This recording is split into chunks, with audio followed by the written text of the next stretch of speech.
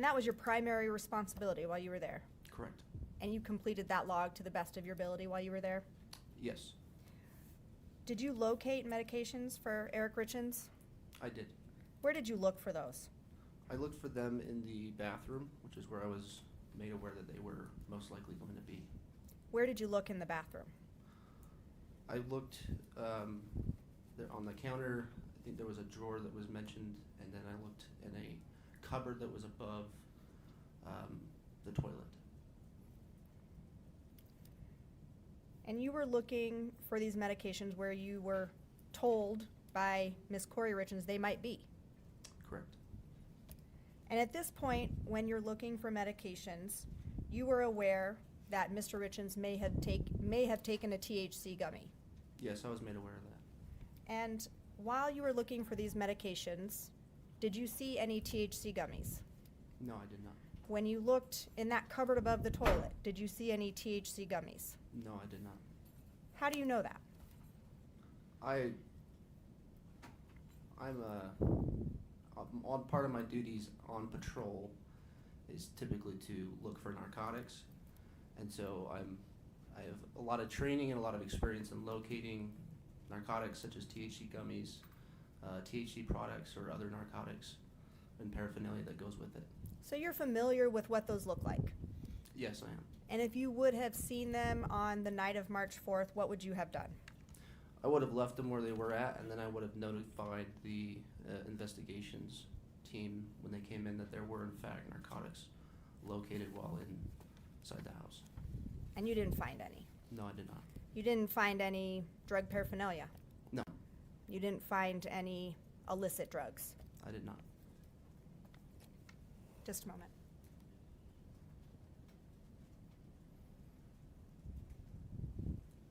Those are all my questions for you. I expect the defense might have some as well. Okay. Thank you.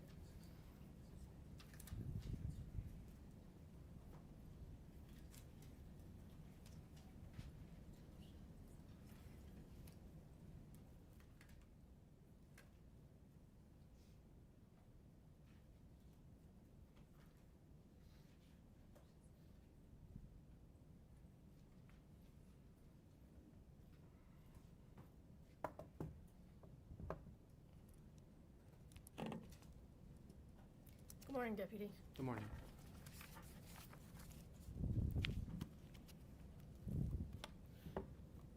So the night of March 4th, your early morning, March 4th, really, could you tell me what time you arrived at the scene?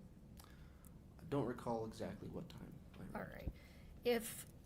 Well, let me just see if this refreshes your recollection.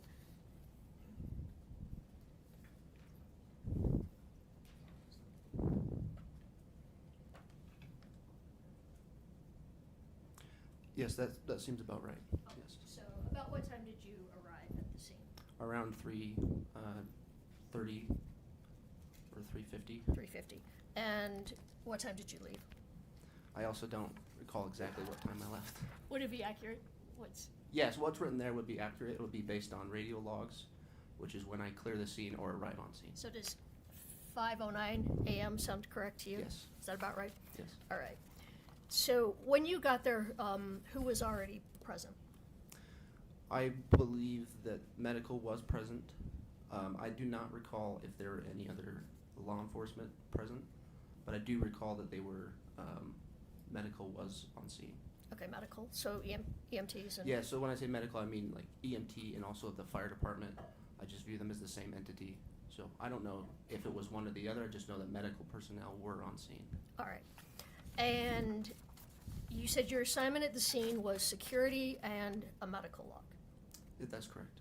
So all your information about medications, did it come from Ms. Richins, or were there other deputies that told you or repeated to you what Ms. Richins had told them? Both, yes. So there was as I recall, there was another deputy who informed me, hey, there might be more medications in the bathroom. More medications in the bathroom as compared to the bedroom? I don't recall if the bedroom was mentioned, so I can't give you like a firm answer on that. Okay. Well, let me ask you this. Where specifically in the home did you look for medications? I looked in the, to my recollection, I looked in the bathroom. That's the only room you looked in was the master bathroom? Looking for medications, yes, I believe that was the only place I looked for medications. All right. Now, you started, is it a handwritten log, correct? Correct. All right. Let me just have you take a look at this. You recognize this?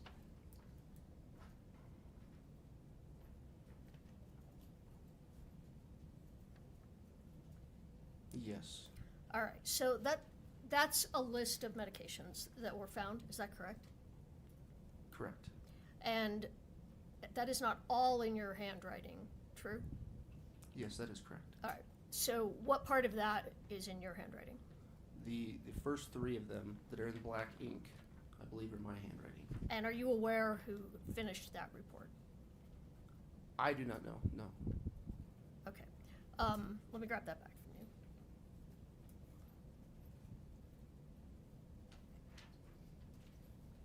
Can I just have one moment, Your Honor? Of course.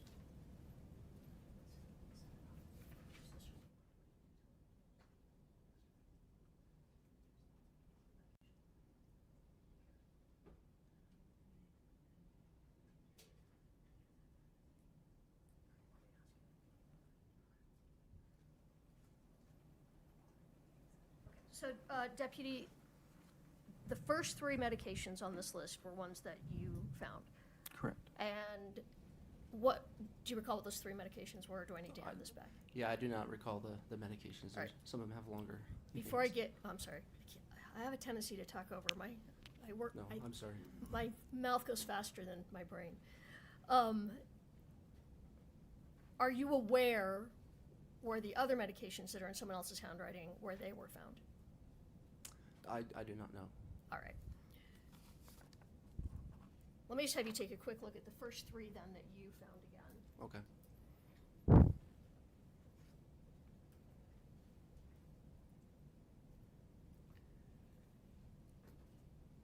And you said you found those three all in the master bathroom? To my recollection, yes, I believe it did. All right, and the first one on that list is naltrexone, correct? Correct. And are you aware what that medication is used for? I am not. All right. The next one is the hydrocodone, which we've spoken about, correct? That's what Yes, the next yes, one is that's you the wrote next down. one. Mhm. And the third one was, you might have to remind me. I'll do my best. Doxycycline? Doxycycline. Okay. Yes. Cycling. All right. And you're not aware what that medication's for then? No. All right. Well, we'll talk about that then later. All right. So during the time you were there, you only found 3 medications? To my recollection, yes. All right. Over that hour and a half? Yes. Now, you said that you had a conversation with Ms. Richins, and was it Ms. Richins that told you there were THC gummies, that Mr. Richins had possibly taken a THC gummy? I believe she did mention that there was THC gummies, yes. Did you ask her where the gummies were located? I do not recall if I asked her that question. All right.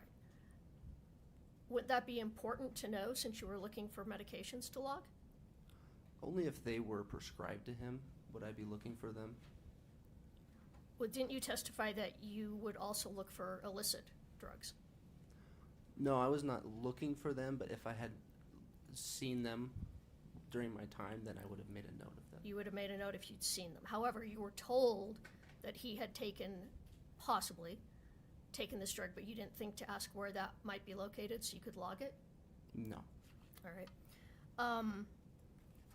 So where specifically in the master bathroom did you look? I believe I looked on the counter. If you walk in and then on the left side, there's a counter there. I believe I looked on the counter. I believe there was a mention of one of the drawers had it, and then I also, on the opposite side, above the toilet, there is a cabinet, and I looked in there. I'm sorry, you say that last part again? So on the right side of the bathroom, there's a toilet, and then above the toilet there is a cabinet, and I looked in there. All right. And Now, that bathroom is connected to a walk-in closet, correct? Correct. So you go into the bathroom and then into the closet. Yes. Did you look in the closet? No, I did not. And you said you looked in the drawer, and I don't know if I understood you. Someone told you to look in the drawer? I believe that somebody mentioned that there was a medication, not a medication pill bottle, but it's one of those organizers for pills in the drawer. And I believe that one of the deputies came to me and said that one of those was in the drawers in the bathroom. So that's why I looked in those drawers. All right.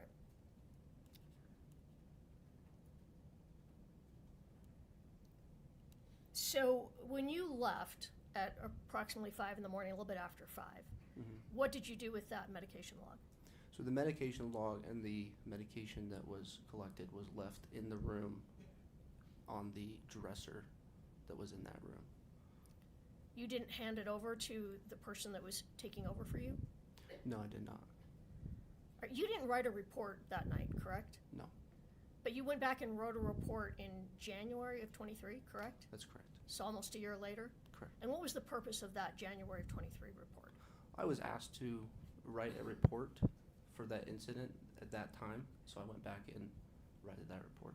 And was the purpose, well, let me rephrase. In that report, it was a very short report, correct? Correct. And it was basically that you left the medication log on the dresser, correct? It was, yes, to describe my involvement in the case with the medication log, yes. Why were you asked to do that a year later? I don't recall why I was asked to do that. I was just asked by my supervisor, so I did it. And you don't know why they needed that? I do not know why they needed that, no.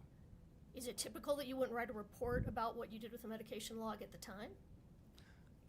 It depends on the involvement, the overall involvement that I have in a case. If my involvement is just a medical log where what I had done is logged on a medical log, then no, it's not typical that I would write a report. All right. And did you type up what medications were found? Was that you or someone else who had typed up the medication list? No, my involvement with the medication would be this log that you have given me. So that's it. You were there for an hour and a half, and during the time you were there, well, about an hour and a half, you logged the 3 medications. Correct. And you only looked in the bathroom. You didn't look in the kitchen, correct? Correct. And you didn't look in the drawers in the bedroom? No. And you didn't look anywhere else in the house for medications? Correct. And you didn't ask Ms. Richins where medications for Mr. Richins would be located? I believe I did ask her. You didn't ask her where the THC was located? No, I did not. All right. One moment.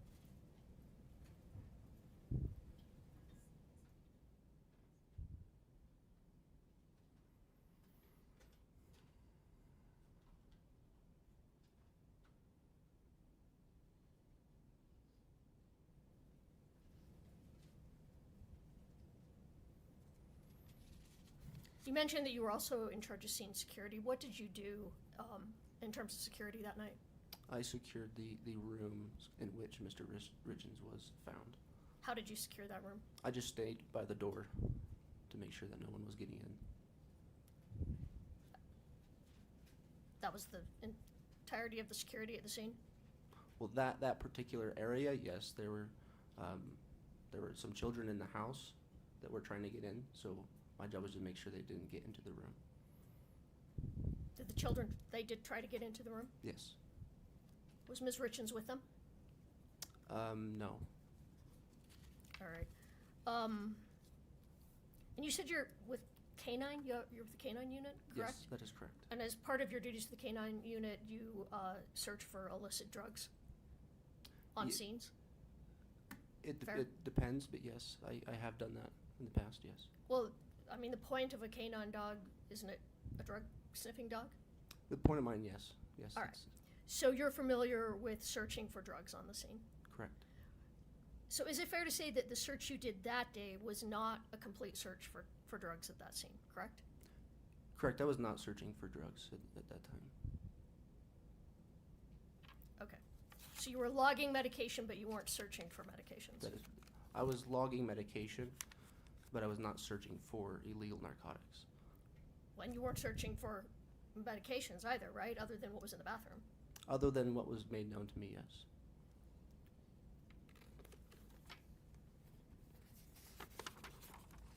All right. I have nothing further.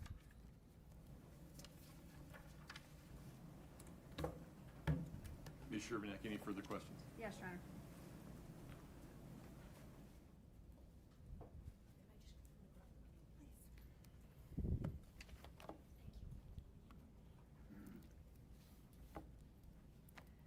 Deputy Pimentel, are you issued a body camera as part of your equipment? Yes, I am. Were you wearing a body camera on the night of March 4th, 2022? Yes, I am. When you prepared your report for this case, even though it was some time later, did you review your body camera to refresh your memory about what took place? Yes, I did. If we could please show the witness 1-28D.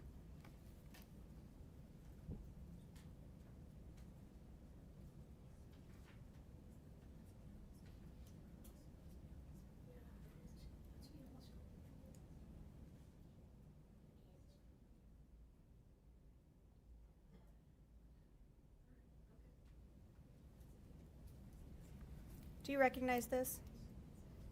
Yes, I do. What is it? This is my body cam footage. Is it a, can you tell how long it is by looking at that? How long The clip that you're looking at, does it have a time on it? I don't see it. it does not, what I can see does not have a time. Okay, now it does. How long is that clip? That looks a little bit over, so about a minute and 53 seconds. Okay, I'm gonna move to admit 1-28D.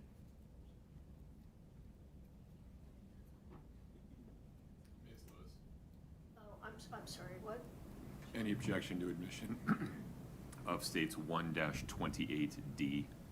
No, Your Honor. Okay, 128D is admitted. Is there sound for this one, Scott? There should be. Yes, Your Honor, I just had it muted for. Oh, my apologies. showing it. Okay, let me publish.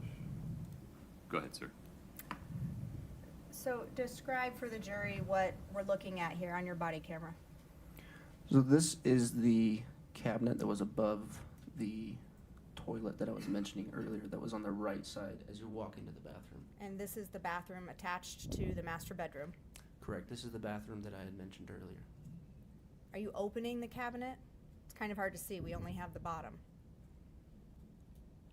Yes. And what are you looking for? So again, I'm looking for medication that is prescribed to Mr. Richins.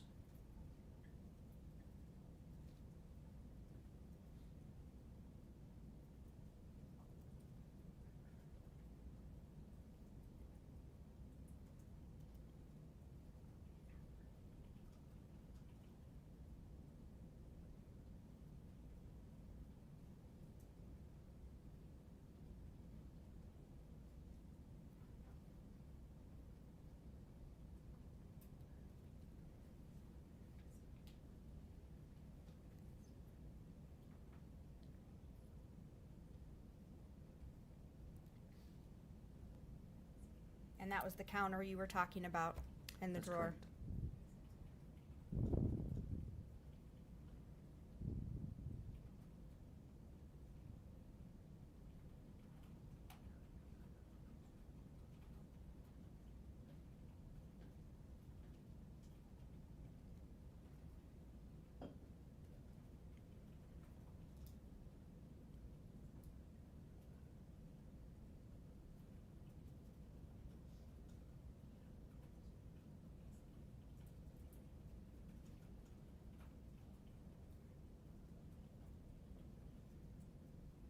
And so you testified that you're looking for medications of Mr. Richins, and you're not doing a full, complete search of this house, are you? No, I'm not. And that's because you don't have probable cause to do so. I don't have a reason to search anywhere else in the house that I Right. searched. And to do a complete search of a house, you need probable cause or a warrant, right? Correct. Just a second.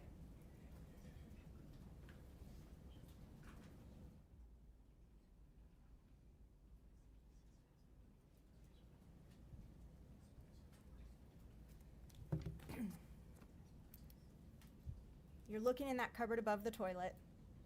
There were no THC gummies in there, were there? Not that I could see, no. And you opened it up and you looked inside. Correct. You didn't see any weed gummies in there. I did not. Ms. Lewis, anything within the scope of redirect?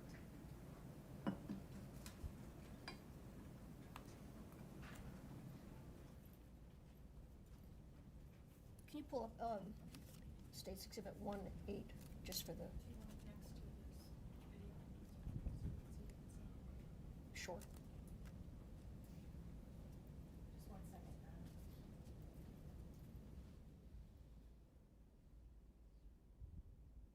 Let me know when you want the witness to see it. You'll see it at the same time as the witness, Ms. Lewis. Oh. Are you ready? Yes, I'm ready. Okay. You and the witness can see it. Yep. I have to go back over here, I'm sorry. Okay, so in the body cam that we just saw, which is on your left, you're looking at a pill bottle, correct? Correct. And you took a photograph of that bottle? I do not recall if I took a photograph of that bottle. So the photograph on the right, is that the same bottle? I believe so. All right, we'd move to admit 1-8. No objection. Okay. State's Exhibit 1-8 is admitted, and anything further on that, Ms. Lewis? That's the hydrocodone bottle, correct? Correct. All right. Now, you said you were, well, we saw in the video, you were looking at the cupboard above the toilet. Correct. Did you look on top of that cupboard? I do not recall if I did. Well, that's a very high cupboard, correct? Correct. I believe so. So you wouldn't be able to see the top of the cupboard unless you got up on the toilet, true? Probably. All right. And are you aware that later that is where all the THC gummies were located? I wasn't made aware of that, no. All right. So when you were looking for the gummies, well, you were looking for medications. I know you weren't specifically looking for the gummies. But in your experience, do people usually keep illegal drugs just right in their bathroom cupboard, or do they often put them somewhere out of sight? It depends. They often put them somewhere out of sight. True? I mean, they can, yes. Okay. Yes. But you didn't look at the whole cupboard, true? I just looked where there might be medication. But not on top of the cupboard. To my knowledge, I don't believe I looked on top of the cupboard. All right. And did you photograph that before you started taking things and moving them around the cupboard to document it? No, I did not. Let me ask you one other thing about when you secured the bedroom. Who came in and out of that bedroom when you were securing the bedroom? There was some other deputies and possibly some medical personnel. Anybody else at all? I do not recall if anyone else came into the bedroom. All right. I have nothing further. Ms. Shermack, anything further? No, Your Honor. Deputy, you can step down. Thank you. You mind taking that glass of water with you? Thank you, sir.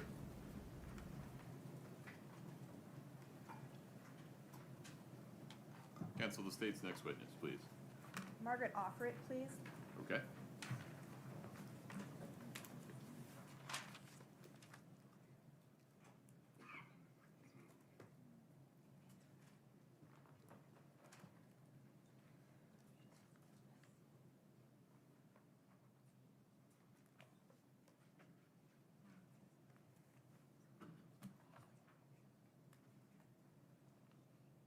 Ms. Offord, if you'd step in front of Brittany, we'll get you sworn in.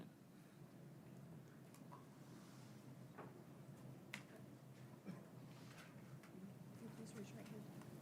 Do you solemnly swear the testimony you're about to give in the matter before the court to be the truth, the whole truth, and nothing but the truth, subject to the pains and penalties of perjury? Yes. Please have a seat. Thanks, Cody.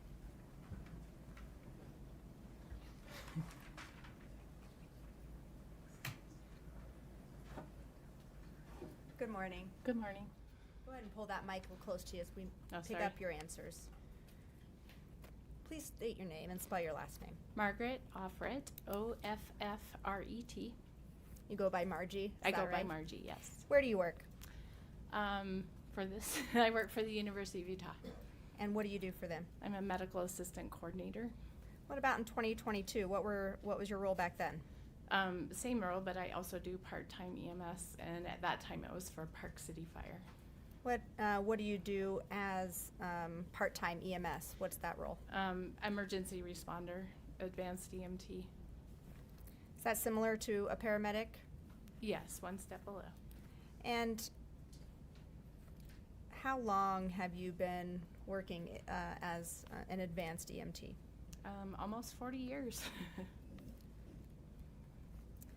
And now, given that experience, have you been called out to a death scene before? Many, yes. How many would you say? Over the 40 years, probably more than 100. Have you been called out to the scene of an overdose before? Yes, A drug overdose? yes. How many? 20 to 30. What kind of certifications do you hold to be an advanced EMT? Well, I have advanced life support, pediatric advanced life support, and I do monthly training and recertify every 2 years. And you're up to date on that training? Yes, ma'am. As you were back in 2022? Yes, Were you working on March 4th of 2022? yes, And did you respond to the scene at 282 Willow Court? yes. When you arrived, what did you do first? We got our gear and went to the bedroom where our patient was, Where was he when you arrived? in the bedroom on the floor. What was the position of Eric Richins when you arrived? He was laying flat on the floor, straight. Was he on a sheet? I don't recall. Let me show you States Exhibit 1-4S1. It'll pop up on your screen there. Do you see that? Not yet.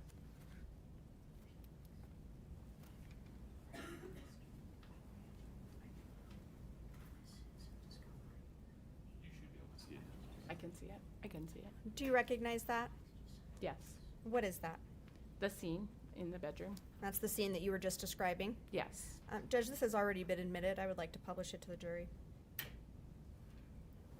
No objection. Okay, one moment. So, when you arrived on scene, if Mr. Richins had been on top of a sheet on the floor, would you have moved him? No, only if it was in the way of what we were doing. Now, were you made aware that Mr. Richins had been pulled to the ground from the bed? I don't recall that we were aware of that. That's just where we found him. Now, in your line of work, have you been on a scene where people have been pulled to the ground on a sheet to perform CPR in the past? I don't recall sheets, but people have been pulled off the bed. When you saw Eric Richins on the floor, was there anything that stood out to you about the position of his body? That he was at the foot of the bed instead of the side of the bed. Why did that stand out to you? Because most places when we go, the person is on the side of the bed. Just easier to get them off. And anything about the physical position of his body that stood out to you? He was just very straight. What do you mean by that? Straight, like everything was straight. What would you expect if someone had been Sometimes pulled? arms are flailed about. Okay, just let me finish the question. Sorry. That's okay. I just want to make sure that our both of our voices are being picked up. So, describe what you said. What would you expect when someone is pulled off a bed? They're a little not straight, angled. Their arms are flailed about.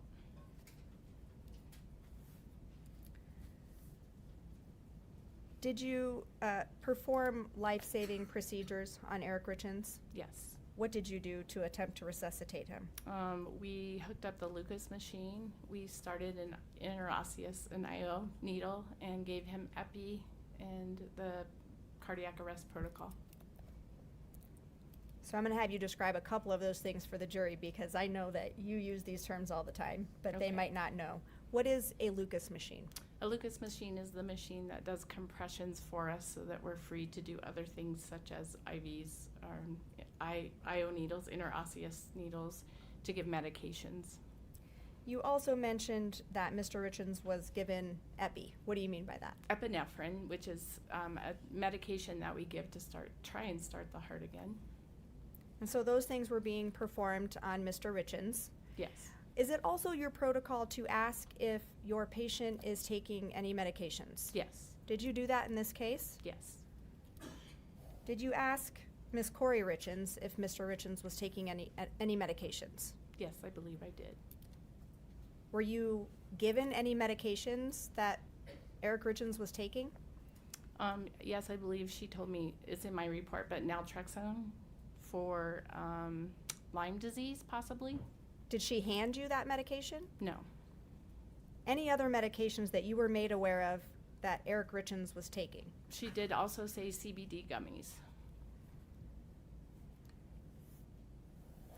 As you are performing these life-saving measures on Eric Richins, are you also looking for things in his immediate area that might explain what's happening with him? Yes. And did you do that in this case? Yes. Did you see anything that to you might explain what's going on with him? No. Now, when you've been on the scene for an overdose death or an overdose call in the past, what are some things that you see around the person that might indicate to you what's happening? Sometimes you see drug paraphernalia or pill bottles. Did you observe any of those things? No. Now, were you there when the time of death was called for Eric Richins? Yes. What time was that? 3:58, I believe. And that would be in the morning, right? Yes, a.m. Now, later you talked about Eric Richins being down sometime or dead sometime. Yes. What was that observation based on? He was cold to the touch. His body was cold to the touch, and his heart rhythm, which when we hooked up the monitor, showed that he was in asystole.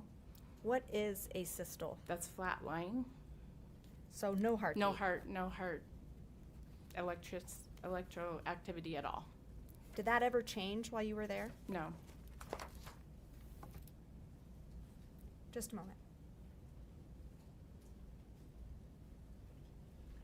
Ma'am, those are all my questions for you. Thank you. The defense may have some as well. Thank you. Ms. Lewis, please.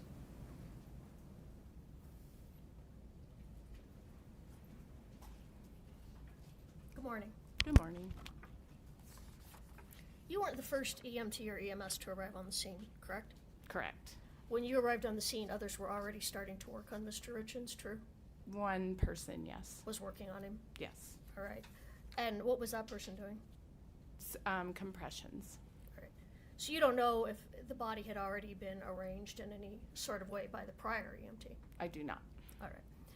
Now, when you were first called to the scene, you believed it was a call for cardiac arrest, correct? Yes. That was the chief complaint that was brought to your attention. Yes. All right. And what did you do? What was the first thing you did when you arrived? We hooked our I had a partner. We were hooking up our monitor to see what kind of heart rhythm we may have, and then attaching the Lucas machine, which does compressions for us. That's cool. It is cool. All right. So you went directly into the bedroom when you arrived. Yes. All right. And you later wrote a report. It's called a pre-hospital care report. Yes. Is that true? Mm-hmm. I'm just going to have you take a quick look at this and tell me if this is... Well, actually, can you just pull it up on the screen and show her?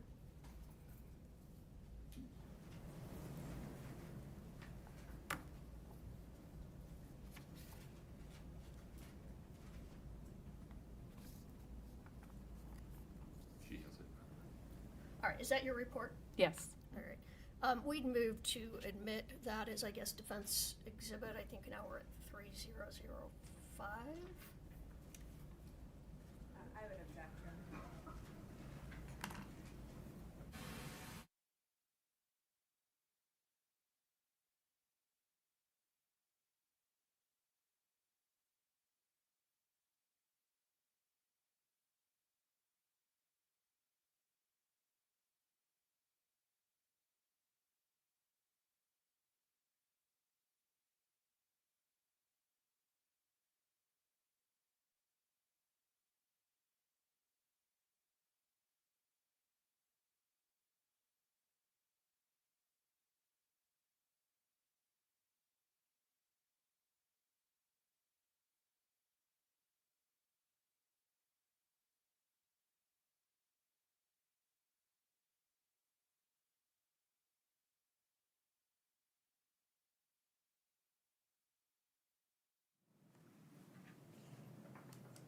The witness can still see it.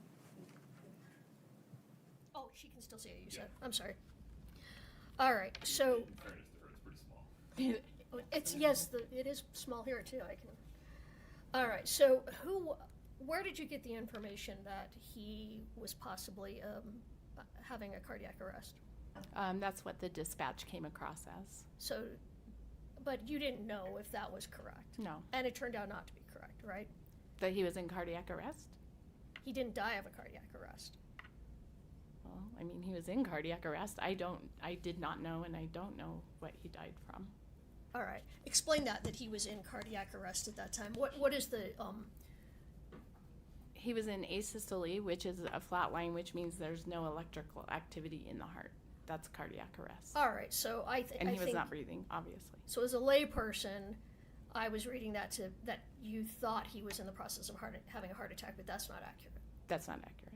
All right, so that just means someone who is not having their heart functioning at the time when you're called in. That would just be called a cardiac arrest. Correct. All right, so that was the information that you based what you did Yes. following when you got there.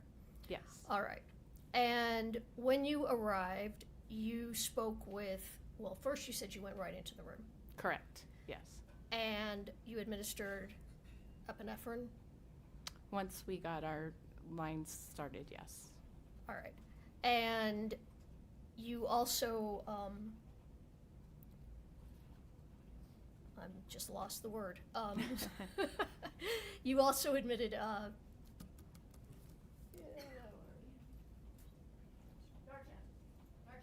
Yes, we did give Narcan. Okay, what's the purpose of Narcan? Narcan is to reverse any possible drug overdoses with narcotics.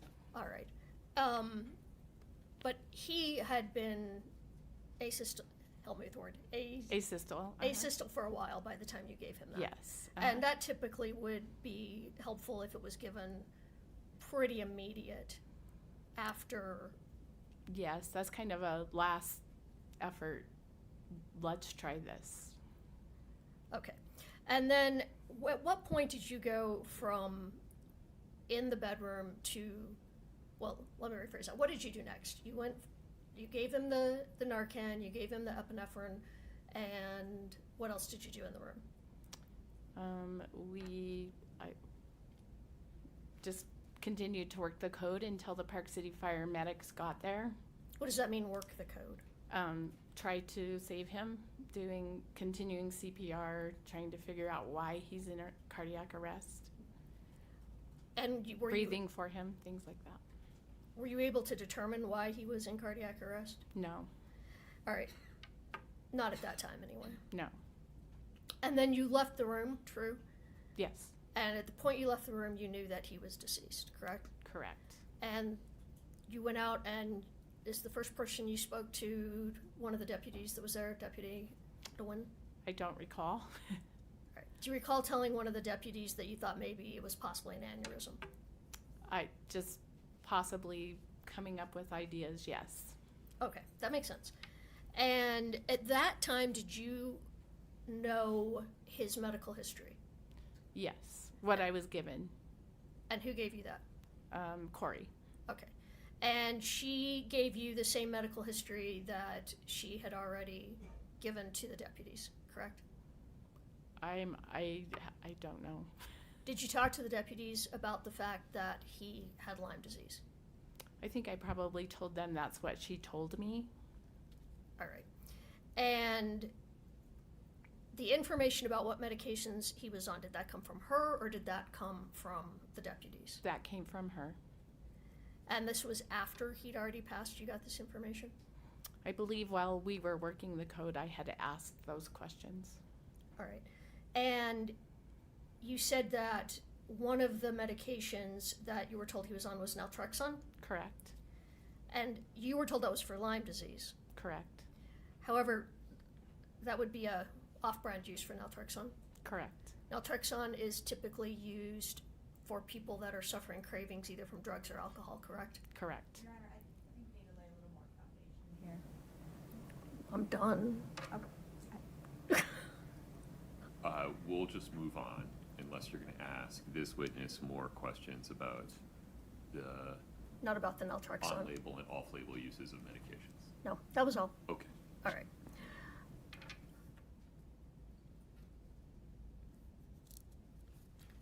All right, just give me a moment. Let me just look at your report here.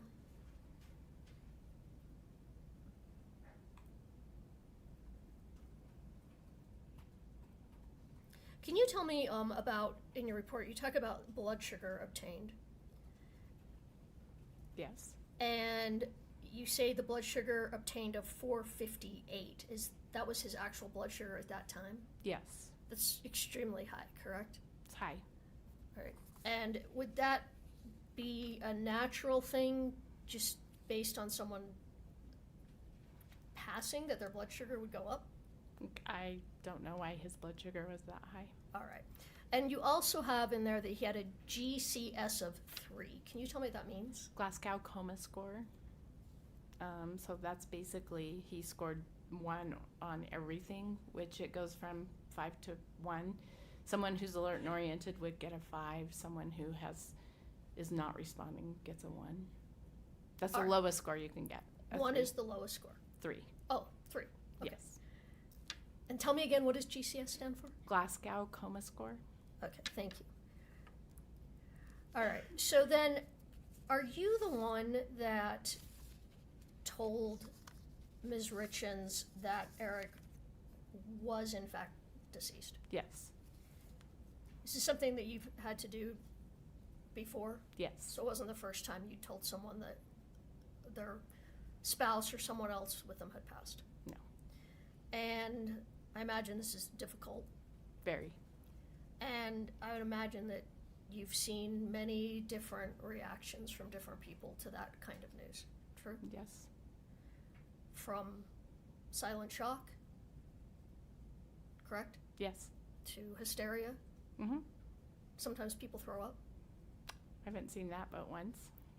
You haven't seen anyone throwing up after hearing that news? Not really, no. Okay.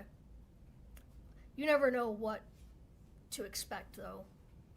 Correct. You never know how someone's going to react True. when they get terrible, traumatic news like that. Yes. Probably a little bit different for an unexpected death than maybe someone who's been terminally ill, true? Yes. Is it fair to say unexpected deaths get a wider range of reactions than someone who's been dying, say, for, months and it was expected? Yes. All right.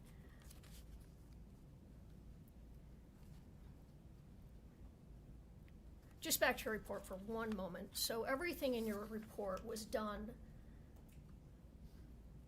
you were just writing down what you did based on the information you had, true? Yes. Yes. And you didn't know if the information was correct at that time, it's just based on the information you had. Yes. I'd move again to admit Defense Exhibit 300. I'll withdraw my objection, Judge, if they want to admit it. Oh, okay. This would be defense, give me the numbering again. I believe it's 3005. 5, yes. Katie, is that right? Okay, D3005 is admitted. Is there any part you want to publish to the jury? Not at this time, I just wanted to admit it. Okay, very Thank you. good. Anything else for this witness, Ms. Charbonnet? Just briefly, Judge.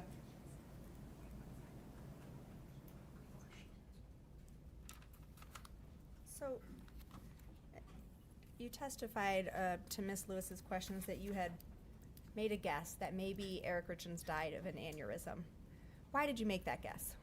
Because he had a lot of blood coming out of his mouth when we arrived in while we were working on him And was that happening, when was that happening, the blood? during CPR. So when you arrived, the blood was already coming out of Eric Richins' mouth. Yes.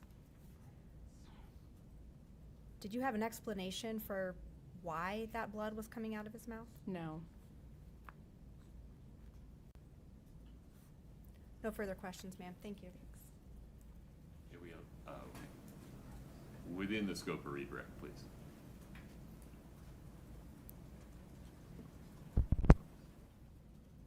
It's not unusual to see blood come out of someone's mouth during CPR, correct? Not normally, but it seemed more than normal. All right. So,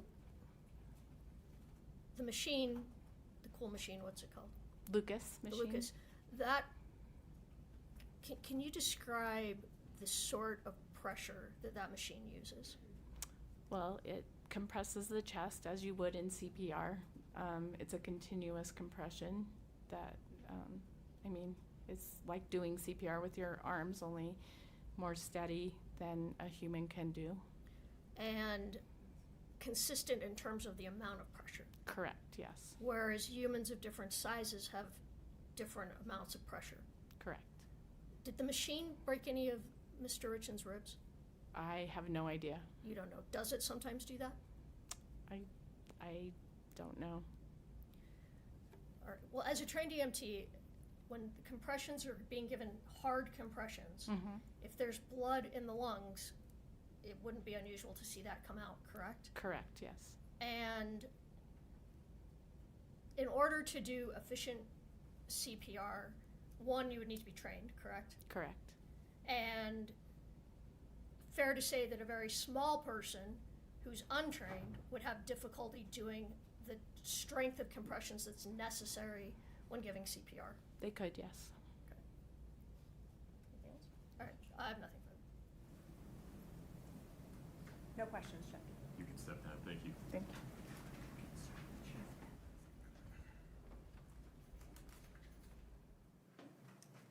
Ms. Shervnak, the state's next witness. Sergeant Andrew Cernich, please. All right.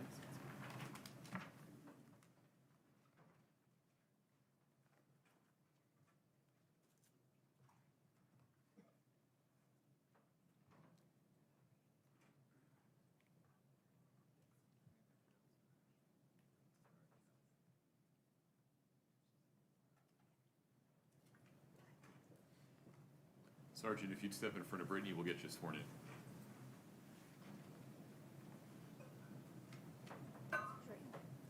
Do you solemnly swear the testimony you're about to give in the matter before the court to be the truth, the whole truth, and nothing but the truth, subject to the pains and penalties of perjury? Thank you. Have a seat.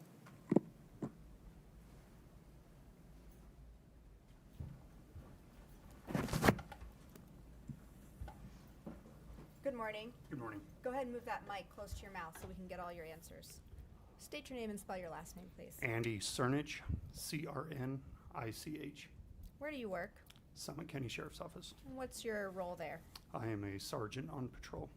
And what about back in 2022? What was your role? First, let's talk about the Sheriff's Office. What were you doing for them in 2022? In 2022, I was a sergeant working in the jail.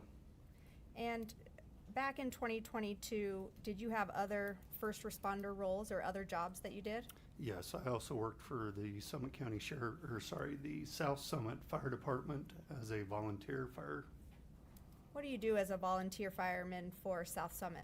I respond to emergencies through the fire department and assist on medical calls. So, were you working on March 4th of 2022? I was. What capacity were you working in on that day? I responded as a on-call firefighter to assist medical. And did you respond to the home at 282 Willow Court? I did. Now, describe for the jury, even though you're a trained police officer, what happens when you're on duty as a fire department role? On the fire department role, we're trained in numerous different things as first responders.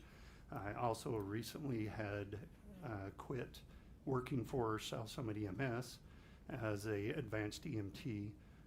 So we assist with whatever needs fire department needs. At that time, I assisted with the CPR efforts of the individual.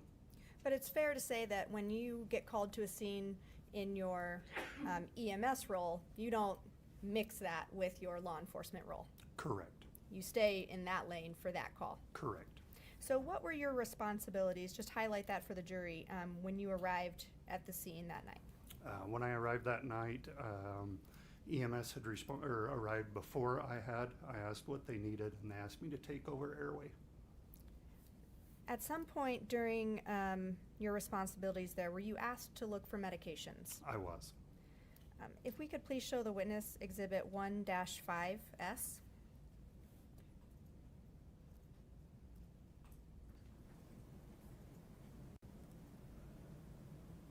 He has it. Do you recognize this? Yes. What is it? That is the bedroom where we were working on the individual, and it shows me reaching into the nightstand. Fair and is that photo a fair and accurate representation of you on that night? Yes. I'll move to admit Exhibit 1-5S. I just need to clarify, is there a second photo that's on this? Are there two photos? Because the one I have has two photos, and this may be a later one or an earlier one. Ms. Shervanek, forgive me, is this the There it is. 1 There it through is. There 5 is two series? No, it's different. Different number. Okay. There are two pictures. No objection. As long Okay. as both pictures come in, no objection. Sure. Okay.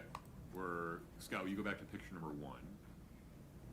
And I'll publish now. Let's just make sure the jury sees both photographs in 1-5S, which has been admitted. And that's the exhibit you just looked at. Yes. And describe for the jury, where are you in this photo? I'm the one wearing red next to the bed, where I just turned around from retrieving that bottle from the nightstand. Scott, if we could go back to the first image, please. And what does this image show? I believe that's where I was searching the nightstand drawers for any type of medications. And you were asked to search, right? Correct. Who told you to look for medications? I believe it was Margie Offrit, who was the EMT on scene running the scenario, or not scenario, but the scene. And Scott, if we could go to the next image. And you pulled something out of that nightstand, right? Yes. If we could show the witness Exhibit 1-8, please. This has already been admitted. We can publish it to the jury. Do you recognize this? Yes. What is that? That is the pill bottle that I found in the nightstand. Just a moment. Sir, those are all my questions for you. The defense may have some as well. Thank you. Thank you.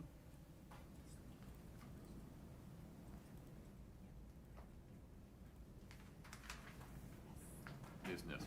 Thank you, Your Honor.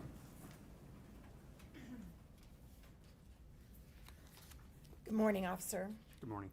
My name's Kathy Nestor. I represent Ms. Richins along with several other attorneys here. So I want to just clarify, you said when you first got there you were assisting EMT that were already on the scene, Correct. and someone was already doing CPR on Mr. Richins when you arrived in the room? I believe when I arrived, they were just hooking up the Lucas machine, which is a machine that does CPR, or chest compressions. Okay, so there was not a human doing compressions before they hooked up the Lucas machine?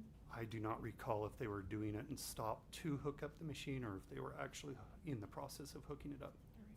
And the individual, before they hooked up the machine, can you describe, besides Miss Offrit, who was around the body? I believe there was my partner firefighter that was there next to them, and the other EMT that was on scene, but I do not recall who that was. Can you describe their build for me? Medium build males? Both males? Yes. Thank you. You took over the airway, so you had to just clear an airway so they could get oxygen to them? Correct. So my job was to deliver oxygen to him. So did you put a tube down his throat? Yes, I did. And when you put the tube down his throat, was there any blood on his face before you did that? Not that I can remember, no. Okay, great. And after you put the tube down his throat, did you see blood come out of his mouth? Shortly after, there was blood that showed up in the tube and coming out of his mouth. How far, how far down does the tube go that you insert into his throat? Sits on top of the larynx. So down to about where your voice, that's your voice box, right? Correct. Sorry. Yes, correct that Not area. great at biology. Okay. All right. So have you seen that before where when you insert a tube into someone's throat, it can cause there to be bleeding in their throat? Not usually, but yes, I have seen that before. Okay, great. So then they're doing the CPR, and you were asked by Ms. Offred, who we just heard from, Margie, to check the nightstand for any medication. Is that right? Yes. And I noticed, can you pull up, please, Exhibit 15S, which has already been admitted, Your Honor. Can we please publish? One moment.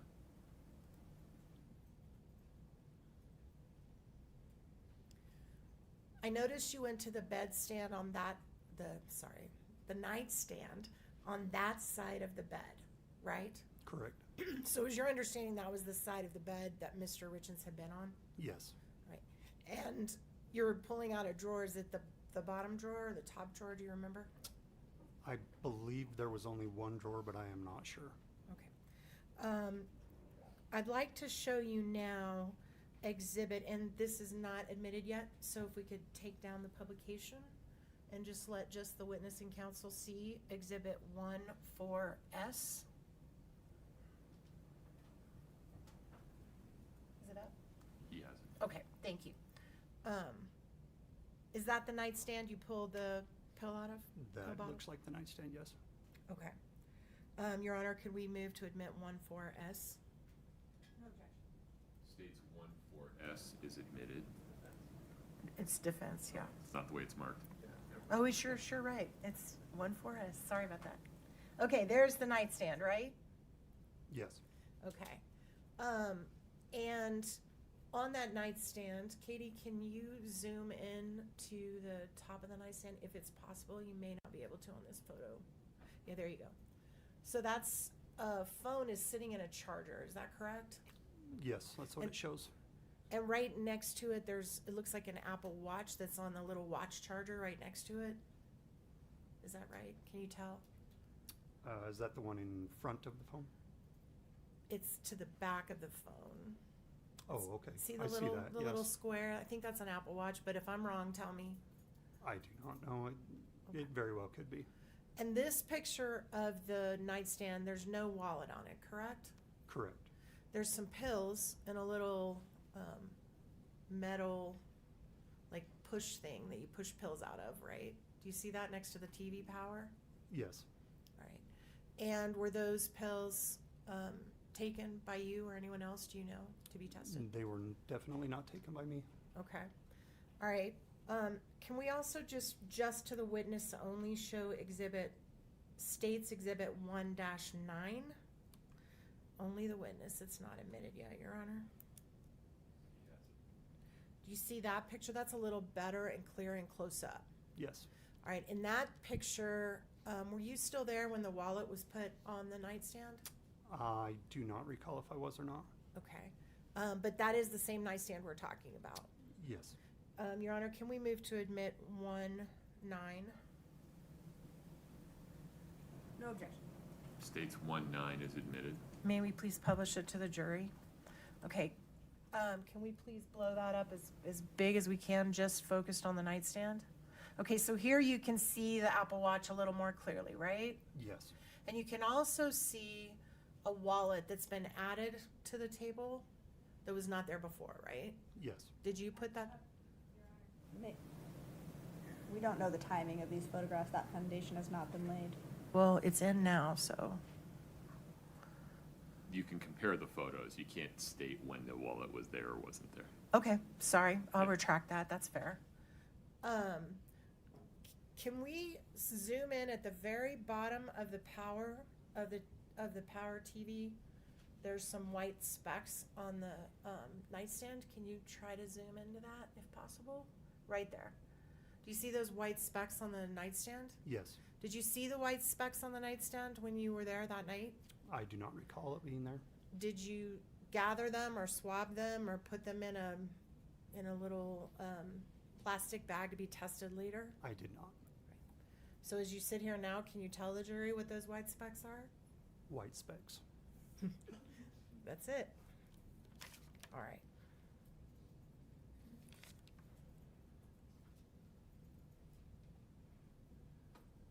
Okay. Also, was there a time where you found Mrs. Richins' phone and handed it to a deputy? Did the deputy come in looking for her phone? I do not recall. You can't remember that? I do not. Do you remember her phone being in the room at any point?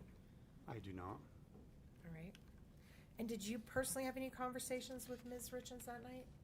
I may have asked her if he had taken anything or how long he had been down, but I do not recall. You can't remember for sure. I don't know for sure. In your experience, both as a police officer and a trained medical responder, is it fair to say that it was apparent to you he had been deceased for some time? Yes. Thank you. I think that's all I have. Just one moment.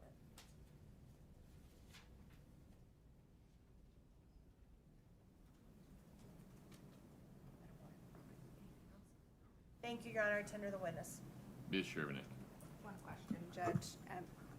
Sergeant Cernich, was it your job that night to collect evidence? It was not.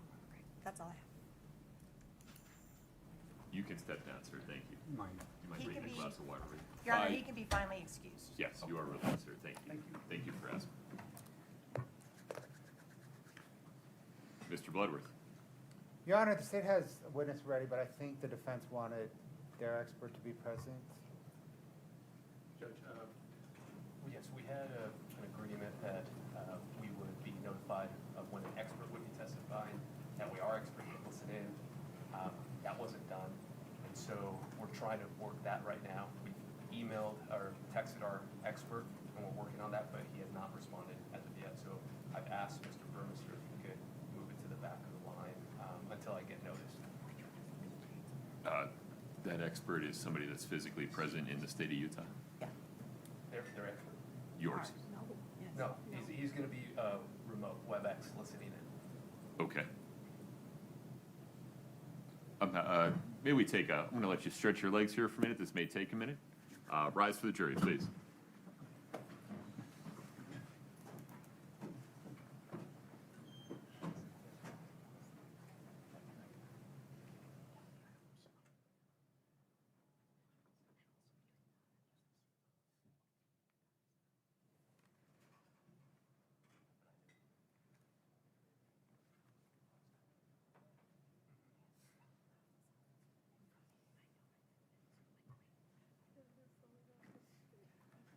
All right, folks, have a seat. Mr. Ramos, tell me, what was your understanding of the deal that you had reached with State's Counsel? So what we would do is we would be given 24-hour notice of their expert testifying. So we can make arrangements for our expert either be present physically or listen in to the proceedings. With the idea that if they're listening in real time, they can send you feedback, suggestions? Not even that. Well, I mean, obviously, I would be able to consult with them if that was the case, but more than anything, so they could listen in to see if they were going to offer anything in rebuttal. They can do that no matter what. I mean, I can watch the entirety of yesterday's proceedings right now No, on I Court understand TV. that. That's why I'm saying it's Yeah. kind of two-part. Okay. And then I'm inferring that your position is that, who's the expert? Your Honor, it's Dr. Almer, the medical examiner. Okay. Was this person on the witness list for, or the proposed list for today? Your Honor, I guess no, although we had a discussion at the end of yesterday's trial that where were we going after crime scene? And I said, you know, I informed counsel, whatever, 5 o'clock yesterday that we would be going to medical examiners after crime scene. So it's not, this isn't a shock, but I did not say we will bring in Dr. Almer tomorrow. How long do you think you have in your direct with Dr. Ulmer? My direct is probably 30 minutes. Okay. So what if we say, we'll do the direct of Dr. Ulmer, which your expert would be able to go back and review during the lunch hour if you need to, and we'll start cross after lunch. So my only concern is that I'm attempting to get a hold of him to see if he's available right now to view those. So I've sent a text message as soon as Mr. Burmester told me. So that's what I'm waiting on. I have no problem with that, assuming I can get confirmation that he can log on right now. That's the best I can do. So that can, That's the best I can do. I understand. Okay. Could he, I'm expecting Maggie Mobley, who's the morgue clerk. She should be getting here any moment. You want to slip her in first? Yeah, if she gets here in the next minute or two, it All would right. be no We problem. could, Your Honor, we can also start with Chelsea Gibson. We've been trying to accommodate Dr. Ulmer. She is out of town Right. and all the things. And so, that's why now. But we have we could start Chelsea Gibson, but I think she's gonna be along with. I don't know if you would. that's better for us because we get more time to be able to, and that's, yeah, that is what we expected. When you say start, though, we would not be able to get her direct completed before lunch, correct? We will not. Would we be able to do Ms. Gibson, understanding we need to interrupt direct during lunch and cross her and then get Dr. Ulmer on and off today? That's the That's the state's concern. concern, is that crosses have been tending to take longer than direct. They take what they take, sure. And I can't say that. I mean, if we were to start Chelsea Gibson, Let's not do that. I'd rather not. My sense is that that's a self-inflicted wound. So, how close is Ms. Mobley? Ms. Mobley, I'll go back out and check. Okay. Um, We're going to take a 5-minute restroom break. We'll see what percolates during that 5 minutes. Okay, very good.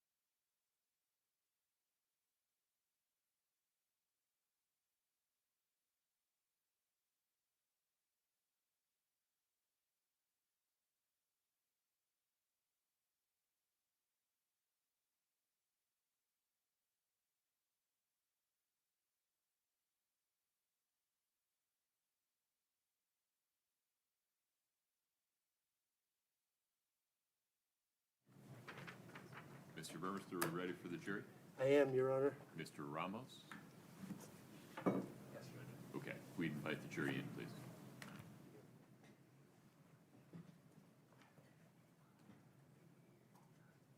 Okay. Okay, all right. It's not super critical.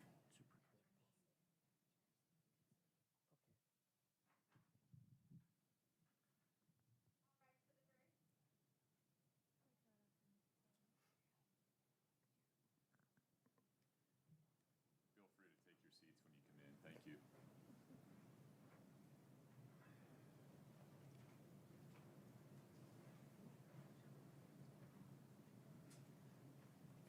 All right, have a seat. Thank you. Mr. Burmester, the state's next witness. Yes, the state would call Maggie Mobley. Ms. Mobley, if you step in front of Brittany, we'll get you sworn in.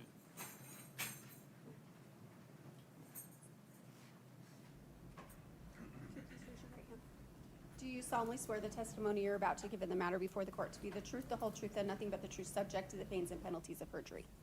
Thank you. Have a seat.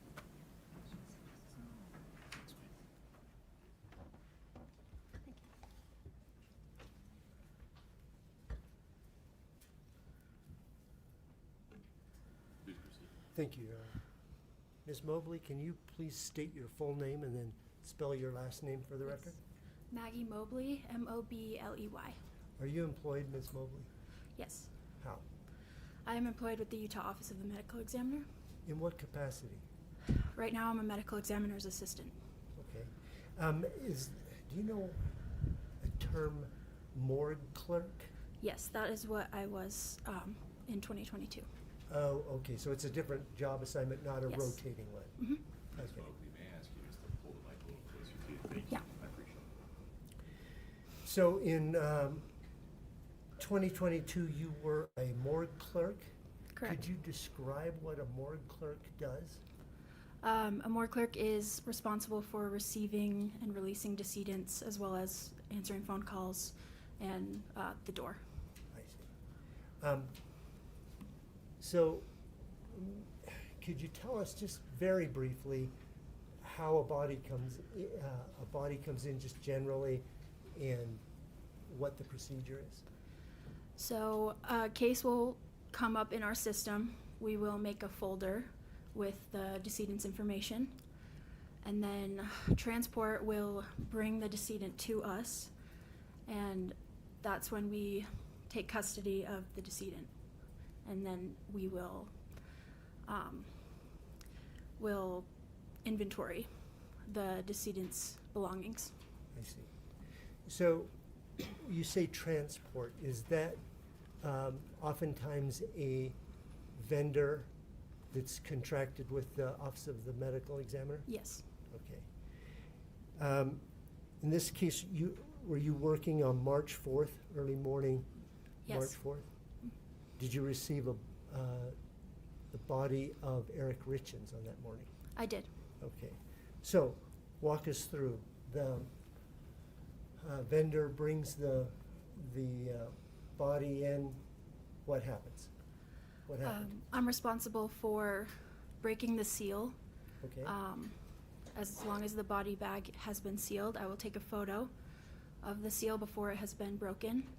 I'll record the number of the seal and then take photos of the decedent and his belongings, inventory that on an inventory sheet before putting the decedent in a cooler.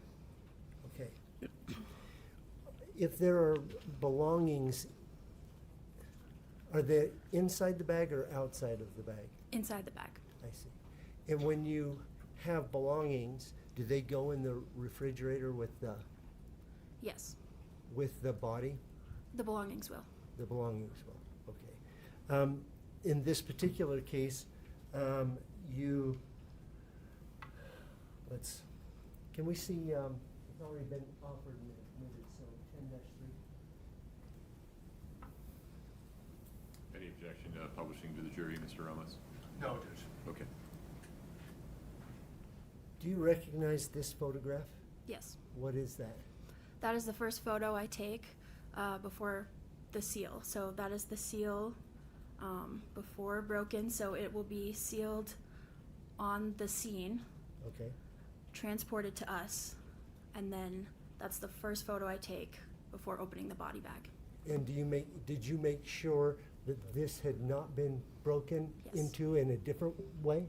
Yes. Okay. Is that your case number from the Office of Medical Examiner? Yes. Okay.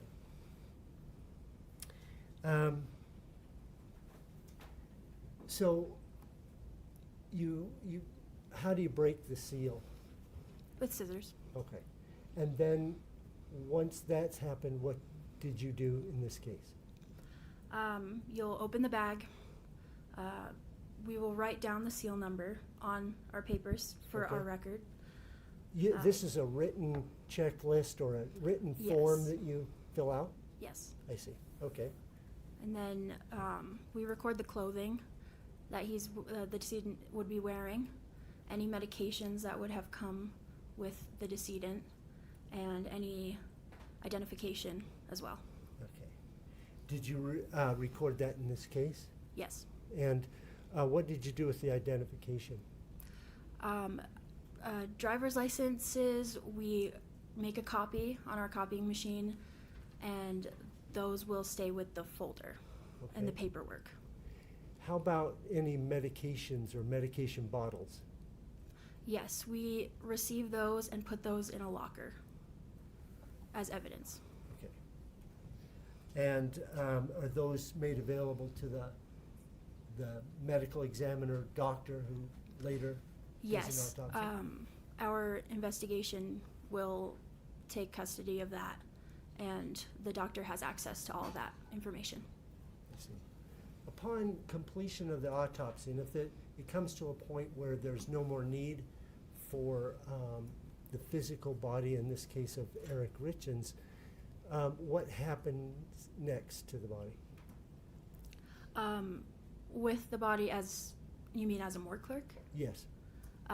we would release to a funeral home.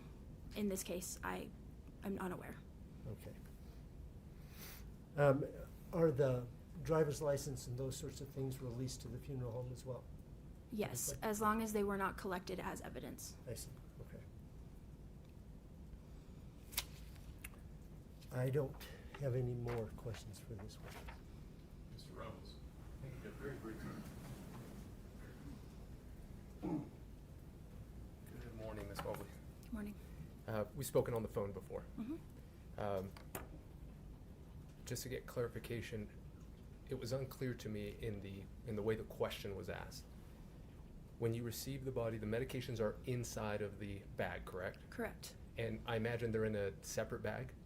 They would be in either a paper bag or a plastic bag. And do you open that bag? I would not, Okay. unless there was a driver's license in the same bag. And in this case, do you remember if they were separate? I'm unsure. Okay. But you knew they were medications? Yes. And I imagine the reason, or just tell me the reason how you knew they were medications. They're in the photo. You Okay. can see them. And which photo was that? Those intake photos. Is it just the one that you just took? Or I'm sorry, the Um, one that was just shown to you? Is there a different one? I am responsible for taking photos when I receive the body. Okay. So they are with the body. Got it. Do you remember the medications in this case specifically? That's not my job to look. Okay. I'm going to show you two documents, and just to her, Your Honor. And the first one, I do see I believe it's your initial or maybe even your full name. So we're going to start with that one. Okay.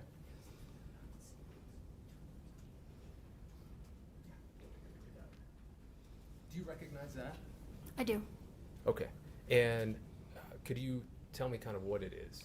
That looks like a printout of the record that I put the medications in a locker and the chain of custody aspect of it. Perfect. I'm going to show you another document, Mhm. okay?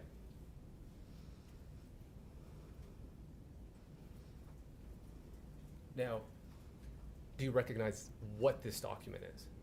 I recognize what it is, yeah. Okay. But you didn't do this part? No. Okay. One second.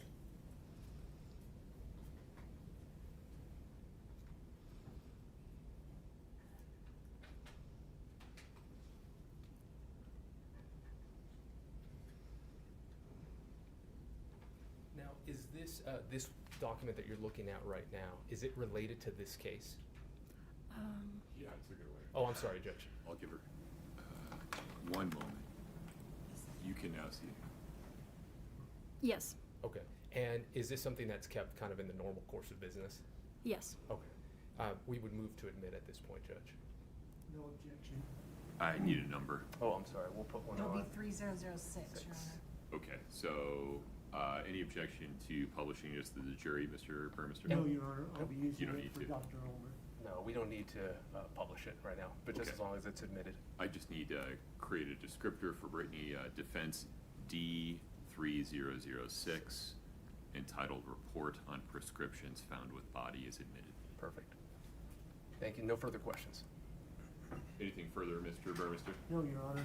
You can step down. Thank you. You're free to go. Thank you.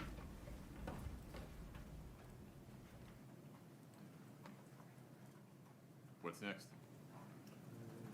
Ulmer's here if you want to start. Okay. I'll get Dr. Ulmer. Very good. And Judge, while Mr. Burmester gets Ms. Ulmer, may Mr. Ludwig and I approach? Of course.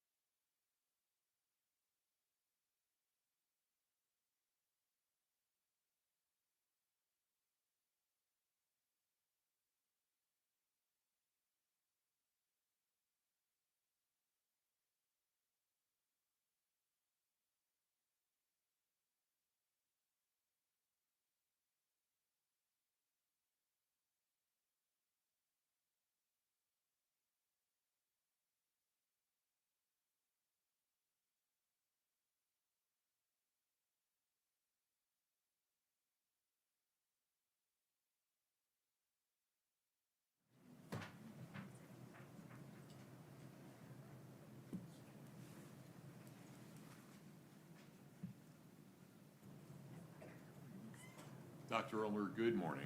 If you would step in front of Brittany, we'll get you sworn in. Please raise your right hand. Do you solemnly swear the testimony you're about to give in the matter before the court to be the truth, the whole truth, and nothing but the truth, subject to the pains and penalties of perjury? Thank you. Please have a seat.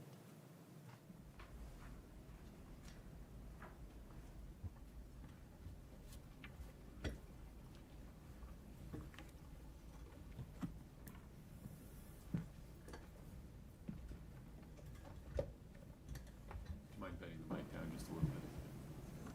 Thank you. Mr. Okay. Burmester? Thank you, Your Honor. Can you please state your full name and spell your last name for the record? Pamela Sue Ulmer, Ulmer. Ms. Ulmer, are you employed? No, I'm retired. In 2022, were you employed? Yes, I was a medical examiner at the Utah Office of the Medical Examiner. There's a term forensic pathologist. Is that what the capacity you were serving in? That's correct. What is a forensic pathologist?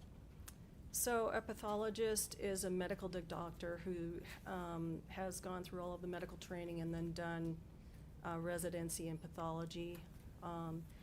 For a forensic pathologist, we do additional training in forensic pathology specifically, and then we sit for boards and take all of our board certifications for both pathology and forensic pathology. I see. So, when you receive a body, just generally speaking, into the OME, what is the procedure? What happens? So basically, I'll start at the scene because an investigator will be at the scene. And then the body at that point will get sealed in a body bag that has a seal identification number on it. goes through the zipper pull so that it can't be tampered with while it's being transferred from the scene to the office. Once it gets to the office, then it's brought in and documented by a morgue clerk who's going to put various information into the computer, identifying information and stuff. We used to actually open the body bag at that time and take an identification photo, and then the body would go into the cooler. But I believe we changed our policy though, so that at the time that this event was going on, the body bag was still sealed when it went into the cooler, and it wasn't unsealed until we would start the autopsy examination. I see. So did you perform an autopsy on the body of a person named Eric Richins on March 5th of 2022? I did. Do you recall about what time that began? I don't have any paperwork with me, but it was around 7:30 in the morning. I see.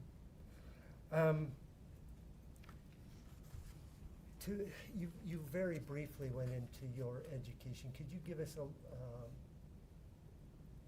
brief description of your education to become a forensic pathologist? Sure. So medical training is a 4-year degree. I specifically went to an osteopathic school, but whether it's an osteopathic or an allopathic school, it's the same type of training. So I did my medical school at Des Moines University in Iowa.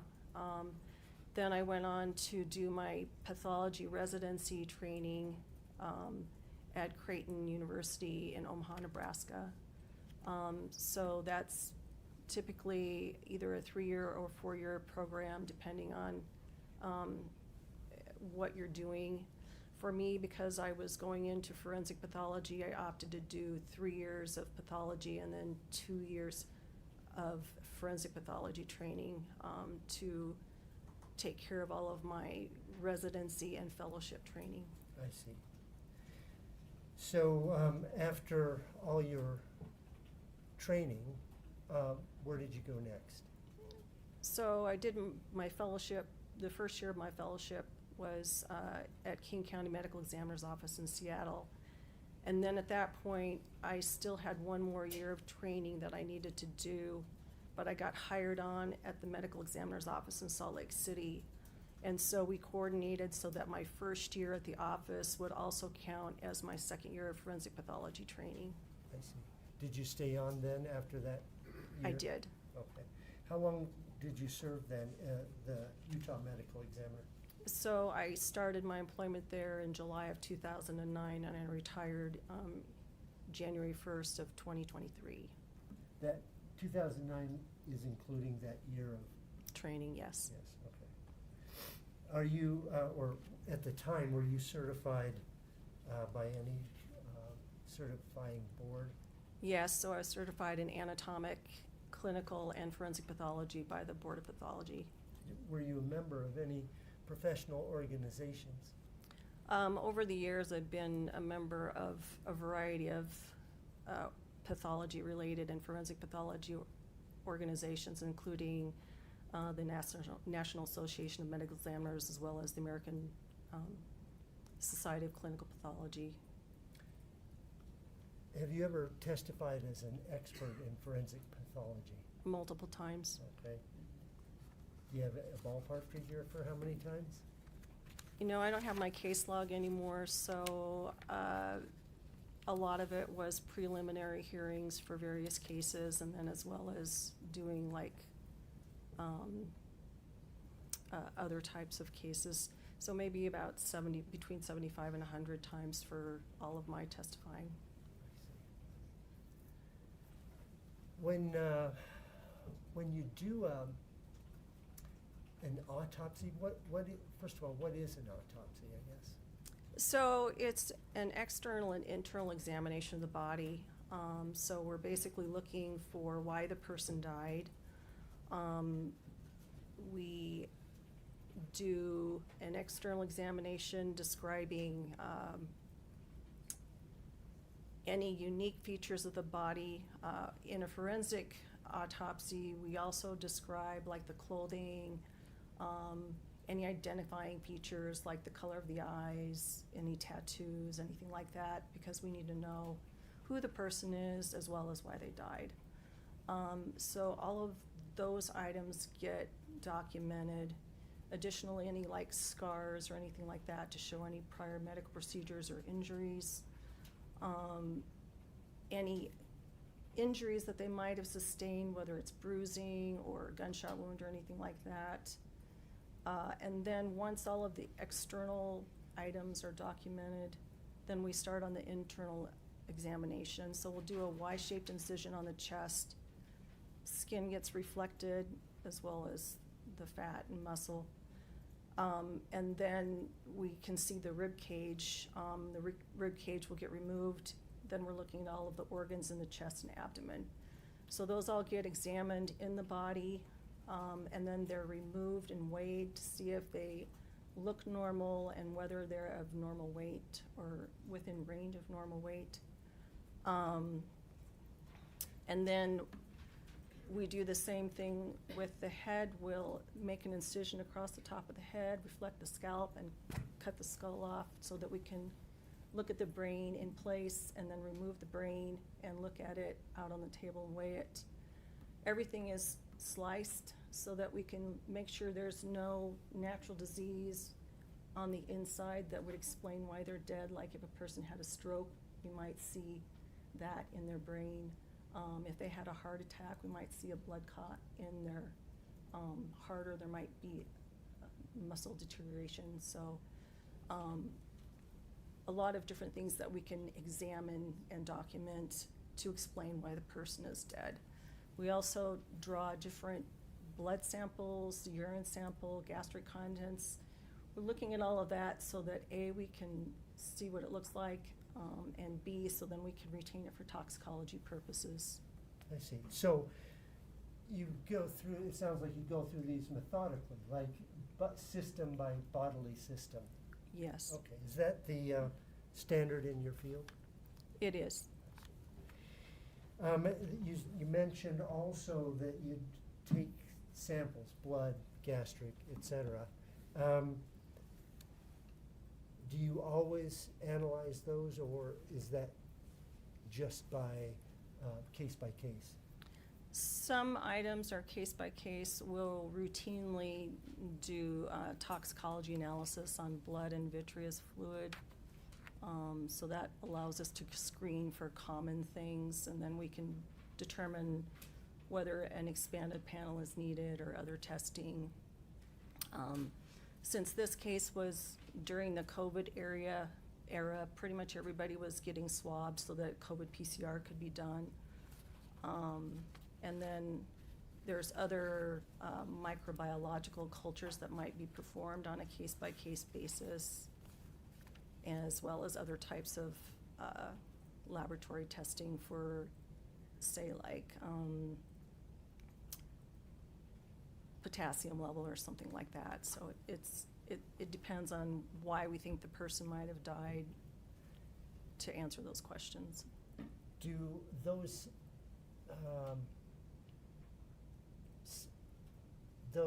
samples get sent out to other labs, or are they examined internally at the medical examiner's office? They get sent out to other laboratories. I see. You've talked now about generally the procedure. Is that what you followed in this case? Yes. Okay.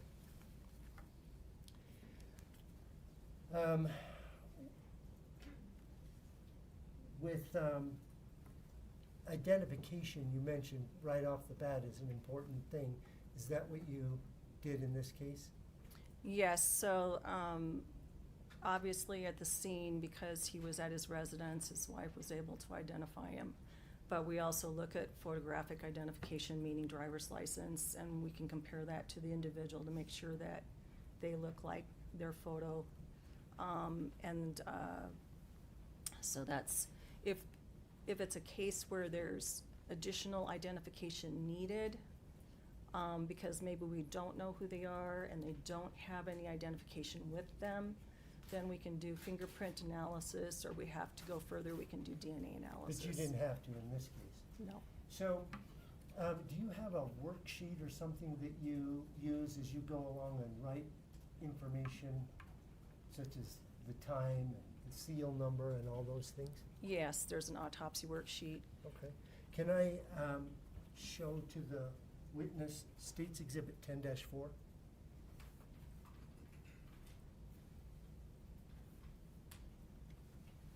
Do you see that up there? Yes. Could you, do you recognize it? So it's a body diagram Okay. showing notes that I made during the autopsy. Okay, and is it a true and accurate copy of that worksheet? Yes. State would offer States Exhibit 10-4. Counsel. No objection, Judge. 10-4 is admitted. Would ask to publish that. There you are. Okay, there's one thing I wanted to have you identify. Is have you written down the tag number from the seal?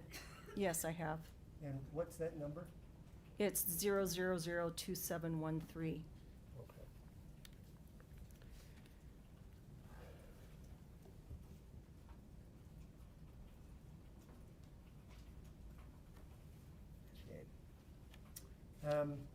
Let's move on then to the external exam. What did you notice or anything? We can take 10. I don't think that 10-4 is necessary. So basically, he had evidence that he had received CPR. He had an endotracheal tube in his mouth. He had needles in both shoulders in order for IV fluid to be submitted. He also had defibrillator pads that were on him. There was really no evidence of injury. EKG pads were also present, and I'm not sure. Okay. Well, was there blood present externally on his face? There was. Can you explain that? So, in cases of potential drug overdose, it is not unusual for opiate overdoses specifically to have pulmonary edema. So you've got foaming of the mouth coming from the lungs. And then in addition to that, then when you're receiving CPR and you have that intrathoracic pressure that every time a compression is made, that's contributing to the lung injury. And so it's not unusual to have blood seeping out with that fluid from just the vasculature of the lungs. But in addition, when somebody gets intubated, there's a risk that they might get mouth injury or they might get other injury just when the tube is being inserted. And so with that, every time you're doing a compression, you've got potentially a blood-tinged fluid that's spurting out. I see. Did you see any evidence of injury that contributed to death during your external examination? No. Okay. Let's move on then to your internal examination.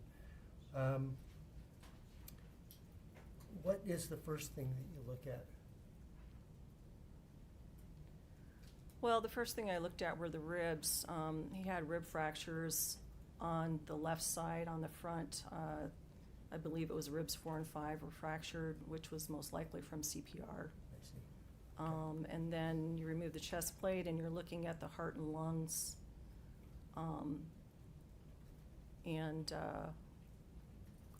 Well, let's take a look then.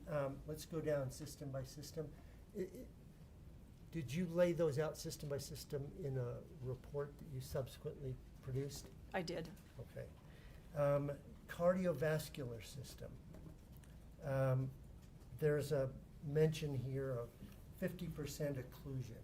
Could you tell the jury a little bit about what that means? So it just means that he had the beginning stages of coronary artery disease, so that the lumen of the vessels in his heart were thickened. It's usually not thought to be significant until they're at least 75% occluded or more, and this is a common finding in adult males in general, and then adult women as they also age. There was no indication of any kind of coronary artery thrombus to indicate that he had a blood clot form in his heart and cause a heart attack. And so there was no damage to the heart muscle. The heart was within normal range for weight. Okay, so that was not a cause of death? No. Okay. Respiratory system, you noted trachea, bronchi, foam present. Correct. I think you've said that was probably from CPR. So it's probably originated from his fentanyl overdose. I see. Okay. CPR can also cause pulmonary edema, but since he had no return of circulation during this CPR process, the majority of that fluid and that foam probably originated from the drug overdose, but CPR can still contribute to it. I see, okay.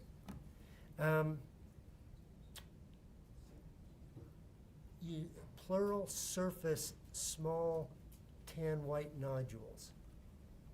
Yes. What does that mean? So on the surface of his lungs, he had these little tiny white nodules all over, which are little granulomas.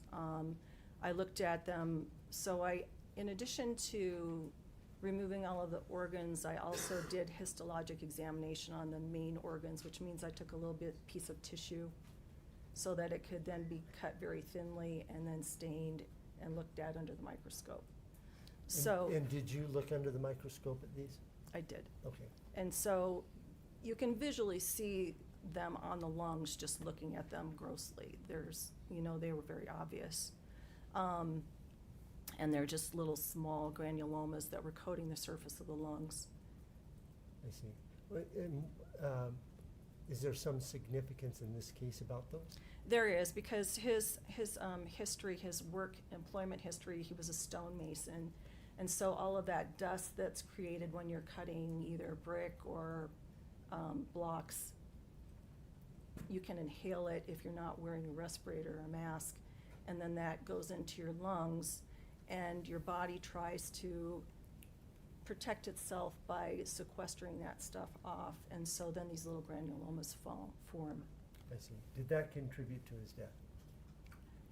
I don't believe it did. He had the granulomas present. He also had a small amount of pleural fluid present associated with these, but it wasn't significant enough. There wasn't like scar tissue that it was in his lungs that was preventing him from breathing or anything like that. So I felt like it did not contribute to his death. I see. Did you note anything about his liver and biliary system, biliary? From my recollection, the liver was normal. There was no surprises there. Okay. What did you note, if anything, about the digestive system? Again, I don't have any notes in front of me, but he had about 700 milliliters of pink fluid that also had food particles in it that were partially digested. Some of that was retained and saved for toxicology purposes. Did you have a discussion with Brianna Peterson from NMS about the volume that you measured from the gastric? I may have. I don't recollect it. I see. Do you have any idea about the pink coloration? Was that from anything that you're aware of, or? No. Is it, okay.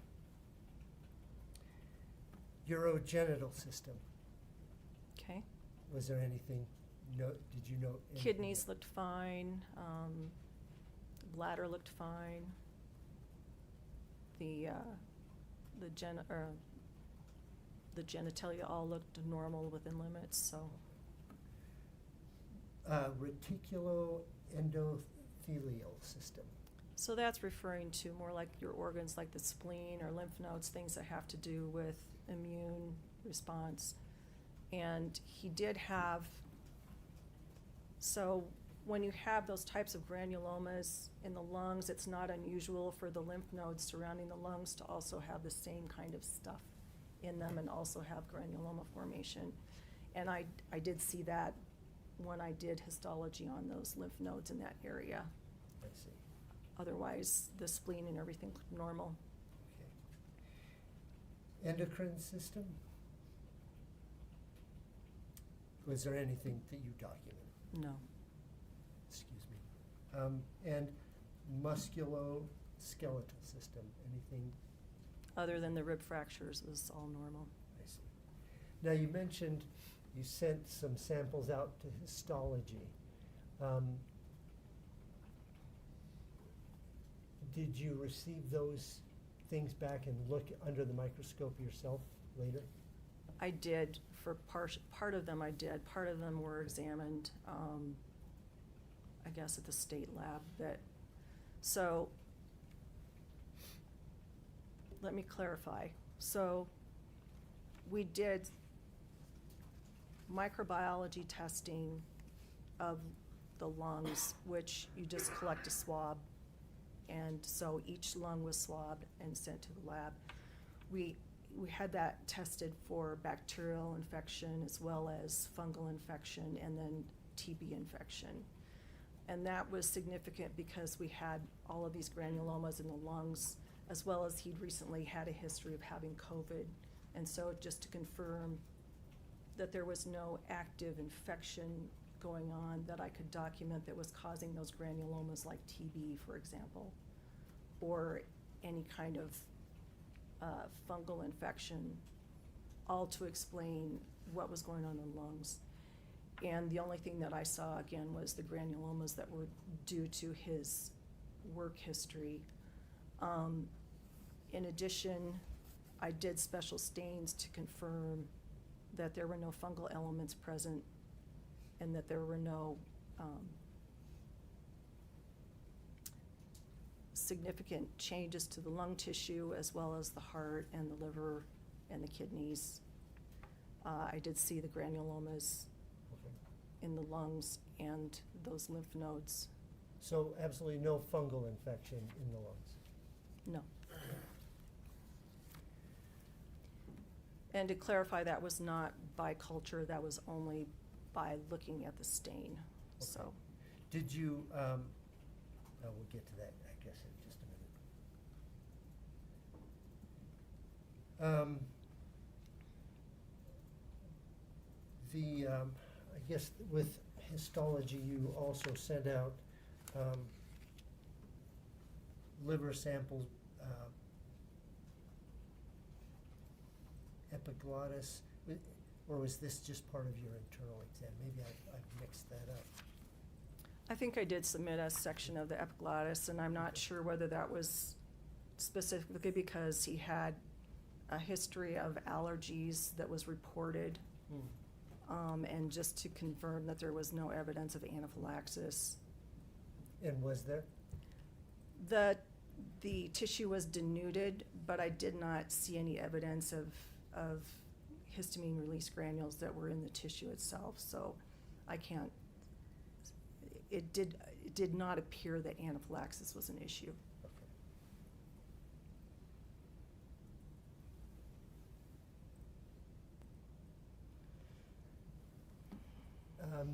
Did you send out samples or send out samples to the health department for disease and fungal cultures? So I did for the bacterial cultures, I did for the TB stain or the Mycobacterium stain, and yeah, I don't have the autopsy report in front of me, so I can't answer a lot of this stuff. Would it be sorry. helpful to look at your report? It would be, yes.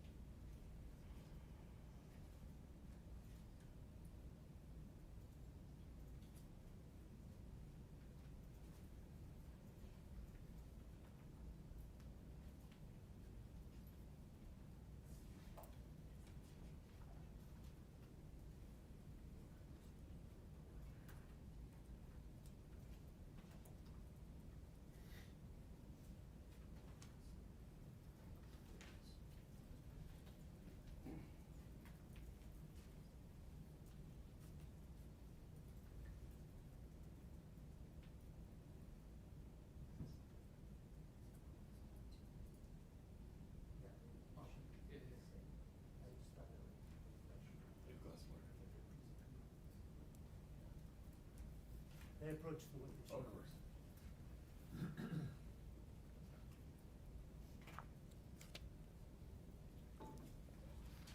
Does that look familiar to you? Yes, this is the report that was generated by myself after the autopsy examination was performed on Mr. Richins.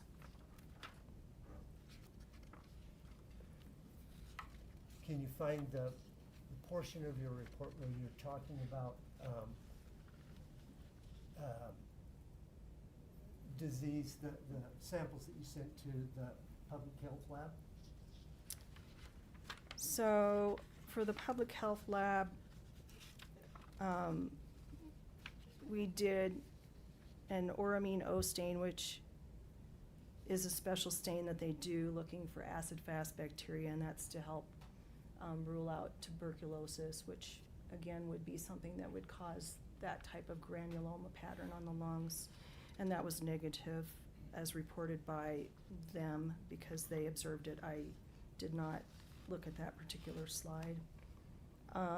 In addition, we did bacterial cultures, again on the right and left lung. Those grew up multiple organisms, and when I see that, usually what it means is it's just normal flora from the respiratory tree, and then as you are dead, these organisms just continue to grow inside your body, and so you will see more of them show up.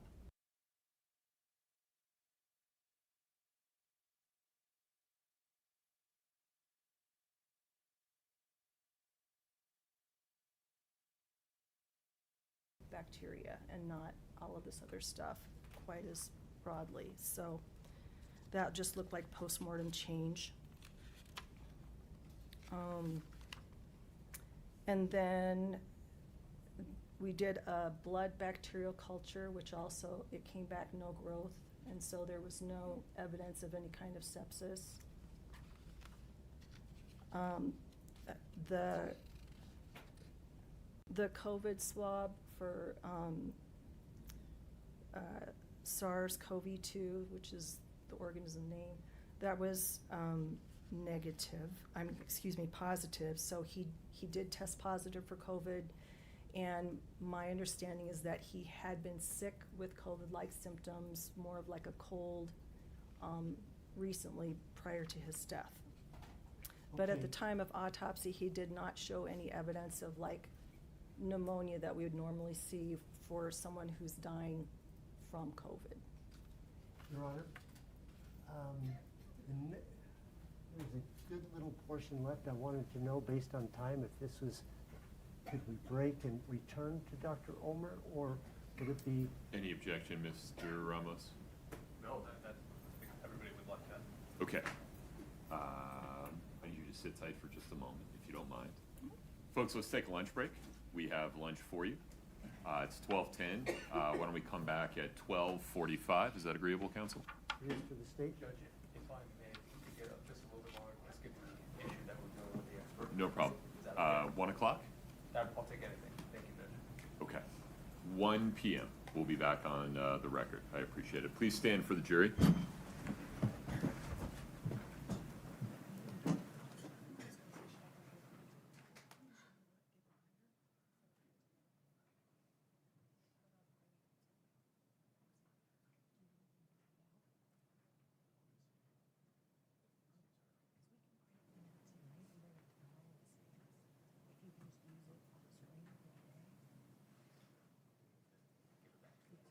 Have a seat, folks. Thank you. Dr. Ulmer, during the break, you are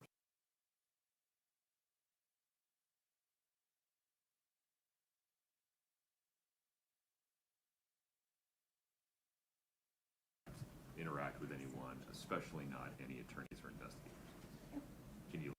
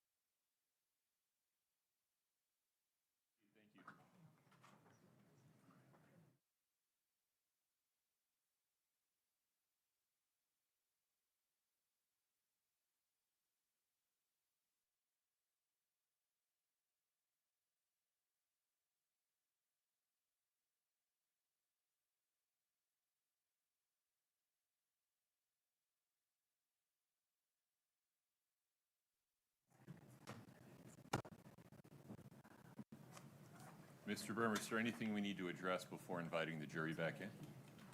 No, Your Honor. From my perspective, Omer, no. Mr. Ramos? Sorry, Judge. It's okay. Anything on the record before we invite the jury back in? No, Your Honor. Thank you. You're still under oath. Okay, sounds good. Have some water. Okay. We're ready for the jury.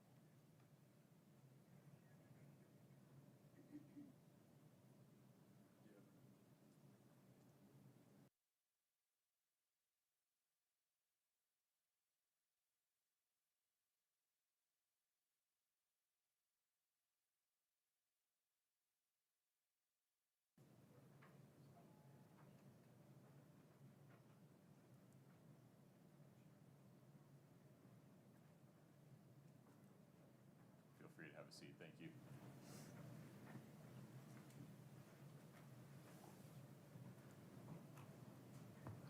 All right, folks, have a seat.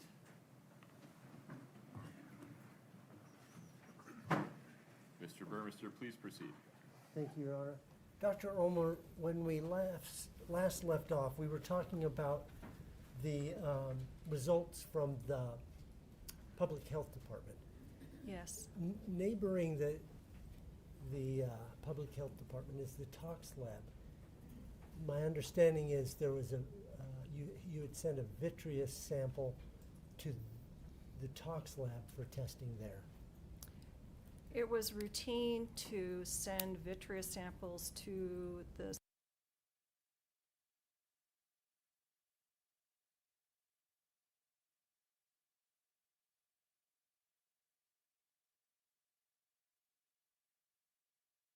or other alcohols that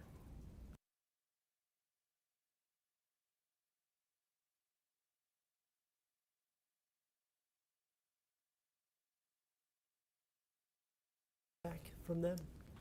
if I can get that report back, that would be helpful. But my recollection was that the vitreous fluid was negative for any type of volatiles. Thank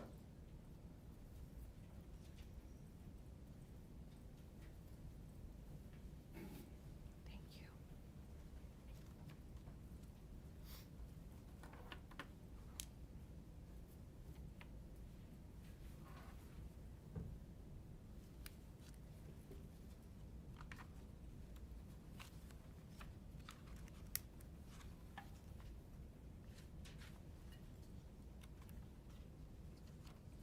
Yes, it's none detected for ethanol, acetone, isopropanol, or methanol.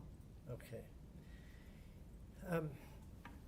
Is there something important about vitreous versus blood with regards to alcohol that For you're one- aware of? Well, it's multiple things, actually. For one thing, it's kind of a sequestered area. You don't have direct blood flow to that area, so things just kind of pass through the membranes as opposed to having direct blood flow.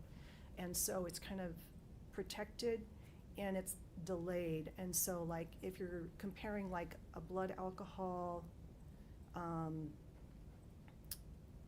to the vitreous alcohol, the blood alcohol will be different than the vitreous alcohol depending on whether the alcohol is going up or going down in the intoxication time frame.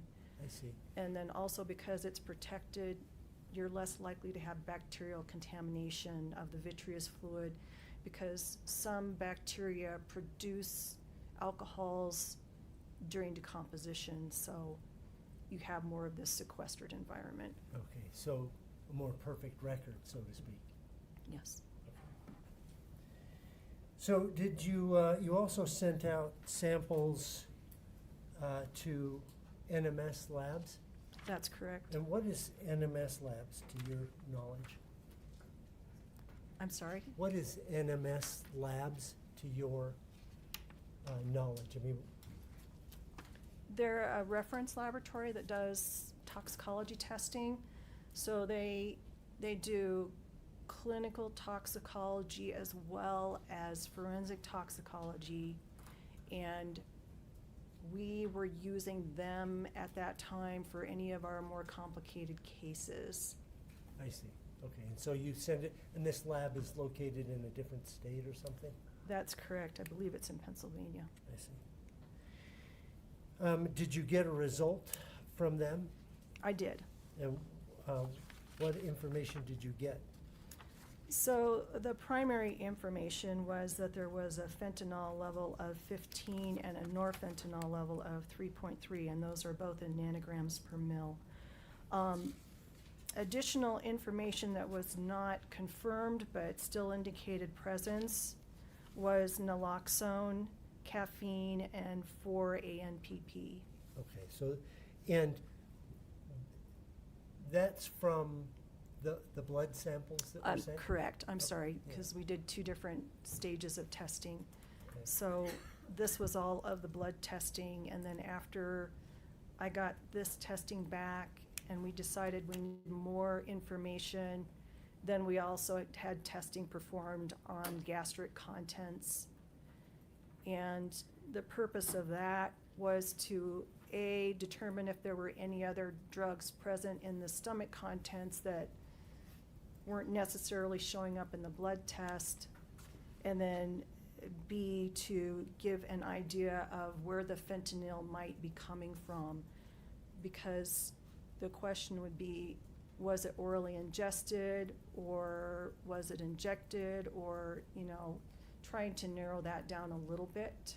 Okay. And so that was part of the rationale for doing the gastric testing.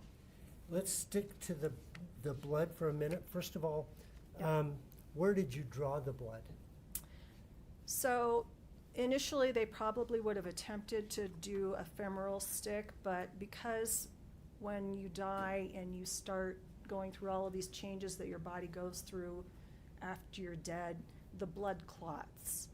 And so I'm not sure if this was specifically what happened for this case, but they probably tried to draw femoral blood, and because it's a smaller gauge needle, because they're just going down through the skin, they were probably unsuccessful in getting any of the blood to come up into the needle or any significant amount. When you say they, who is they? The autopsy techs assisting on the case with the autopsy, so that we have folks who are trained to assist with the autopsies, and so they will a lot of times do the toxicology sample collection. Okay, so it's a team.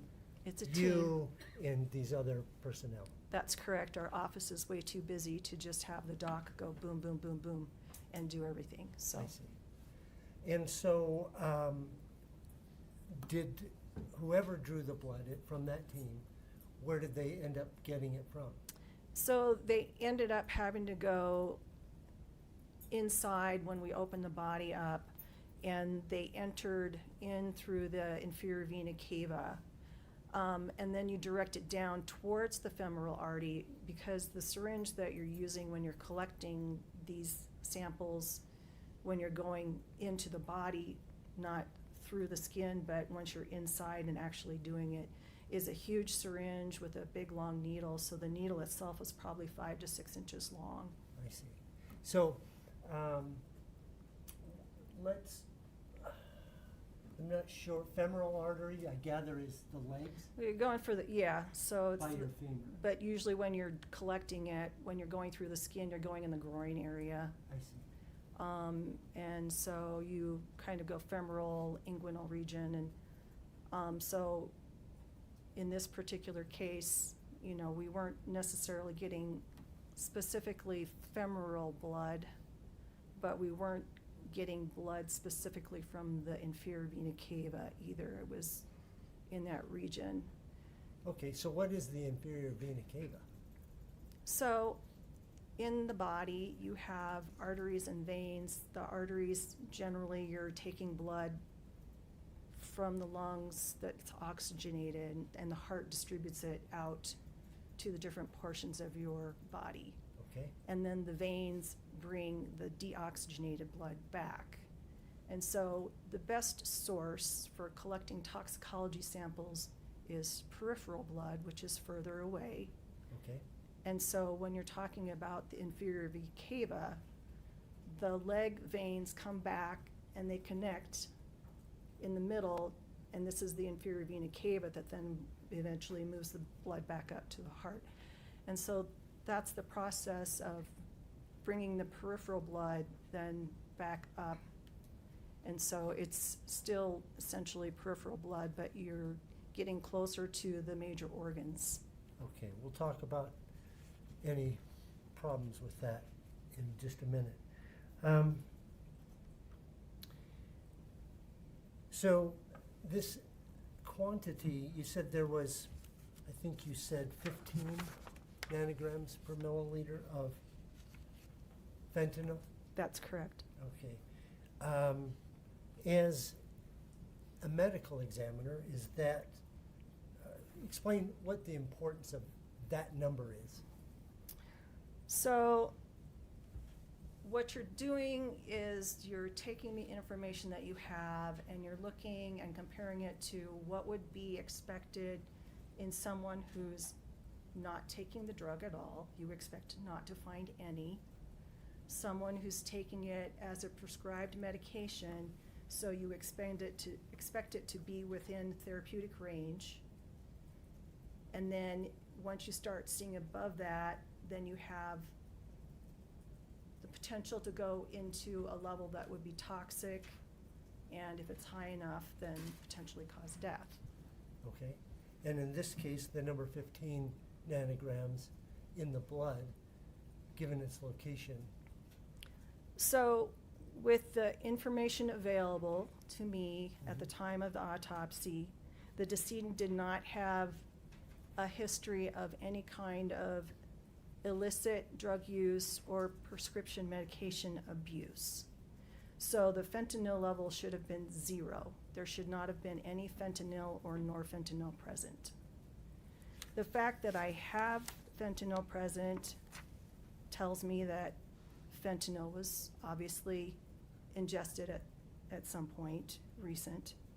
And then if you try to manipulate from the information that's available in the toxicology report as well as other toxicology references, then there's kind of estimated therapeutic range versus toxic range versus. 15 nanograms per milliliter, is that a toxic range? In someone who is not prescribed this medication and taking it routinely, it is toxic. And what is norfentanyl? Norfentanyl is a metabolite of fentanyl.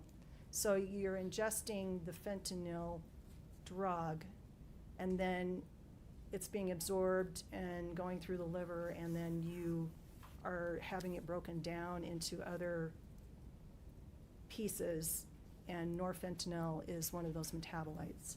Okay. And, okay. when it breaks down, like is it the body's way of getting rid of this toxin? I mean, it's It's, breaking it down so it can get rid of it? It could be breaking it down to be getting rid of it, or it could be breaking it down into a component that actually does the work.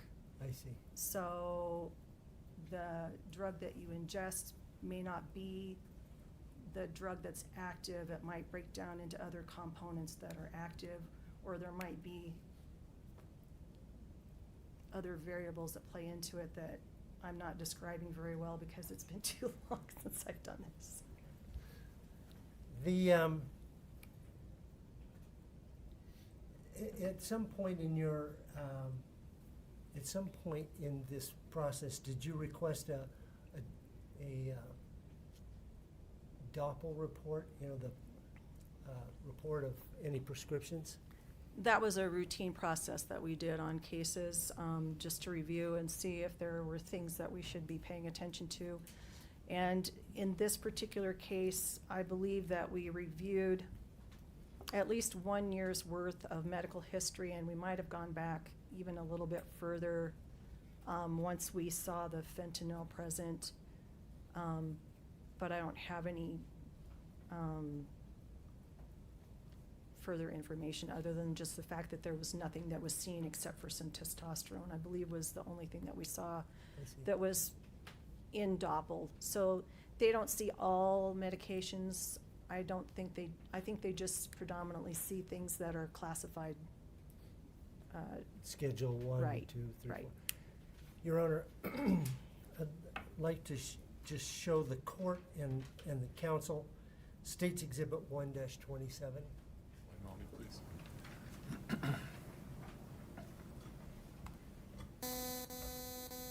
I'll fix that, I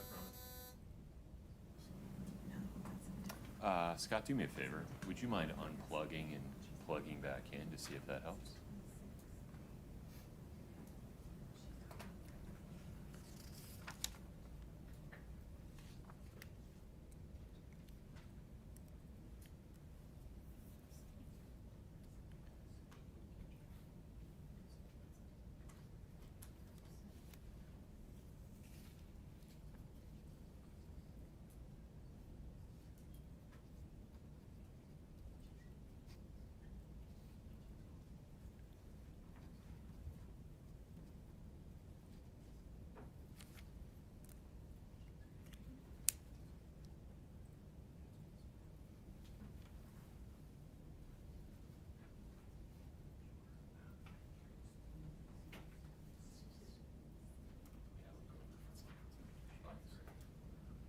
Thanks, Scott.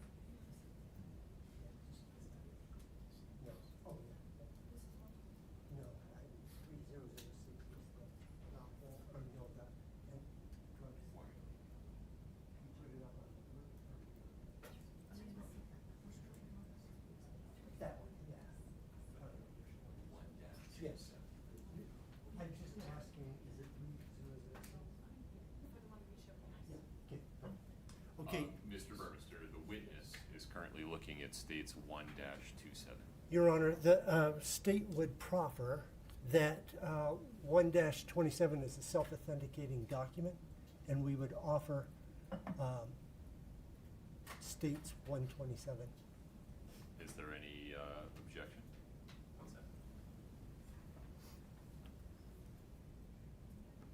Is this a one-page document? It should be 2 pages, Your Honor. Scott, can I see the second page?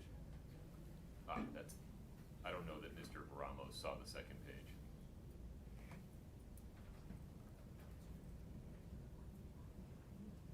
And you should take a look at the second page. Oh, before sorry, you- Judge. Yeah.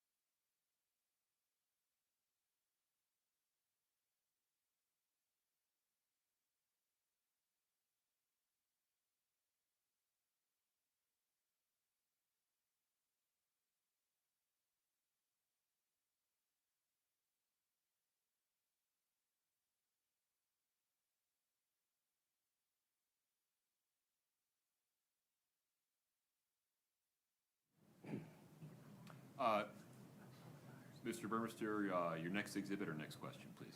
Yes. The, excuse me.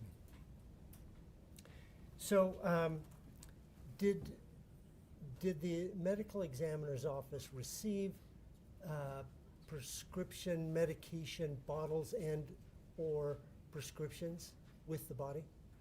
Yes, they did. And so did you or your team make note of those? Yes.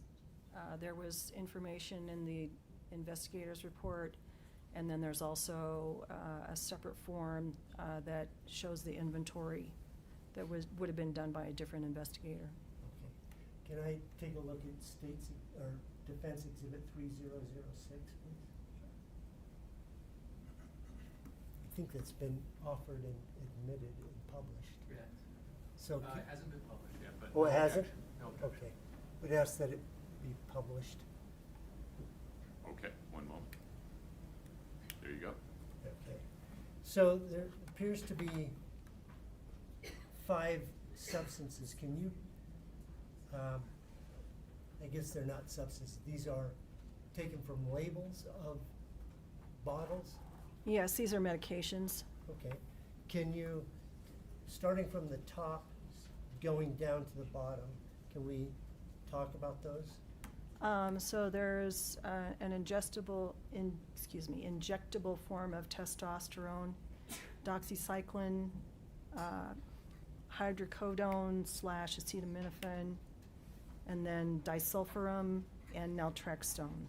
Okay, so let's what is the doxycycline? It's an antibiotic. It's a broad-spectrum antibiotic. And according to the label, when was that prescribed? That was prescribed July 3rd of 2019. Okay. By Dr. Peterson? Correct. Okay, then the next one is hydrocodone. It was prescribed June 29th of 2016 by Dr. Charles Lind. Okay. And hydrocodone, do you know what that is, or? It's a pain medication. It's another opiate pain medication. Okay. Then we've got disulfiram. Disulfiram was prescribed December 9th of 2019 by Dr. Andrew Peterson. And does it have multiple uses? It does. As a prescribed drug, it's commonly used for alcohol prevention, so another common name for it is antabuse. I see. And then as an off-label use, it's used for chronic symptoms of Lyme disease. I see. And naltrexone. Naltrexone was prescribed August 24th of 2020 by Dr. Hunderman. Again, it's also used for helping to prevent people from drinking, and then it's also used for opiate reduction. So. And does it have an off-label use? It's also used for chronic symptoms or complications from Lyme disease. And this last one was prescribed in when? 2020. It's August 24th of 2020. And how many were prescribed according to the label? 90 pills were prescribed. There were still 88 pills that were remaining. Okay. Now, this is probably a super dumb question, but take hydrocodone, for example. If it's old and beyond its expiration date, does it spoil like food spoils and becomes more toxic, or not? Not that I'm aware of. Generally what happens is that these medications tend to get less useful. They get weaker, if anything, but Pretty much for a lot of them, they're stable for a really long time. Let's move on. You said that at some point you asked to have NMS lab examine the gastric contents. I did. And you published a second report? Yes. This is the.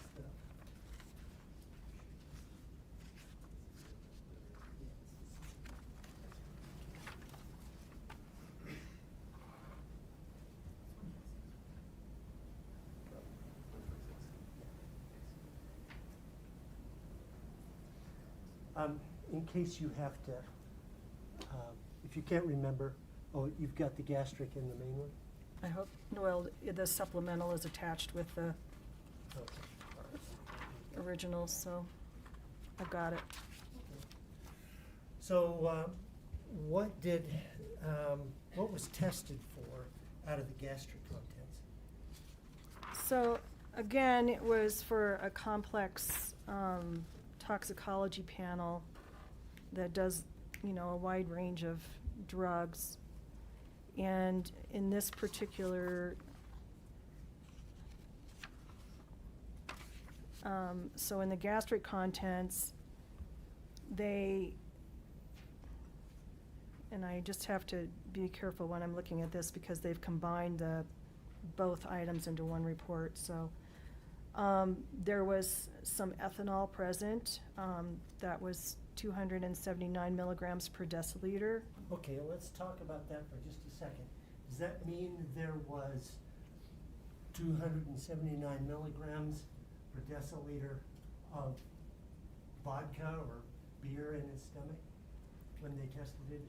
Well, it's not that simple because you have to take the volume of the gastric contents and then determine a bunch of information. So in essence, yes, per the aliquot that was measured, this is my understanding of it, that's the amount that was present in that test. Now, you mentioned before about decomposition. Is that a potential problem for this It gastric is. sample? It is because you'll have bacterial contamination in the stomach, and so that could potentially create a false positive. Is there a way to determine what is alcoholic beverage versus decomposition alcohol? No. Okay. What else did you receive back? So there was a presumptive positive for acetaminophen. There was a presumptive positive for caffeine. Quetiapine, which is an antipsychotic medication, was present at 16,000 nanograms per mil. The ethanol level was confirmed.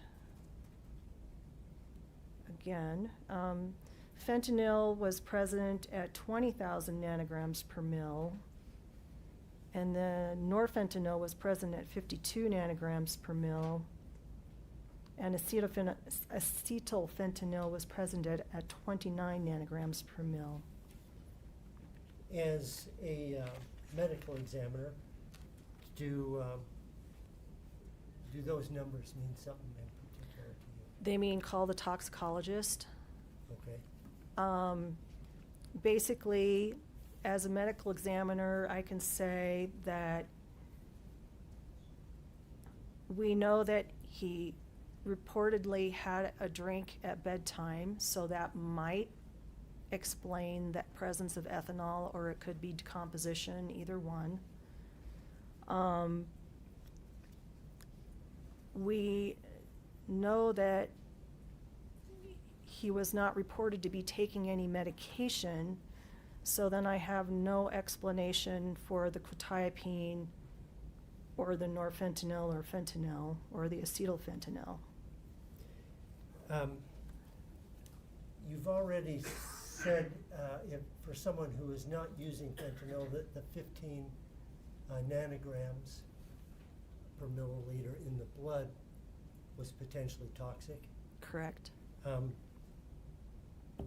about 20,000 nanograms per milliliter in the stomach contents? I can honestly say, since I haven't talked to a toxicologist in over 3 years, that I would defer to them because it sounds like a lot, but without having reference ranges to go by or someone to consult, I would not jump on that bandwagon by myself. Quetiapine, did you find any evidence that he had been prescribed quetiapine, either through Doppel or through the medicines that you looked at? No, and I didn't see any mention of it in the medical records that I had reviewed at that time, so. Okay. Well, that's a good point. When you made your report, were you able to come to an opinion, a conclusion? Yes. About cause and manner of death? Yes. And at that time, what was it that you were relying on to render this opinion? So I was relying on information that was provided by family members on, how he'd been feeling or how he'd been acting. I was relying on information that was acquired by our death investigator. I was relying on information provided by law enforcement. And then I was also reviewing medical records from the physicians that I knew of that I could get records from. Okay. In addition to your own observations of autopsy. Right, and then in addition to, Lab reviewing Doppel and seeing what his history was. Okay, so what was your opinion of the cause of death? My opinion of the cause of death was drug intoxication by fentanyl.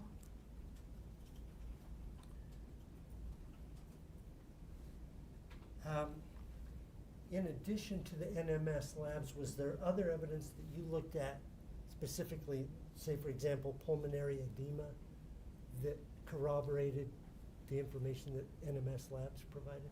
Yes, he had heavy lungs and foamy edema. Like I said before, some of that could have been contributed to the CPR, but it was still quite an abundant amount that was present. So I would have a hard time excluding that wasn't also caused by the drug intoxication.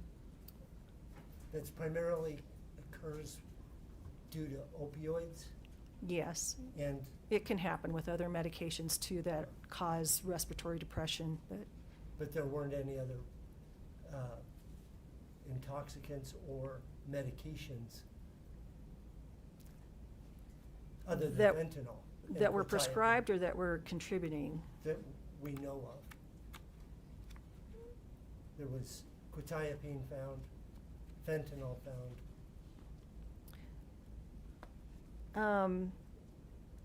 Quetiapine can cause some sedation, but in this instance where we didn't initially see it in the blood, Mm-hmm. I don't know what to make of that since it was only seen in the gastric. Okay. What opinion did you come to with regards to manner of death? Could not be determined. Okay, now let's talk about that determination is guided by a statutory scheme, is that true? Yes, we have classifications that it's divided into, and basically it's for statistical purposes. It's not really designed for other purposes per se. And so we're limited to natural, accident, homicide. I'm just blanking here. Suicide? It's suicide, and then undetermined as well. And so, because this investigation was still ongoing when I retired, I felt that could not be determined was the best solution for me to finish my report before I retired. Okay. So, were there some, since the investigation's ongoing, you didn't have access to certain things? Correct. Did you have access to the forensic examination of electronic devices? No, Did you have access to financial documents investigation? no. Okay.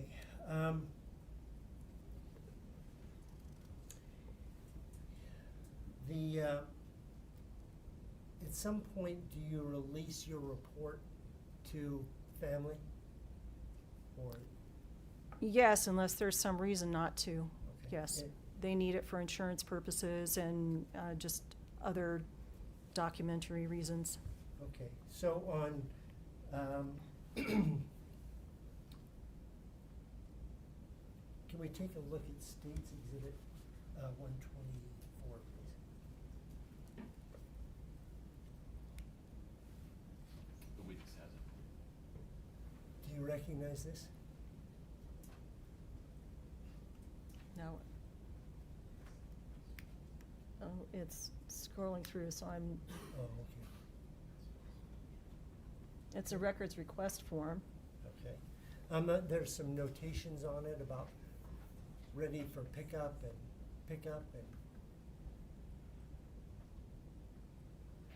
You may need to zoom in, Mr. Burmester.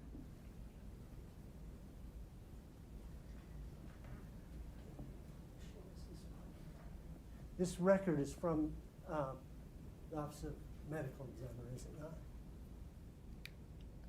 Yes, but it's not something I would normally be looking at, so. I see, okay. We can, let's move on.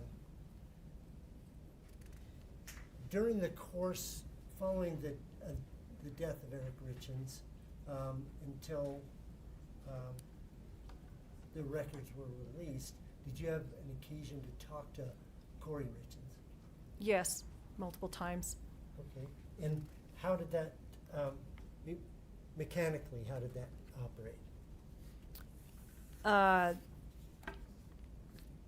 She would call and leave a message with the front office staff. The front office would leave a message on my desk, a written actual message form. Can we see State's Exhibit 122, please? And then I would call her back. Okay, is Do you want her to see 122? 122? My apologies, one moment. Witness can see it.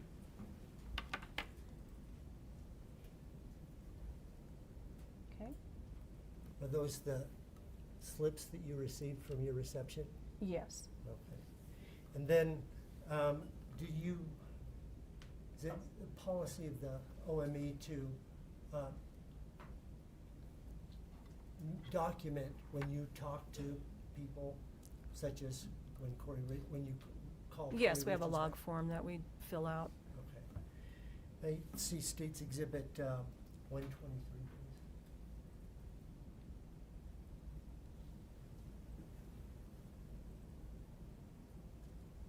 Do you recognize that document? Yes, it would have been information that I typed in from a conversation. Okay, on March 17th, and then later, April 21st of 2022? Correct.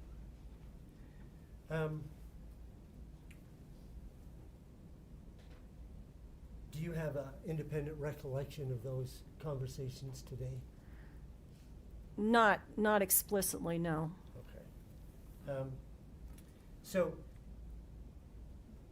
did Kouri Richins provide you certain information in those conversations?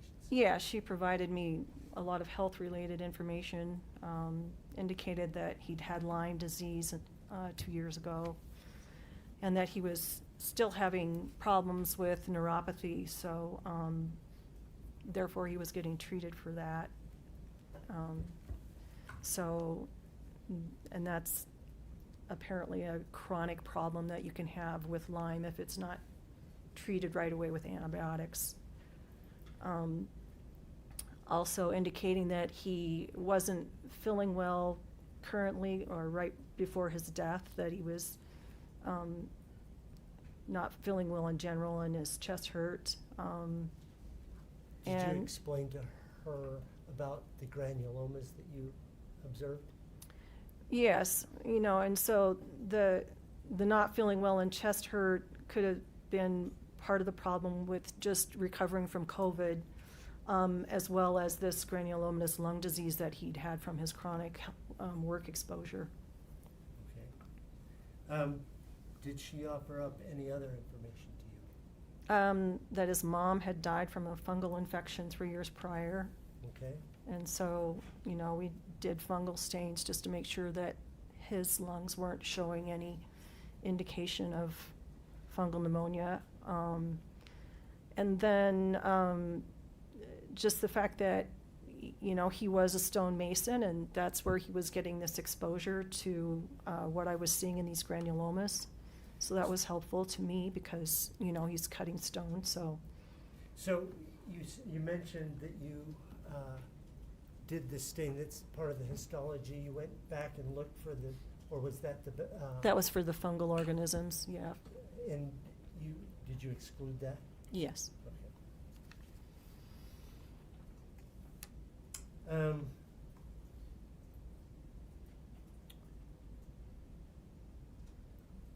On April 21st, you had another conversation with Kouri Richins? Yes, I did, and I believe that I indicated that the case was still ongoing. I asked if he ever had any history of drug use, and she said, other than just using some THC gummies, he had no history of drug use. So, so that was helpful. Never used drugs is what your note says? Correct. Did she talk to you about those two substances on your list, the last one, Yeah. ETOH tests? Yeah, the medications that are used for helping people not to drink. Is that what Yes. you're talking about? Yes. Yeah, basically he was being prescribed those medications to try and help with his chronic Lyme symptoms. I see. Did she say he hadn't used those for a while? Yes, that he hadn't taken any of it for 4 months. I see.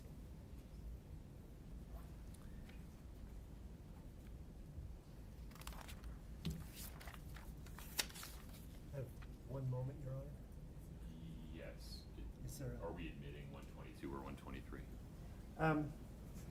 The state would offer State's Exhibit 123. Any objection, counsel? Yeah, that's, Yeah, no objection. Okay, 1-23 is admitted.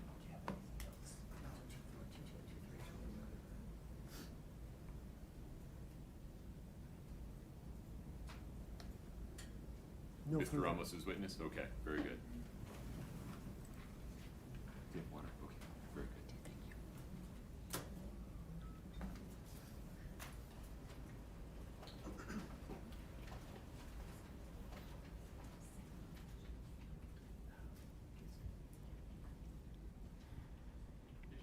Introduce 122 as well, or just 123? Just 123. I have no problem with doing 123. Yeah, It's just can we do 122 as well? Okay, very good. States 1-22 is also admitted.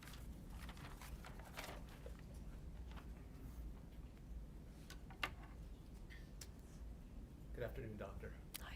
How's retirement? Besides today? It's good. Good. I recommend it. I'll get there one day.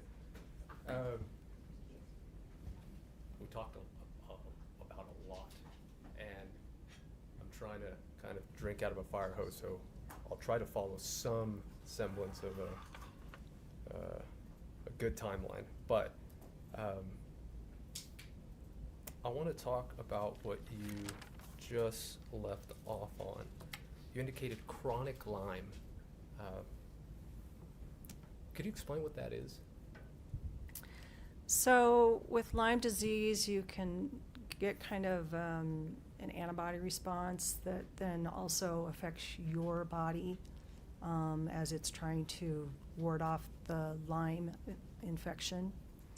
And so you can end up with like chronic fatigue syndrome or peripheral neuropathy or things like that. Things that maybe more recently people would associate with long COVID. So, Okay. Is it painful? Bless you. I guess it can be. Yeah, you guess. Yeah, I mean, peripheral neuropathy is definitely can be painful. So some people will just have tingly pinpoint feelings. Other people, maybe they just can't feel anything. So it varies from person to person, so. And did you gather more information about Eric's Lyme disease and the pain that he was feeling? No, I have not had the opportunity to review any of his medical records that I reviewed 3+ years ago. So my current recollection is limited to reviewing the information that I have available to me. That's fair. Did you confirm that he actually had Lyme disease? No, but it was in his medical record, I do believe. Okay. Would you have been able to, having what you had at the time, you doing the autopsy, the records you had, would you have been able to confirm that? I don't know how long the antibodies stick around, so I can't answer that effective.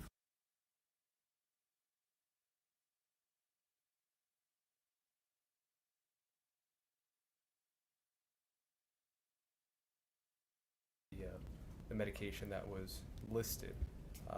You mentioned opioid reduction for one of them. Do you recall that? That's the naltrexone. Naltrexone. And that was found in the system, correct? No, one was naloxone not. was found in a system that would have been given by when they were doing CPR, so that would have been given by EMS. So the naltrexone, that's the one he had a prescription for. Correct. Tell me about opioid reduction. What do you mean by that? So for people who are chronic abusers, whether it's using too much of their prescription medication or using illegal narcotics, and when they want to stop, then they might need something else to help them stop. Okay. And do you recall how many were left? Of the naltrexone? Correct. Would it be helpful to pull it up? Yes, it would be very helpful. Just publish it just to I want to say it was like the doctor. 88 out of 90. So 90 were prescribed and there were still 88 present. And how, do you know, with the information you have, do you know how often they were, or Mr. Richins was told to take it?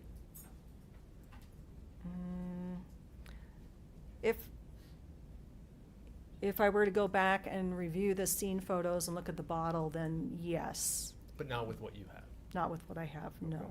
But this prescription was from 2020. And do you know if those who are prescribed naloxone, is it something that you need to take daily, or does it vary just whenever you feel the urge, I guess? I'm sure it's supposed to be taken on a certain time frame, but I don't know what that time frame is. No problem. Mr. Burmester was talking to you about the blood alcohol level, or rather the presence of alcohol. I'd like to talk about that now. Mm-hmm. So you mentioned initially there was no presence found in the initial testing, but then there was an expanded panel done, and it was at that point that it was found. Well, it was found in a different sample.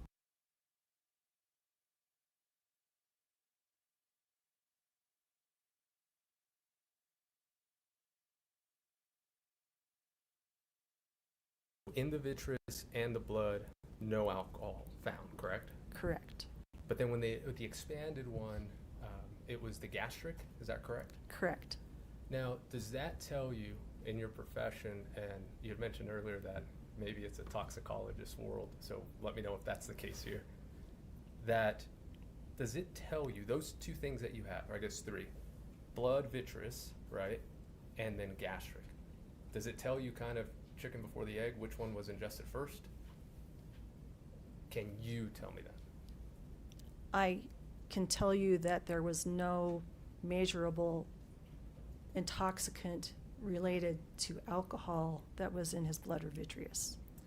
And with your knowledge, if it's in your gastric, does that indicate timing-wise whether that was first and then it goes to the blood? If it's from ingestion, I would say possibly. If it's from bacterial decomposition, then it doesn't tell us much. Okay. And did you do any, I don't know, additional tests or studies to try to determine that in this case? No. Okay. Was that asked of you? No. Okay. At any point, was it asked to determine whether or not the fentanyl was taken along with alcohol? These are questions that I would not be able to answer because I don't think that they are answerable.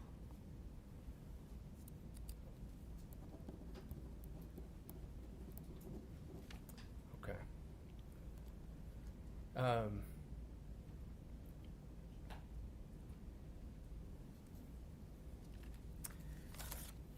Actually, I'll go back to that. Let's go to the, was it 122, the calls, the messages, Katie? Can you just show that to just the witness, Judge? And page 2, please. Do you recall that?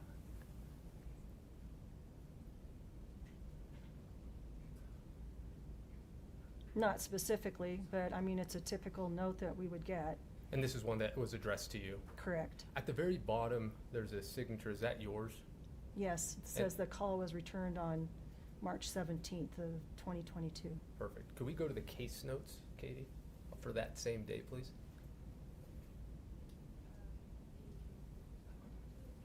It's over here. 123, you can do it. She has it as well. Sorry, I didn't know it was published for that. What's in front of you, is that for the March 17th that you returned that call? Yes. Okay. Now, on the case, is it called the case log, case notes? What would that? Same thing. Same thing. Is that automated? Is it automated? In terms of the, let me be more specific. Is No, it I have to type it in. But in terms of the time and date, No, it's not automated. I don't believe so. Okay. I don't know for a fact. Okay. Could we just do a? Yeah. Could we not call it out? Yeah, just like that. So there you have a full view of what I see as case notes, case log, correct? Right. Okay, and so you can see that on the top, it has a date, time, doctor, and I guess who's calling. Do you see that? Mm-hmm. Do you know, I know you're retired, whether you would have inputted that information, not the contents of it?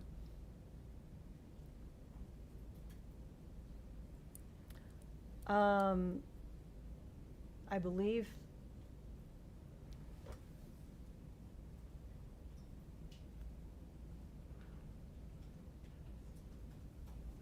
I certainly would have entered the date and time. So yes, I think I would have entered that. Okay. And Because generally I would try and enter these as soon as I was done with the phone call. It didn't always happen in that fashion because I'll usually make paper notes and then, because you can't remember everything and you're not recording the phone call, so. correct. So when you get to the point where you are inputting it, correct me if I'm wrong, the purpose of inputting that information is that whoever's working on that case can have the information that you have. As far as investigators and stuff? Sure. Sure, but mostly it's just a documentation of what happened. That day? Yeah. Okay. And it seems like whenever calls were made to you, you did a pretty good job of summarizing what was discussed. Yes, it was more for my recollection maybe than anybody else's. Correct. And with that, kind of like you said, you were trying, or you indicated we. I imagine your team, correct? Yes. Does that include anybody outside of the Office of Medical Examiner? No. Okay. So people at the Office of Medical Examiner working on this case, notes for you to try to determine what the manner or cause of death is going to be in this case. Fair? Correct. And as people are calling you to get information, you're uploading all the contents of those calls, correct? Yes. And you do that with every call?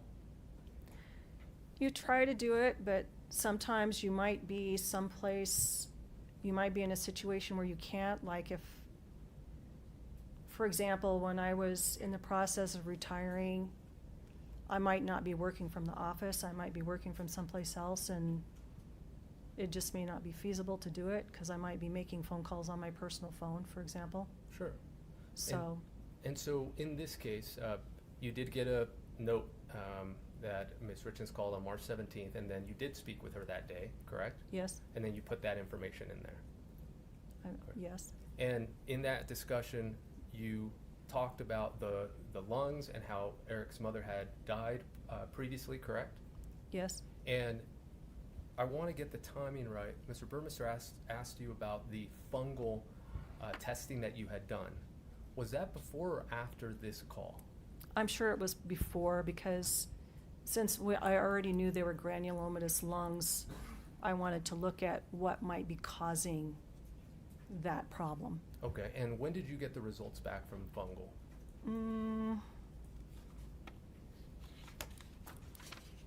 Well, when did I get the slides back? Yeah, when did you determine that the fungal? I can't say for sure when I reviewed the slides. So it could have been before or after this call? Well, I wouldn't have been able to review them until they were back. Right. So I don't know the timeline on that. Okay. It would have required special stains, which I think I did order up front.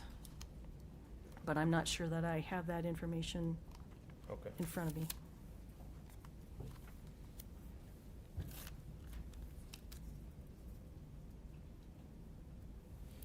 You discussed the NMS labs and how you had sent out, or your team had sent out for further testing. The expanded lab, is that, or the expanded panel? Yes. Okay. Can we pull that up?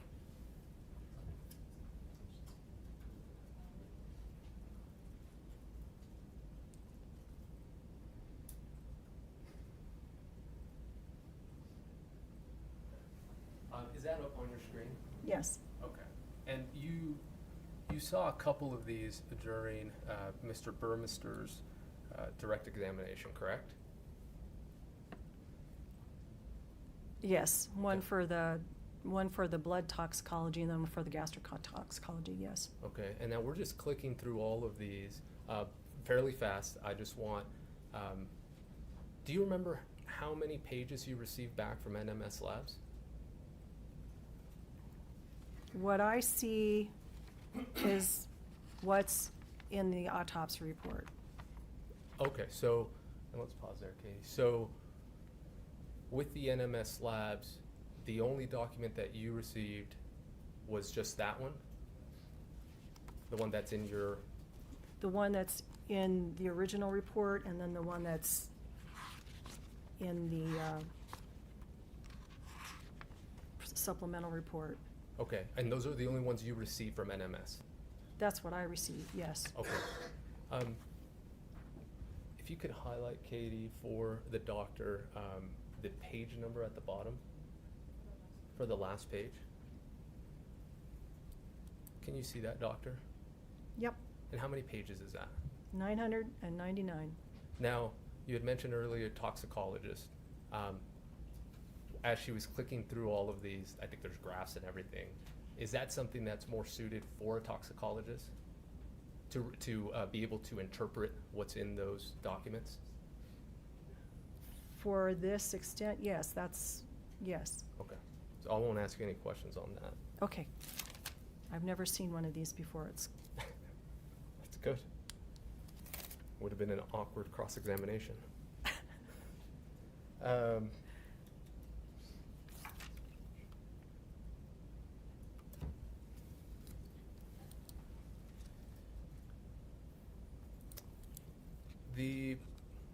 We talked about that. I'd like to talk to you about I think it was before the lunch break, you talked about the anaphylaxis, kind of like a reaction. Do you remember that? Yes. Could you talk to me a little bit more about that? I want to make sure I understand that. So he had a history of allergies, just a broad history. Right. And I don't really know how much information I had, and I don't know whether I was more concerned about the COVID or about the allergies when I put that section in of the epiglottis. But for people who have chronic allergies and who are known to carry EpiPens around, then that's always something that you're concerned about.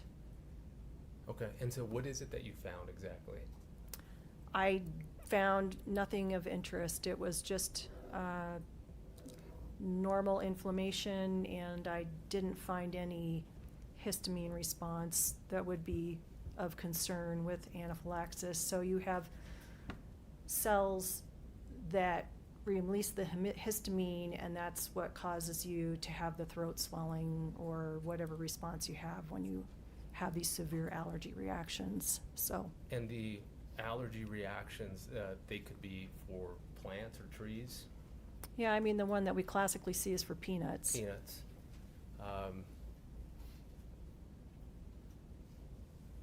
Medication? Could be. There's really only a couple of things that I've actually seen it for in the office. Peanuts is one of them, and maybe another thing would be like for like an antibiotic. Like penicillin? Yeah. What about opioid drugs? No, I've never seen that. You've never seen it? Does it exist? I don't know, but it possibly could. I mean, there's always going to be somebody who's allergic to stuff, but I've never seen it, so I can't answer intelligently about it. That's fine. If somebody were to have been, I'm allergic to, well, I shouldn't say this. This is funny. If somebody's allergic to a medication, and it would come up, right? And so that medication or that nut allergy, you would think that you would see it every time that individual ingested whatever that was. No. So a nut allergy could happen once and not again. Could happen. Usually what happens is it doesn't happen, and then all of a sudden it happens. I mean, it's going to vary, and this is, again, getting a little bit out of my realm, That's but fine. You may have a mild response to it, but you never know when you might have a maximum response to it. But the range of drugs or whatever that would cause that type of reaction are beyond my purview, and so. So you can't say sitting here today that, fentanyl causes an allergic reaction in anybody? I cannot. I'm not saying it doesn't, I'm just saying I can't say it does. If it had, you would have seen it here?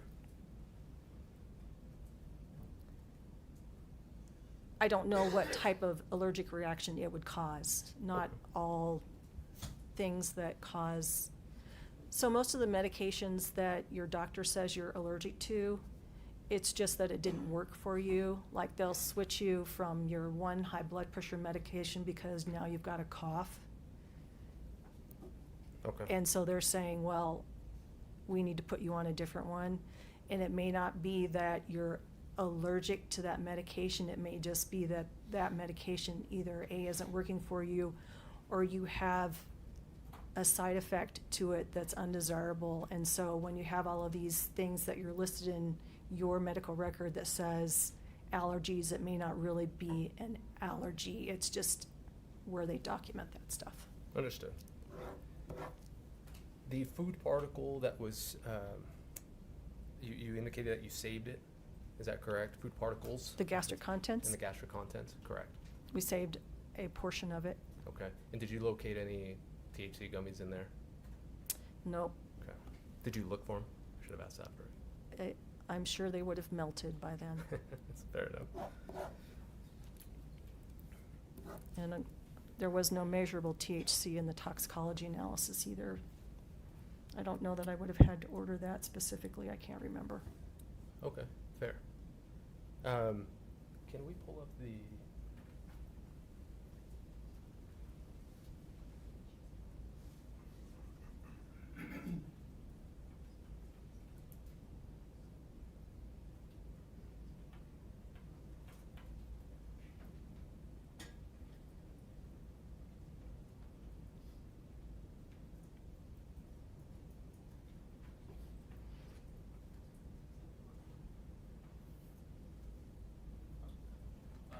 Can you, may we publish, Judge? Just to doctor.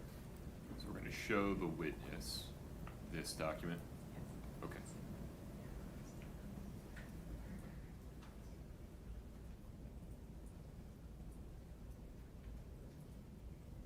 And can you see that, doctor? Yes, The time of death, that is, you are referring to the time that it was called, correct? that's correct. Okay. Now,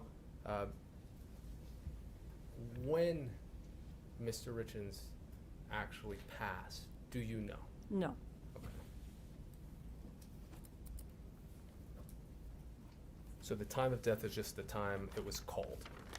That's correct.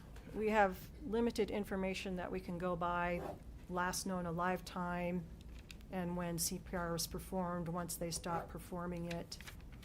And if there's no obvious information in between, there's maybe some soft factors that we can use to kind of narrow it down. But typically, I'm gonna go by last known alive time and when his time of death was called by EMS or in the emergency room or wherever. Okay. Could we go to the second page?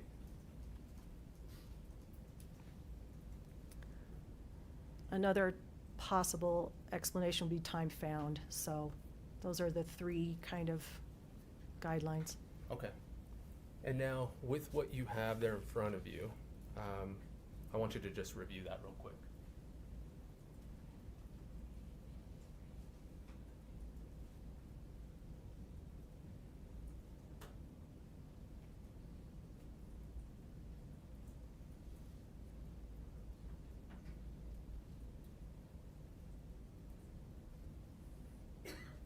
Do you recognize both pages of the document in front of you? Yes, this is the form that when you request a death certificate, this is what it looks like. Okay. And is that the final one? We could. Yes. Okay. Move to admit. Is it 3? It should be 6. 300. No. 7. 3007. Do you want to use defendant's exhibit number that's on it? Oh, yeah, sure. Yes. Mr. Burmester, defendant's 1088. We do not object.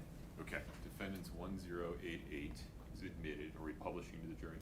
Yes, Judge. Second page, that highlight. Or Will that you show call the out. first page before we get there? Just so they understand what they're looking at. Thank you. So this is a certificate of death here, correct? Correct. And now the information that's contained in it, this was, I don't know, like for a better word, you signed off on it. Yeah, we do a preliminary death certificate initially, just you have to have a death certificate of some form in order to initiate a lot of things that occur after death for, you know, the funeral home and whatnot. So we'll do a preliminary one that's basically just says pending. Okay. And then once we determine what the cause and manner of death are, then we amend it. Okay. Let's go to the second page if we could do a call out. And so this is the pending on that first line, correct? Yes. Now, the amendment, it seems to just track the same day. I imagine that's not obviously how it went. Maybe this was internal. Could you just help explain that? Is that just when the amendment was? That's the amendment when that was done, yes. Okay. Now, initially, the immediate cause of death was pending, as you said, and then it changed to drug intoxication, fentanyl. Correct. Now, that was the cause of death, and now the manner of death was pending to not determined. Correct. Okay. Now, that never changed, correct? The manner of death, as I'm reading through it.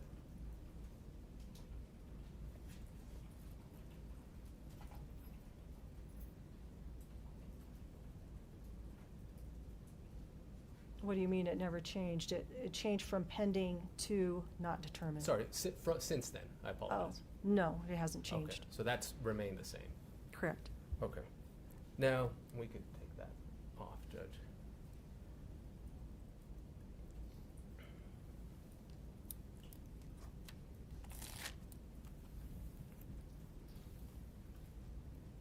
You indicated that as you're working specifically on this case, you are gathering information from everywhere. Correct. So from NMS labs, correct? Yes. Getting fungal slides or testing done, Yes. speaking with law enforcement, Yes. and using their reports Yes. from your OME investigator, correct? Yes. From calls that you've received from Ms. Richins, Yes. from calls you received from other members of the Richins family, Yes. and those are all documented as we saw in the case log, correct? Correct. Correct. Now, did you have meetings with Summit County Sheriff's Office? Yes. I mean, I certainly had phone calls with them. I don't know whether I had in-person meetings or not. I can't remember. Okay. And during those calls, what did you learn, or meetings? I don't know off the top of my head. Okay. Were you told that law enforcement believed that it was a poisoning?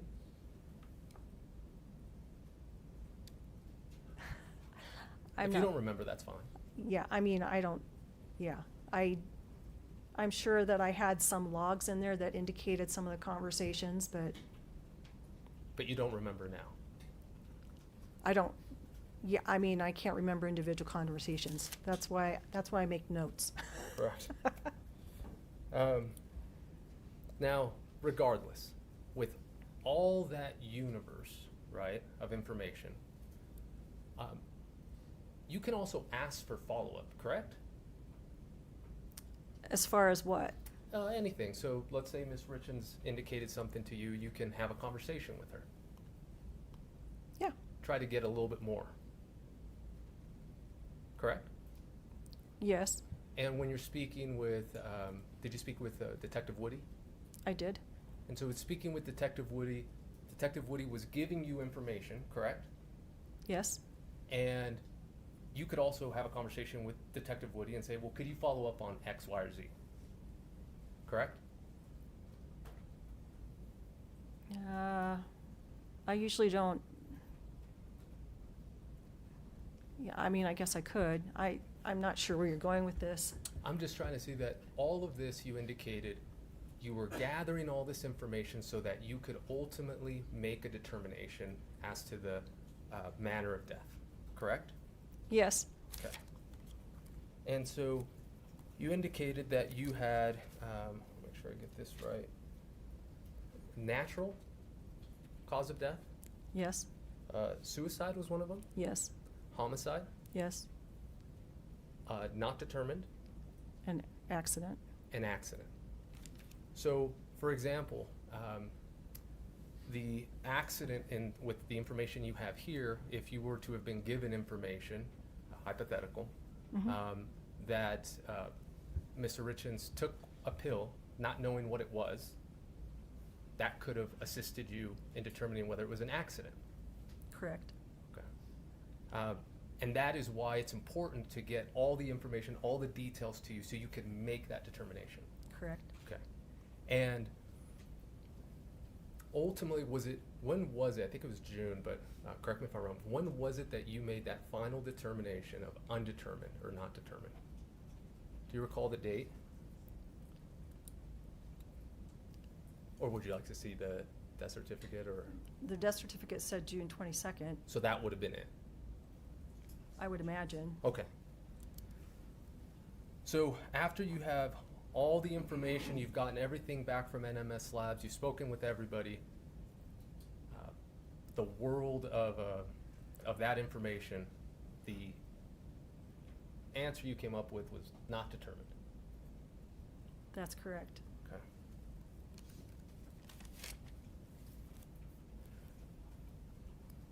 And I know you've been retired. When did you retire? January 1st, 2023. So, about 6 months before, right? In that time, did you see in your line of work overdose deaths All the time. from fentanyl? All the time. Accidental? All the time. Not determined? I probably saw some of those as well. And then, I imagine suicide? Yep. Would you say that during your time that has increased? That number that you saw? During that era, yes. And what era would that be? 2020 to 2022? Yeah, roughly. Okay. 2018 to 22. Were you familiar with the one pill, one kills? One pill kills, I mean? Not you- that phrase, but Okay. certainly the concept. And were you trained on that in while you were, or before you retired, as to the increase in fentanyl overdose? I saw it. I didn't have to be trained on it, yes, but I mean, sure. Okay. My point is that you've seen a lot of, unfortunately, a lot of fentanyl overdoses recent, or before you retired. Yes. Okay.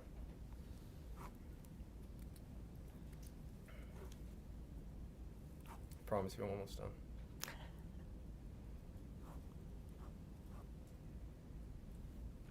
Okay, let me check with my colleagues.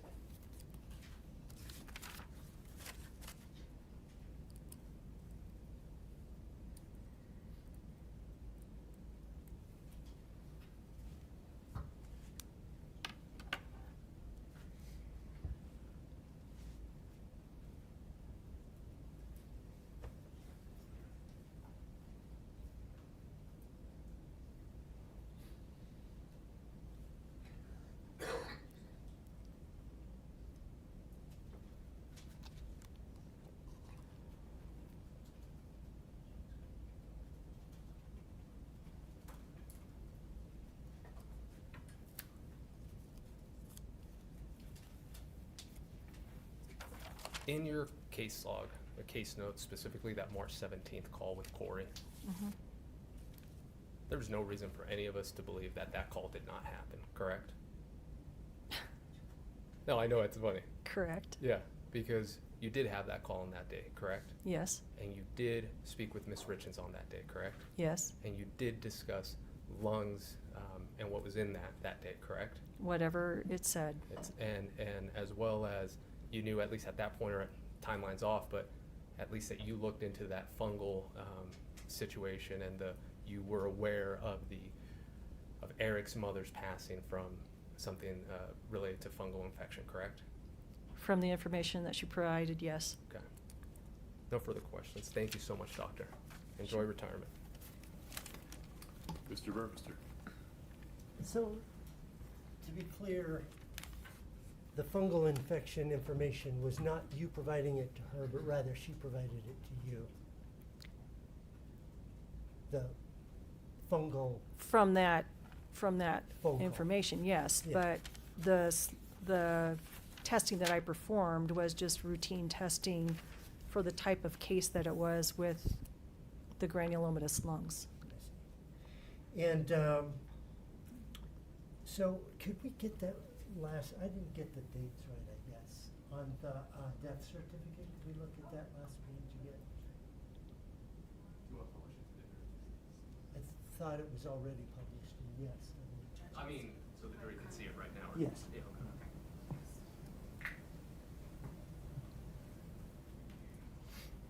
What part do you want us to zoom in on?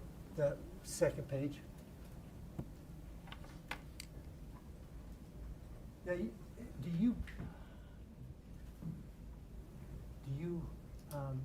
create this document? You, the OME, the Office of Medical Vital Examiner? records, I mean, I type the basic information in, and then this information is populated through vital records. And so, the only thing I see on here is June 6th.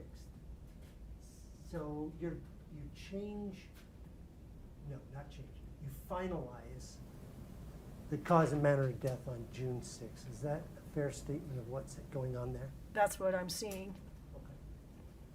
Okay. Thank you. So, as of June 6, 2022, did you have any of the text evidence from Kouri Richins' phone at your disposal to make your determination? No. How about phone calls from Kouri Richins? Anything further would have been what was documented in the call log. But you didn't have recordings of phone calls or Verizon or T-Mobile or whatever things, correct? No. Okay. And you didn't have access to any financial documents at this point? June No. 6th. Okay. Let's talk about what's going on there. That's, you have those categories, and that's required by statute. You need to call it at some point in one of those Mhm. homicide, suicide, accident, natural death, or undetermined, correct? Yes. So homicide, that isn't a legal criminal determination. No, it's simply a term that we use indicating that the death was caused by another person. As opposed to suicide, for example. Yes. Okay.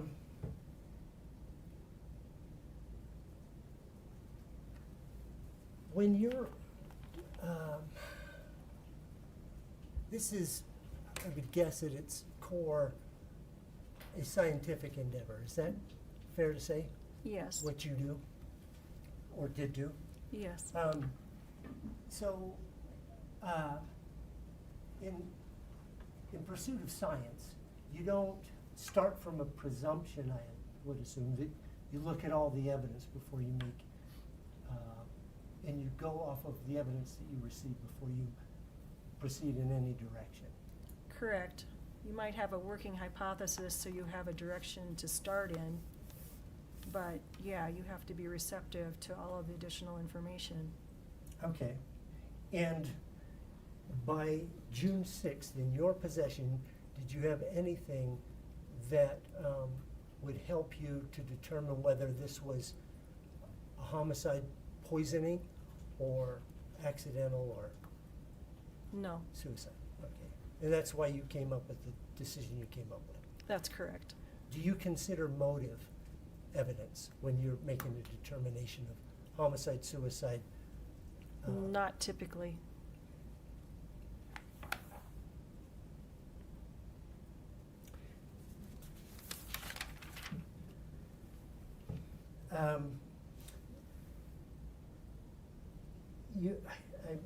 I think I just missed it, but you said there were some things that you are unaware of whether they can be determined, or the things that can be determined. Is one of them whether the alcohol found in the gastric fluid ingested or decomposition, to sort those two out? There's no way to sort those out because the chemical makeup is the same either way. I see. Lyme disease, is it fatal? It can be. I see. Did you see any evidence that Lyme disease was fatal in this case? No. Okay. Finally, is there anything, any change in your opinion that the cause of death in this case was fentanyl intoxication? No, I don't have any additional information to provide otherwise. Thank you. Mr. Ramos, anything within the scope of redirect? Yes.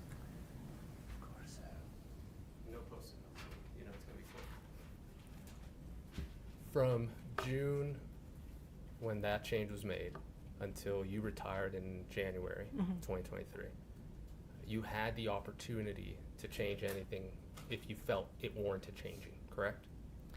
It was discussed with law enforcement that if they had additional information that they would let me know. I was busy signing out hundreds of other cases. I was still cutting cases, and this was not the only case that I was working on. And during that time, you weren't provided with any additional information from the law enforcement that did cause you to change anything? No, because my understanding was the investigation was still active.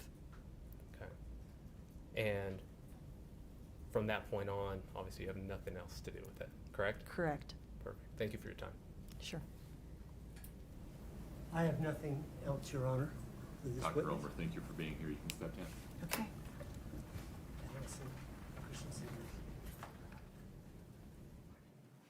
Folks, let's take a restroom break, please. Please rise for the jury.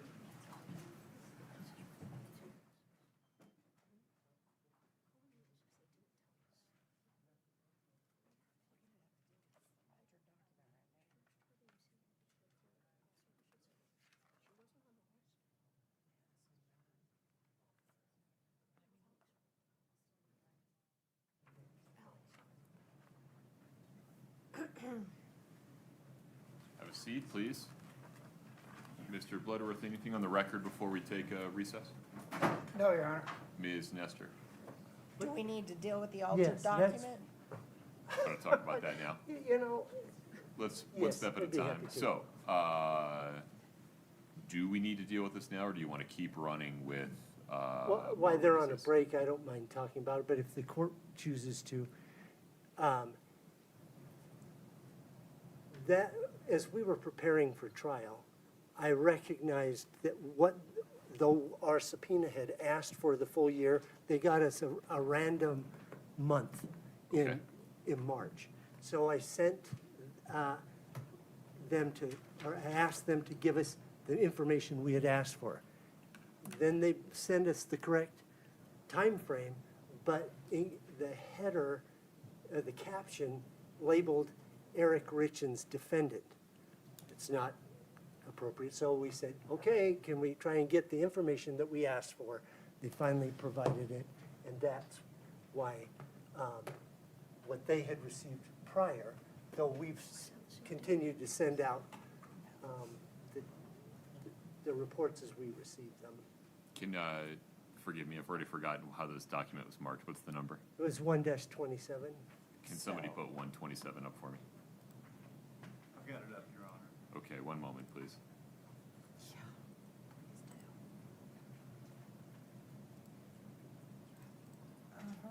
Scott, would you please go to page 2 for me? Yeah. I can't see it, I'm sorry, Judge. I appreciate that. One moment.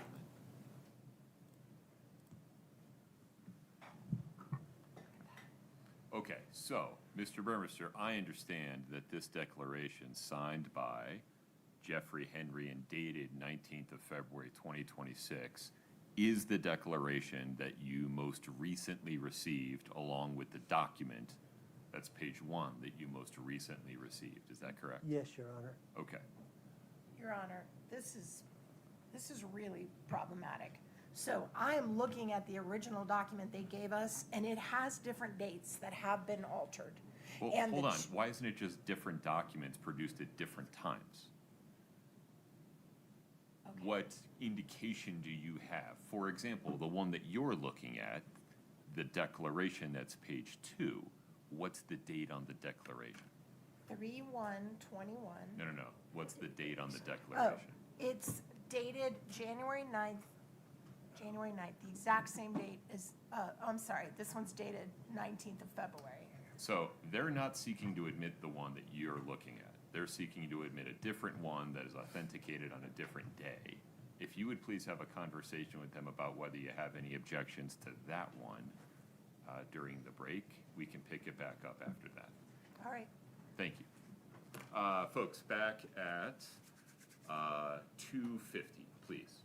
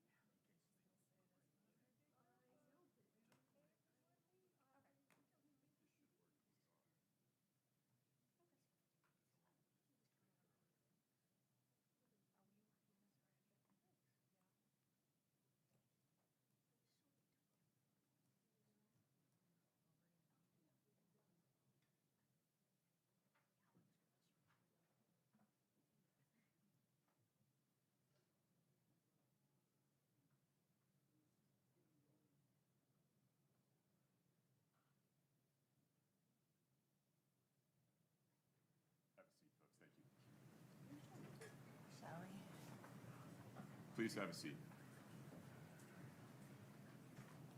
Mr. Burmester, the state's next witness. State calls Allison Christensen. Ms. Christensen, would you step in front of Brittany? We'll get you sworn in. Do you solemnly swear the testimony you're about to give in the matter before the court to be the truth, the whole truth, and nothing but the truth, subject to the pains and penalties of perjury? Please have a seat.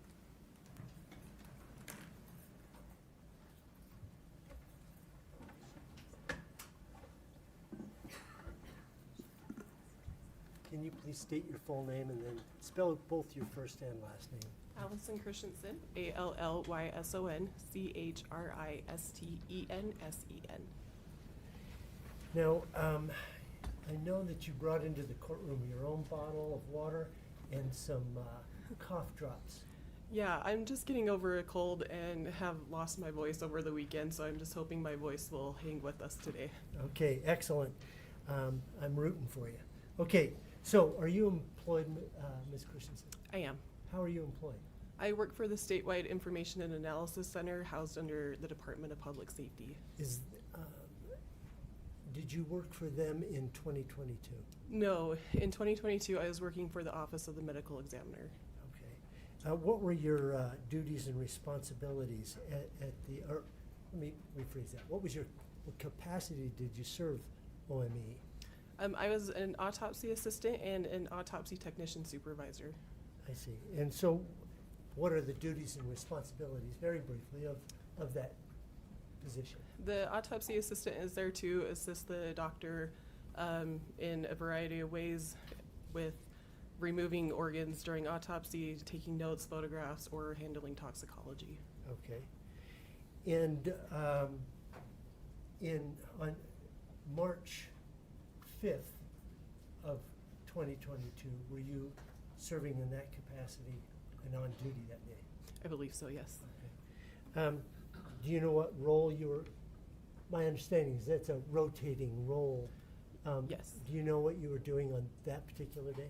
That day I was assigned to handle the toxicology samples. So, what does that mean? You were handling the toxicology? So all of the samples are collected during the autopsy, and then my role would be to get them ready and prepared to be sent to their various labs for testing. I see. Okay. So, in this particular case on March 5th, did you receive some samples from Dr. Omer? Yes, I believe so. Okay. What did you receive? I can't recall directly. It's been a few years. Okay. Do you remember? Now, let me just give this to you.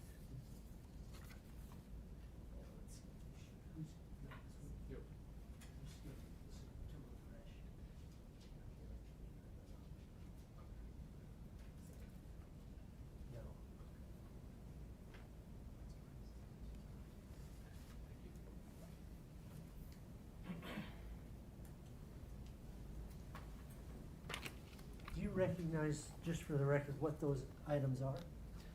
Yes, these are our toxicology requisition forms that we use. And it looks like the samples, the toxicology forms for the samples that were collected that day. Okay. Does that then help you remember what it was you were working on that day? Yes. Okay. What was the name of the body from which the samples came? It says Eric Eugene Richins. Okay. And so, what was requested by the doctor? Can you clarify? What sort of tests? For the testing? What did you have to prepare? So testing that was requested, it looks like there was samples to be sent to NMS for testing. There was one sample that was sent to our state lab for different testing. There were some histology tests requested, and then it looks like some cultures that are also done at the state microbiology lab. Okay. So I'd like to focus in on the NMS sample. Sure. What did you receive to send out? So I would have received the samples after they were collected at autopsy. They're placed into a fridge. So I would have gotten the paper, just like the one that you handed me, and would have used that to submit the test request through NMS. Okay. Do you know what samples you received, what they were? On the form it says that there were 3 tubes of IVC blood, which is inferior vena cava. Okay. 2 tubes of vitreous fluid, which is the fluid from the eye, 1 tube of urine, 1 container of gastric fluid, and 1 container of liver sample. Okay. Now, was there an indication to do something special with one of those 3 blood tubes? Yeah, it says on the 3rd blood tube that the doctor requested that it be held in our freezer at the OME for possible future testing. And is there these tubes that they're collecting in, is there something, are they just blank test tubes, or they prepared with anything? No, they're prepared with things. So there are 2 gray tops, and a gray top, it's a vacuum sealed container. It's just like when you get your blood tested in a hospital. That gray top indicates that there's something inside the tube to prevent the blood from clotting. Okay. The other tubes, it looks like they were red tops, which means there's nothing inside of those, so they're still vacuum containers, but there's no additive inside. And then the gastric and liver samples are in, it looks like a cup. So that would have just been a small plastic container. With no preservatives? With no preservatives, correct. So you have those 6 samples that you're going to send out, 1 you're preserving. Sorry, correction, 7. Yeah, 6 that you're going to send out, 1 in addition that's going to go Yes, away. sorry. Or stay, rather, Yes. right? Okay. So how do you package those up, and what's the process? For NMS in particular, the process would be I would take the requisition form and I would use the online portal that NMS has. We enter all the information that includes the case number, the patient name, date of birth, date of death, date of collection, the person who collected it, what was collected, and then the tests that are requested. Once all that information is put into the system, a form is printed out and it has all of that information on it. I'll use that form to double check against the samples to make sure that everything matches, so that everything as far as the case number, the name, what the samples are, everything matches on the samples versus the paperwork. Once that's done, the tubes are placed into a plastic vial sleeve, which is just a plastic envelope that has slots in it for these vacuum container tubes. I place the tubes in that's sealed shut. And then the other specimens that don't fit in that, so the cups and that sealed envelope, would be placed into a biohazard bag. Okay. I would sign and date the paperwork to say that I was releasing those samples to NMS through FedEx to be tested. I'd place that form inside of the biohazard bag, seal that shut. All of that is placed into a cardboard box that is provided by NMS, and it's 1 case per box. And then that box is, again, sealed shut with a evidence label that I would sign and date. Okay, so it's sealed from contamination from each other and from other sources, exterior forces? Yes. Do you notify anyone that you're doing this? I mean, FedEx, We would know, NMS? yeah, so NMS would be notified just by using their online portal, they get that notification. And then once there are enough samples, like at the end of the day, we would notify FedEx to come and pick them up. I believe March 5th was a Saturday. Okay. So these samples would have been held in our toxicology lab until the following Monday and then sent on that Monday. So that would have been 7th? Correct. Okay.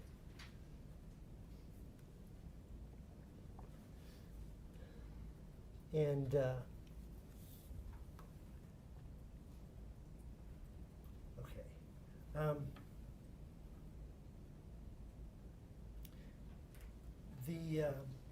Let's take a look now at the Tox Lab and Health Department. Where are they physically located vis-a-vis the OME? They're in the building next door. It's just a short walk next door to the lab. Okay. And so, did you have any samples given to you to send to either of those two? Yeah, so the state lab is not open on Saturdays for the vitreous testing that was requested. So that would have been held until Monday. But the other samples for the cultures would have been walked over directly to the microbiology lab at the state lab. And did you do that? I did. Okay. Now let's talk about histology. Did you get histology samples? Yes. Okay. Did you have a particular experience and training with histology at this point? Yeah, prior to working at the medical examiner, I was a histology technologist at a hospital. I am board certified as a histotechnologist through ASCP, the same board that certifies doctors for medical examiner. So yeah, I have some experience in that. Okay. So did you have a particular position within the OME regarding histology at that time? It didn't really have a title, but I did oversee the histology lab, if you can call it that, or the histology storeroom. I see. And in this case, when did you receive any histology requests on this case? It would have been collected at the time of autopsy, so on the form here it says March 3rd, or sorry, March 5th. Okay. And is there a delay for sending it out? There can be. So histology is a different process than regular blood testing. So histology tissue needs to be what we call fixed in a formaldehyde type solution. So the histology samples were sent to an outside laboratory in California, and they would all be batch sent, usually once a week. And so while waiting, they would be in a container of that formaldehyde solution. I see. Now, is any staining or anything done at the lab or done by you? It would be done at the lab. I see. And in this case, what did the OME send out to histology? So it looks like, so histology is labeled alphabetically. Each alphabet letter is one cassette, I guess. The tissue is placed into a plastic cassette. It's about 2 centimeters by 1 centimeter. And so each cassette is labeled in that way. So it looks like there were samples of heart, right lung, left lung, liver, kidney, hippocampus, epiglottis, lymph node, and coronary artery that were sent. Okay. Did you receive the prepared slides afterwards? Yes. It shows on the form that I signed and dated that. When did you get it back? On March 23rd. Of 2022? Of 2022, yes. Okay. Thank you. That is all that I have for this witness. Mr. Ramos, please. Judge, I promised Ms. Christensen when we did speak that I wouldn't have any questions because she answered all my questions. So, no questions. You can step down. Thank you so much.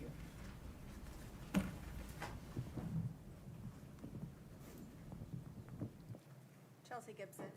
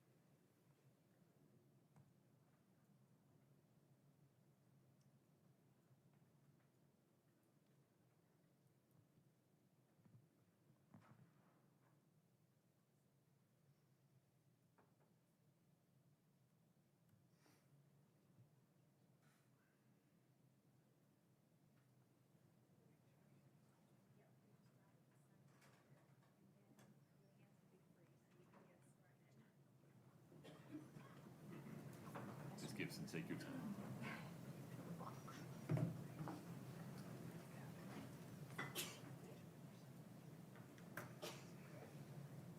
Please raise your right hand. Do you solemnly swear the testimony you're about to give in the matter before the court to be the truth, the whole truth, and nothing but the truth, subject to the pains and penalties of perjury? Thank you. Have a seat.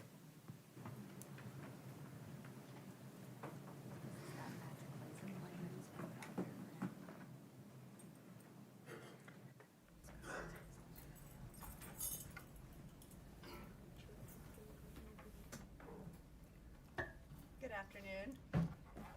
Afternoon. If you could state your name and spell your last name, please. Chelsea Gibson, GIP as in Papa, SON. Move that microphone a little bit closer to you. Just pull it forward. Yeah. Better? Better. Okay. Thank you. Where do you work? Summit County Sheriff's Office. How long have you worked there? Total about 7 years. What is your current assignment? Lead crime scene investigation technician. And how long have you been doing that? About 4.5 years. What did you do before you were the lead crime scene technician? I was dispatching for the county. And while dispatching for the county, I would do part-time as helping out with the evidence room and crime scenes.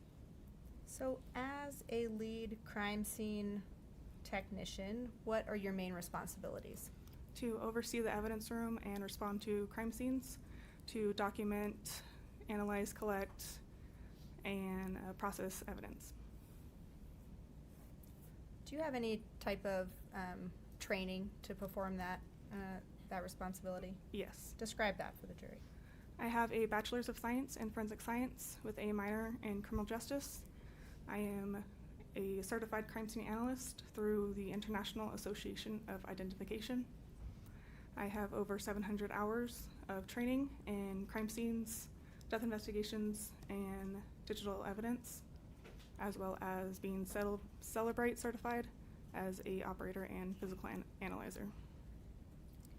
Thank you. Were you on duty on March 4th of 2022? Yes. And were you called out to a scene at 282 Willow Court? Yes, I was. Scott, if we could have Exhibit 1-1, and you can put it up for the jury. It's been admitted. Is this the scene that you responded to? Yes. Approximately when did you arrive? Approximately 6:30 in the morning. Who else was there when you got to the scene? Family members and law enforcement officers, I believe Detective Woody, OME Sessions, and Deputy Orgel were on scene. What was taking place when you arrived? OME Sessions was finishing up with her investigation of Eric Richins.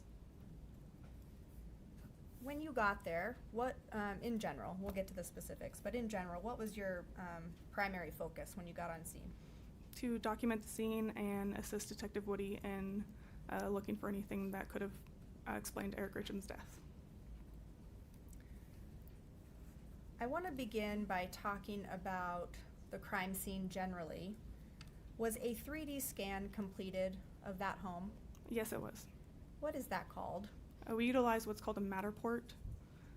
It's a camera that takes a three-dimensional scan of the inside of the residence that allows the user to remotely or virtually go into the scene at a later time.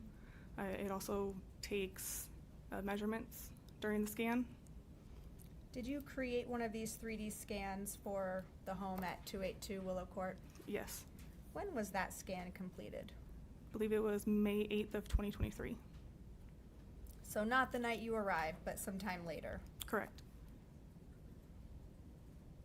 How, functionally, how does it work when you're creating this scan? Essentially, it's a large computer that takes a three-dimensional photo. It's placed on a tripod, and you scan in different areas of the home. It's typically, you want to keep about 5 to 7 feet from the previous scan. The program will then let you know if your next scan is too far, and it'll have you rescan at a closer point so they can be spliced together. And then it's uploaded onto the Matterport that then creates a three-dimensional view of the scene itself. And you did that for the scene in this case? Yes, I did. Scott, if you could show the witness exhibit 1-15D, like Delta 6.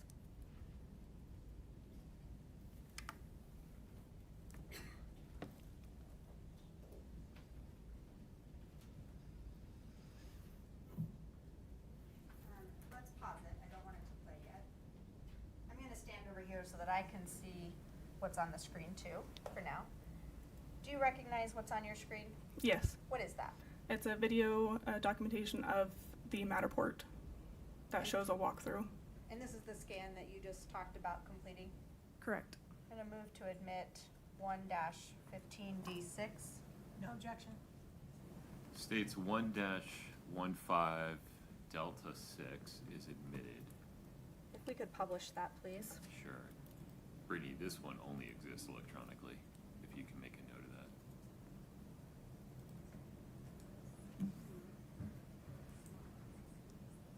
Oh, wait a minute. I may have announced it incorrectly. Can you give me the number one more time? I should clear this up. 1-15D6.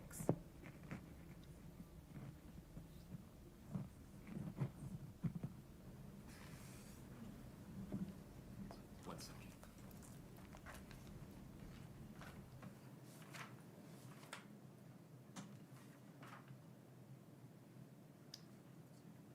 That is not the number that's listed for a 3D scan in your exhibit list. This might be the updated one with blurred visions, but. We blurred, yeah. Here, take a Yeah. look here. This Take a is look. why we're confused. Okay. Is that what you have in mind? Yes. Okay. Okay. If you say so. The reference to search warrants is something else? That description. The description is wrong. No problem. Got it. 1-15D6, a 3D scan from Matterport, correct? Correct. Admitted. And published now? Yes, please. Okay. I believe it's up there already. My apologies. Keep going. And so, Ms. Gibson, Scott, you can go ahead and play the video, or the scan, I guess. As we're walking through, if you could just describe what we're seeing. So we're passing a couple of the kids' bedrooms. I believe this is Ashton's, and then it shows into Weston's room. And as the scan turns, you could see the shared bathroom. And it'll take you into the master bedroom.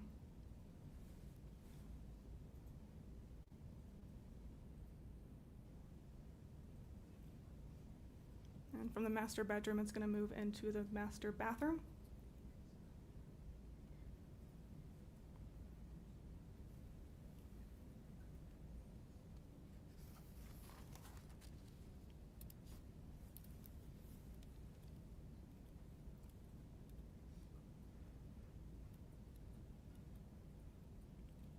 And it'll show the master closet as well.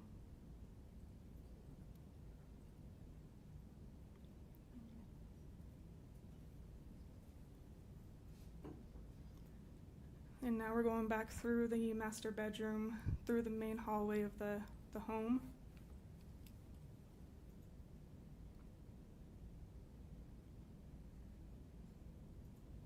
And that's our front door there to the right where you enter. Yes, to the right's the front door, and then Carter's room right in front. And then there's a set of stairs that leads to the attic, and then to the left is the living room.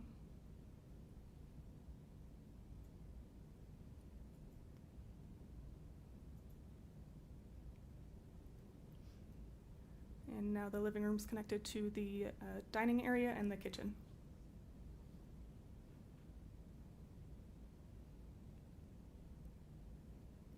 We see a black case on the countertop there. Was that your equipment? Yeah, that's what the Matterport was in.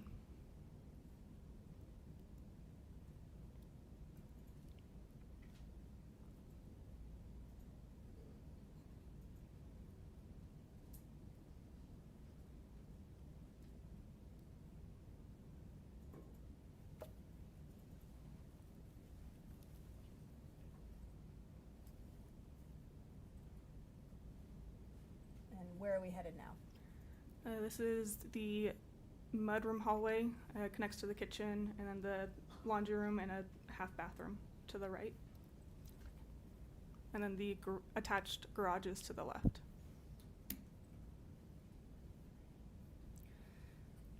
So turning your attention back to March 4th of 2022, what specifically were you doing on scene when you got there? I was there to assist Detective Woody in documenting the scene as well as collecting any items of importance. When you say documenting the scene, how do you do that? It's a lot of photographs and taking notes. As you were doing those things, did you see anything out in the open that might explain the death of Eric Richins? There wasn't any obvious signs when I arrived on scene. Did you see any THC gummies? No. Did you see any drug paraphernalia? No. We've asked a couple other witnesses about drug paraphernalia, but I don't know if any of them have described what it is. Why don't you tell the jury, what are we referring to when we say drug paraphernalia? A simplified version, it's anything that is an item or a piece of equipment that can be used to consume or conceal illicit drugs. It's typically known as pipes, bongs, needles, can be concealed in little baggies. So you mentioned that you took some photographs. I want to turn your attention to the master bedroom. Did you take some photographs in that room? Yes, I did. Scott, if you could show the witness exhibit 1-10 and 1-11. Do you recognize these? Yes. What are they? Overall photographs I took of inside the master bedroom. Fair and accurate depictions of those rooms on that day? Yes. I'll move to admit 1-10. 110 and 111 are admitted. Do you want to publish? Yes, please. Okay.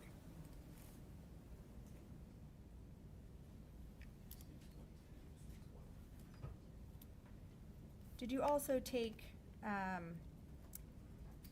photograph of a nightstand in that bedroom? Yes, I did. I think we've already admitted this exhibit, so if we could put up 1-9.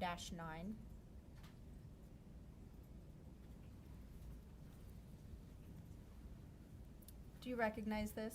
Yes. And this is another photograph that you took? Correct.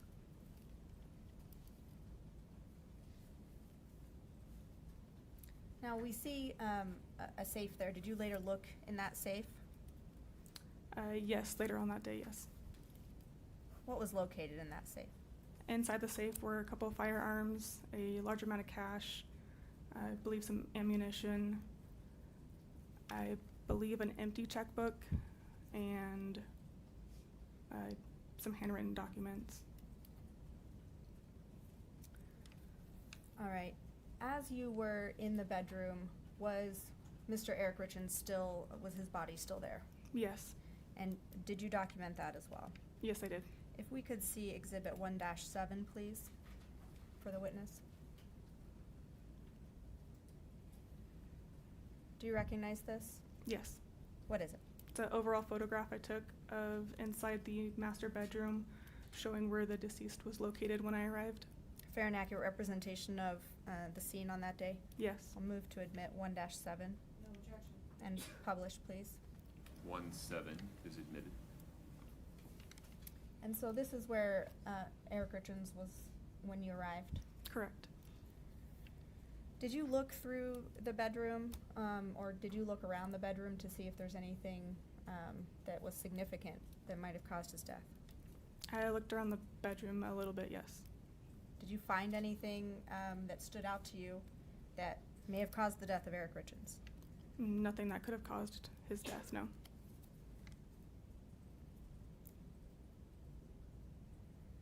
Now I want to talk about the bathroom that's attached to the master bedroom and the closet. If we could have exhibit 1-12 and 1-13, please, for the witness.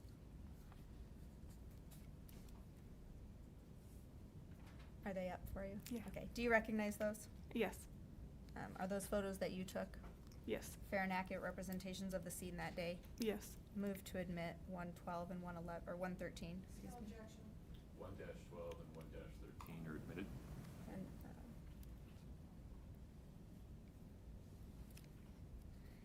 so again, did you look through the master bathroom and the master closet? I looked through the master bathroom. Okay. Any THC gummies found in there? No. Any paraphernalia found? No. What about, I should have asked you these questions for the bedroom too. Did you see any THC gummies in the bedroom? No. Any drug paraphernalia? No. Okay, let's move to the kitchen. Did you yourself look through the kitchen? I did not know. Are you aware if anyone else did? I'm unsure who looked in the kitchen. If something of significance would have been found in the kitchen, would you have been notified? Yes. Speculation. Would you rephrase sustained? Sure. As other people were around the house, what would the protocol have been if an item of significance had been located? If an item of significance is located, I would have been notified to photograph and document. Did you do that with anything in the kitchen? No. What else did you do on March 4th? I collected a few items on scene and that were transported to the sheriff's office. What were those items? Medications in Eric Richins' names, and there's a sheet underneath the bed that was kind of balled up. Approximately what time did you leave the scene at Willow Court? Approximately 8:29 in the morning. Who did you leave with? Myself, Detective Woody, OME Sessions, and Oracle, we all left it at the same time. And to your knowledge, when you left the scene, were there any other law enforcement officials still there? No, there were not. You were the last ones to leave. Correct. To your knowledge, were there other searches made at the 282 Willow Court home? Yes. And were those searches subsequent to March 4th, were they different than what you did on March 4th? Yes. How are they different? With a search warrant, we have more reason to search the home itself. So it's a more extensive search of the actual home itself. We're looking for specific items pursuant to the search warrant. So typically we're looking in cupboards, cabinets, drawers, inside closets, inside boxes, inside pockets. And so compare that, what you're describing with a search warrant search, to what you did on March 4th. How is that different? March 4th, we didn't have too much information to go off of on what we were looking for specifically. So we weren't looking through every drawer, everything. It was more so to the naked eye. So talking about when a search warrant is performed, how many times have you been part of searching a home or something else for a search warrant? I responded to the home on Willow Court 8 times. And what about in general as a crime scene technician? How many times have you assisted investigators in executing a search warrant? I don't know about including search warrants, but overall including search warrants and crime scenes, over 100. So when a search warrant is executed, are different officials on scene given different assignments? Yes. How are those assignments made? Typically it's the sergeant over investigations or lead detective, and sometimes the crime scene will assist. What are the different assignments that are made for the personnel on scene during a search warrant? We give them names such as a searcher, a finder, photographer, and a scribe. And describe for the jury what each of those assignments mean, what those people would do. As they're given assignments, it's also we work hand in hand, so they kind of commingle, but for the most part a searcher is kind of self-explanatory. You search a specific area that you're given or a room, and then the finder kind of assists the searcher in searching, but is also able to leave that area and go notify the photographer, who then comes and documents the item, where the item was located, And then the photographer then takes additional photographs of the item. They're called mid-range and close-up photos. It's just to show more of directionality of where the item was located. And then the scribe is typically in a common area or more of a central location where the items can be moved to, and they document onto a property seizure form on any item that's collected, where it was collected, and by whom it was collected. Is it possible that someone on scene could have more than one assignment? Yes. Those things could overlap. One person could do multiple things. Yes. I want to turn your attention to April 13th of 2022. Were you present for a search of the Willow Court home on that date? Yes, I was. And similar to what you've just described, were assignments made to different personnel that were on scene? Yes. And what was your role on April 13th? To photograph and assist in searching. And to your knowledge, what areas of that scene were to be searched on that day? The entirety of the home, including the attached garage as well as the detached garage and shop. And when you say search, describe for the jury how someone goes about searching each of those rooms. Room assignments are made, so we number the room numbers. That way it's a little bit easier to kind of keep track of who's searching where. It also helps with keeping track of which item was found in which room. And then people are given their room numbers and they start searching that area. So talking about April 13th of 2022, let's first talk about the master bedroom. Were there any items of significance located in that room? Yes. Scott, if we could put up exhibit 1-15D, like Delta 4.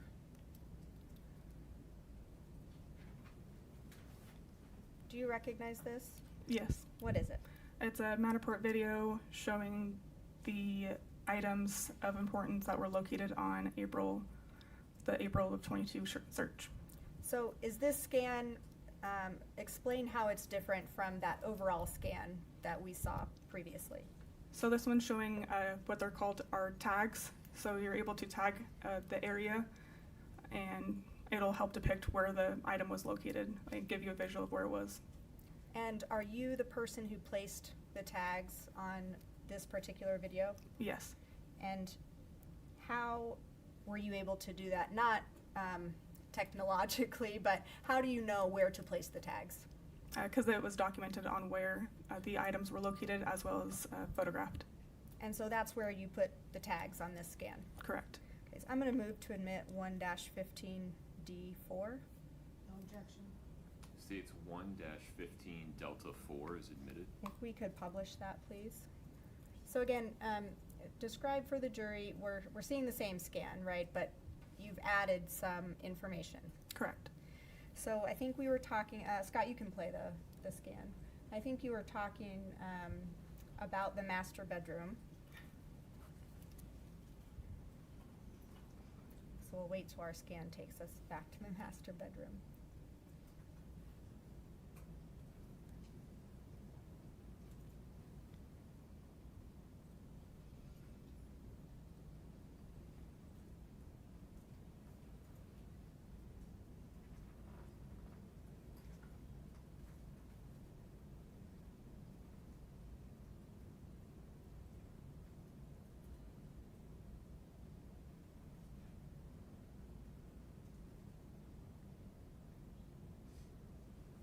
And if we could pause it there, please.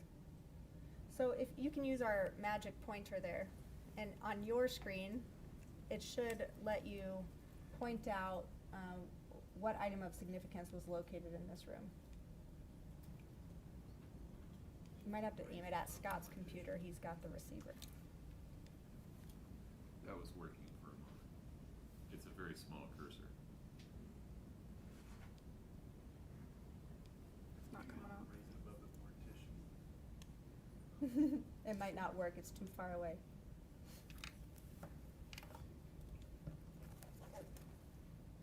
It vibrated. I don't know if that helps.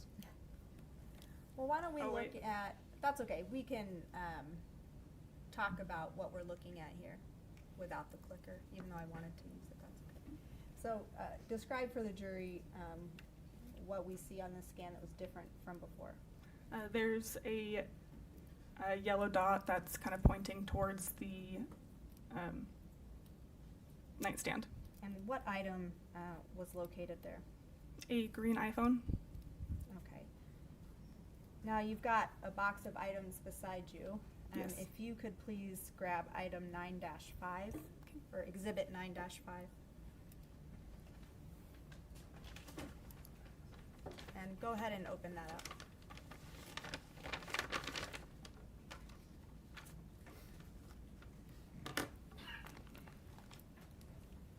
Open it. Well, before you open it, why don't we do it this way? Do you know what this item is? Yes. What is it? It is the green iPhone that was collected that night.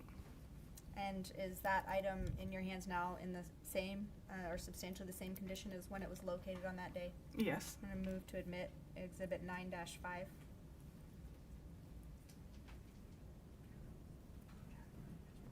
Yeah, no objection. Go ahead and open it up. 9-5 is admitted.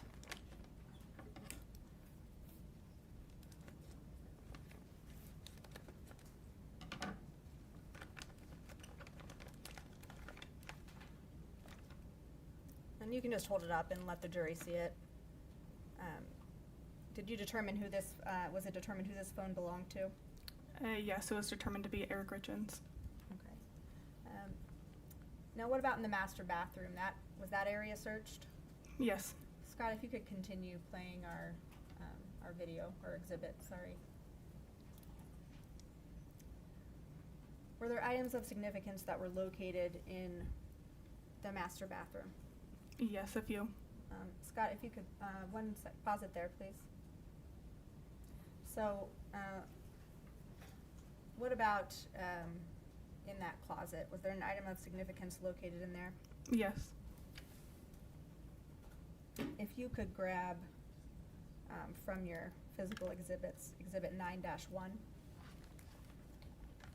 Ms. Shervanek, just so my notes are complete, the date of the search, would you confirm that for me one more time, Ms. Gibson? April 13th of 22. Okay. Please proceed. So, do you have exhibit 9-1? You have a lot of things up there, I'm sorry.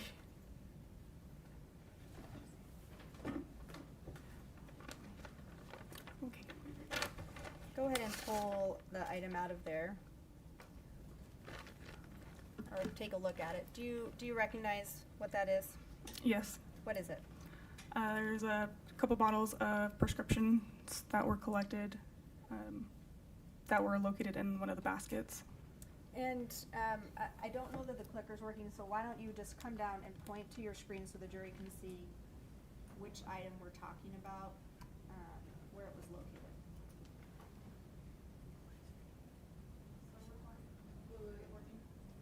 Is your lapel on? Yes. You turn your lapel off. Go ahead. Now you're ready to work. Is it working now? Yes. Okay. Okay.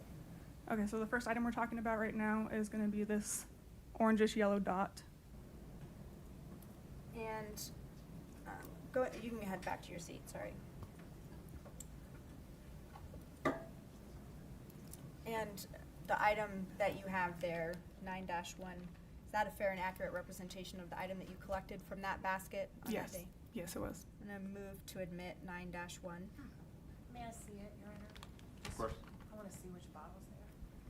I'm gonna bring it down then.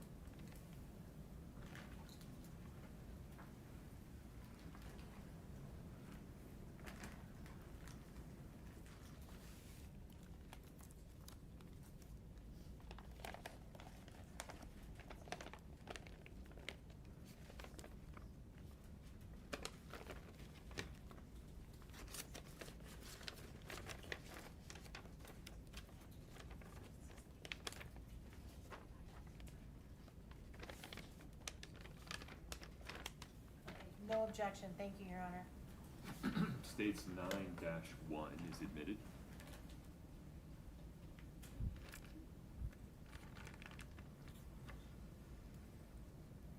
Go ahead and open up that bag.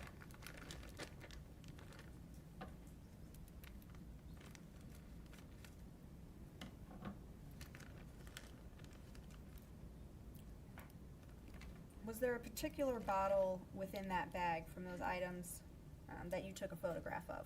Yes. Scott, if we could have exhibit 1-20, please. Do you recognize this? It's not, there it goes. Yes. What is that? It's a photo I took of what was located from that section of the linen closet. That's a photo that you took? Correct.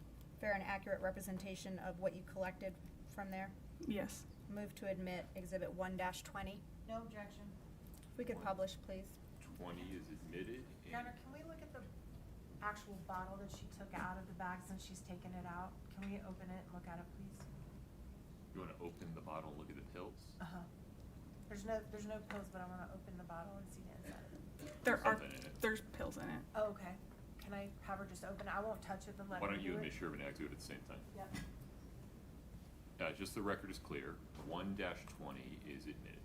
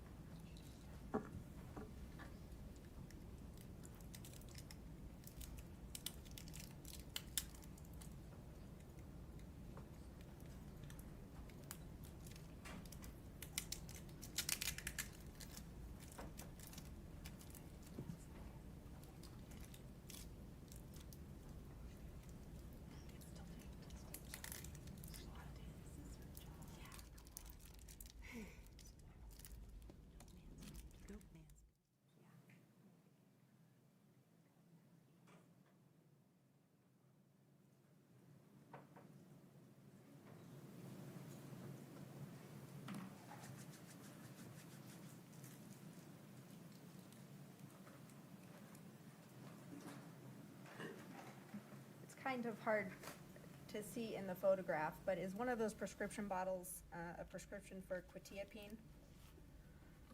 Yes. And is that prescription, that bottle prescribed to Kouri Richins? Yes, it is. After you documented and photographed these items, what did you do with it? They were booked into the sheriff's office. And I should ask you the same question that we did for 9-5. What, after that item was collected, what did you do with it? It was also booked into the sheriff's office. When you say booked into the sheriff's office, that's into your evidence room? Correct. Scott, if we could go back to 1-15 D4, Scott, please. 1 moment, I gotta catch up to you. Go ahead, Scott. Going back to the video? Yes, please. Sherman, let me know when you're ready to show the jury. I am. You are now? Yes. Okay, my apologies. Go ahead. Okay, so we're looking at this same view in the master bathroom, and we see another orange circle there. What was collected from that location? Several packages of THC gummies and edibles. Did you document those? Yes, I did.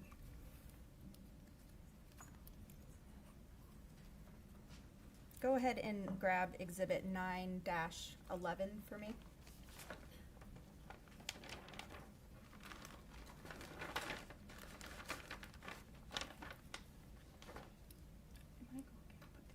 Yeah.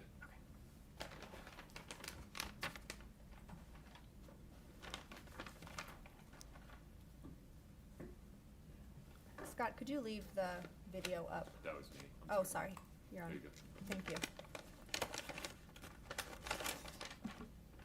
Okay. Do you recognize this item? Yes, I do. What is it? It's the items that were collected from that cabinet above the toilet. Fair and accurate representation of those items that were collected that day? Yes. Move to admit 9-11. No objection. 9-11 is admitted. Did you document where those items were collected from? Yes. Where were they collected from? They were inside the top shelf of the medicine cabinet above the toilet in the master bathroom. Inside the cupboard? Correct. Scott, if I could have exhibit 1-16, please.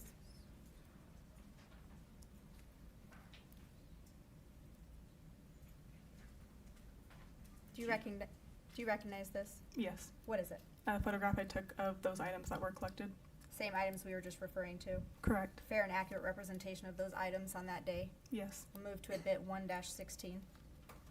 May I speak to Ms. Chevernak for a Of course. second?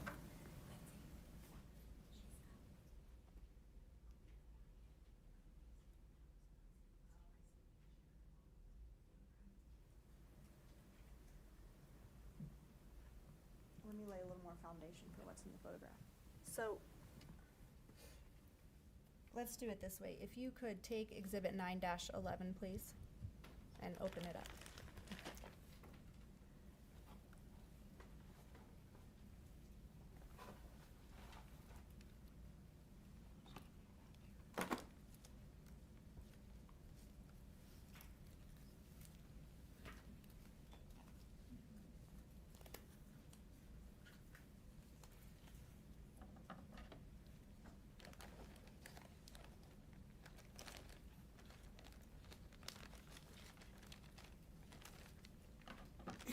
Okay, and pull the items out of there. All of them? Pull them out.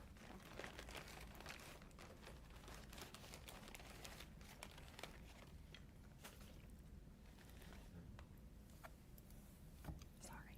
Move your glass forward. Yeah.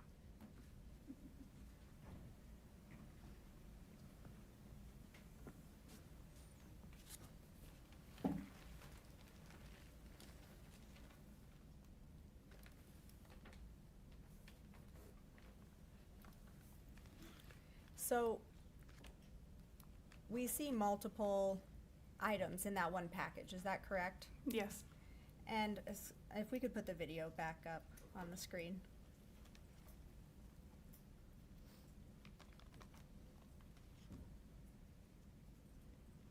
Can we put it back up for the jury? Sorry. Oh, I'm sorry. There you go. Okay, so we were talking about the cupboard above the toilet, and then we were looking at a photograph that you took of all of these items, is that correct? Correct. Now, in that photograph, are there items that were collected from other locations? Can you go back to the photograph? Scott, can you put up 1-16 for her, please? Just for her.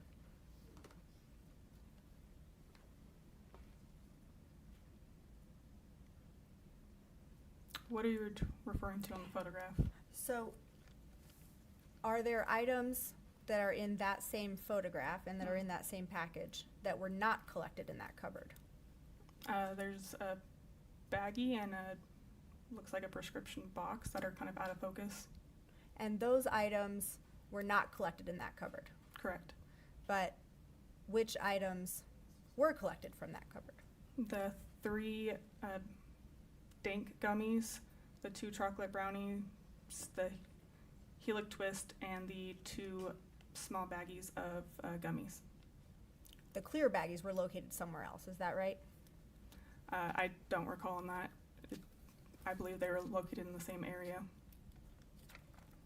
I'm going to move to admit 1-16. Your Honor, we object. That's, she's not laid a proper foundation. I don't follow. Would you approach for a moment?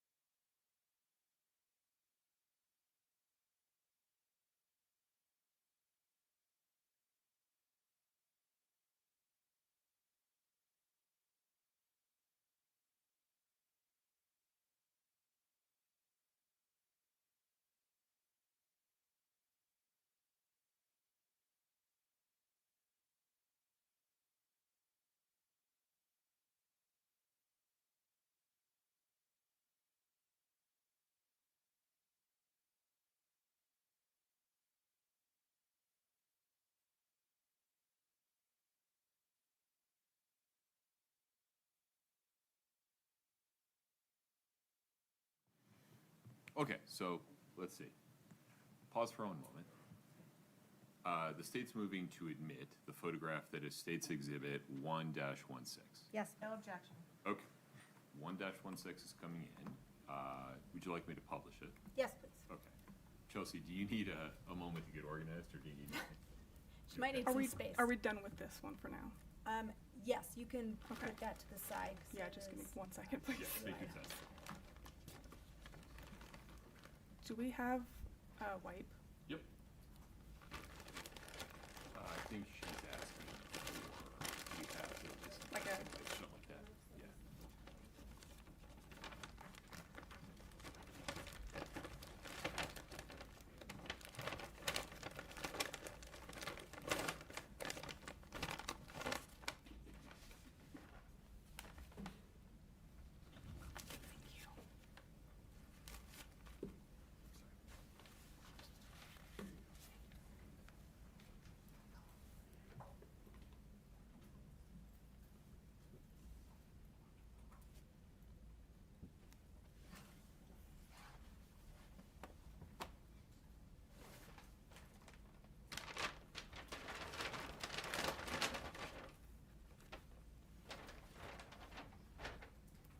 Good for now? Good. Okay. Ms. Shervanek, please proceed.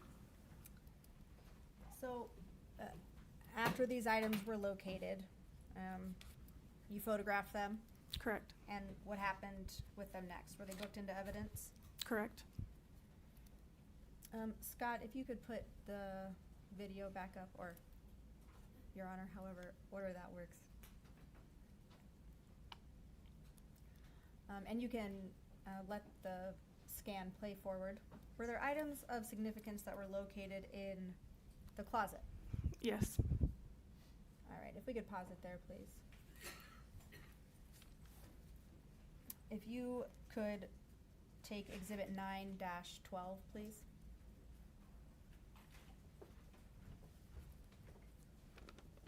And open it up.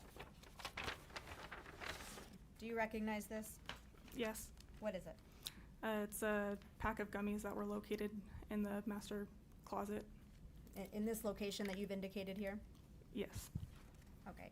Fair and accurate representation of those items, are those items in substantially the same condition as when they were located that day? Yes. Move to admit 9-12. No objection. 9-12 is admitted. Go ahead and open it up. While we're doing that, Scott, if you could put 1-17 for the witness, please.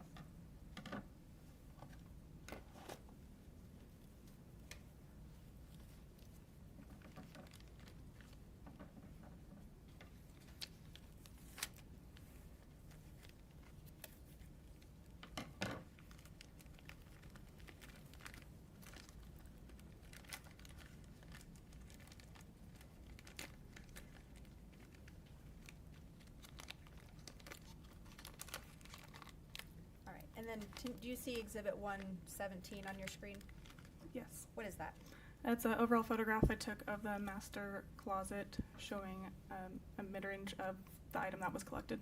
And that's that same item that you held up there? Correct. If we could move to admit 1-17. No objection. And publish, please. 117 is admitted. And so, you might have to step down for this one. It's a little hard to see what we're looking at here.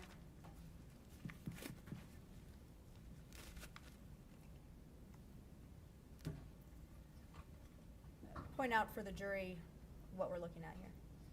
So we're looking at a pack of gummies that was located in the pocket jacket of this green jacket. Thank you.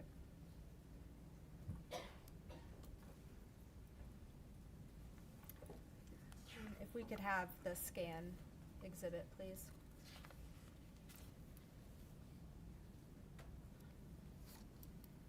You can play it forward, please.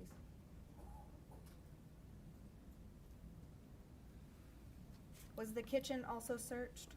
Yes, it was. And were there items that were located in the kitchen that you documented? Yes.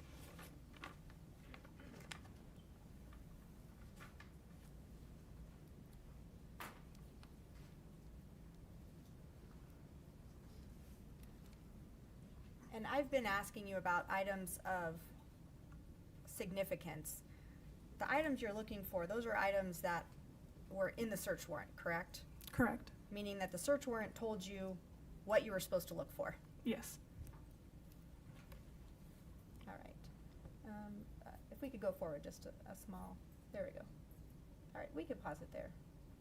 Okay, so we're, what area of the home are we looking at now? Oh, we're in the kitchen now. And we mentioned that there were items found in here. If you could grab item 9-13, please.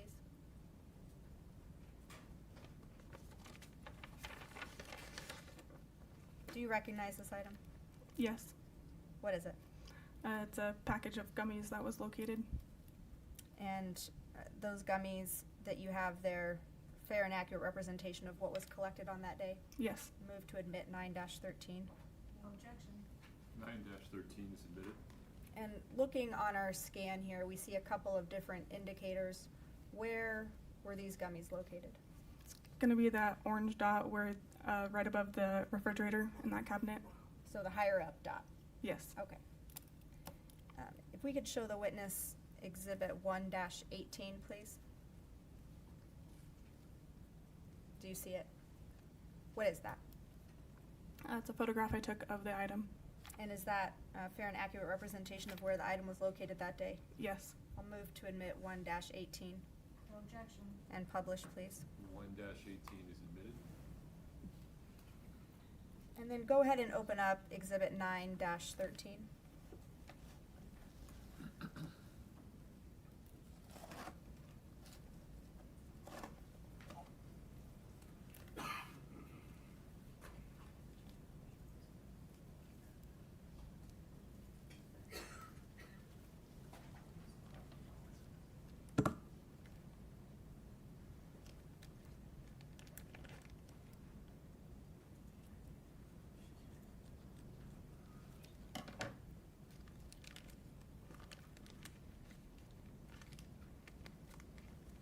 And those are the gummies that we see in the photograph there. Yes. After you documented these items, what did you do with them? They were collected and then brought to the sheriff's office to be booked into evidence. Scott, if we could have the scan view again, please.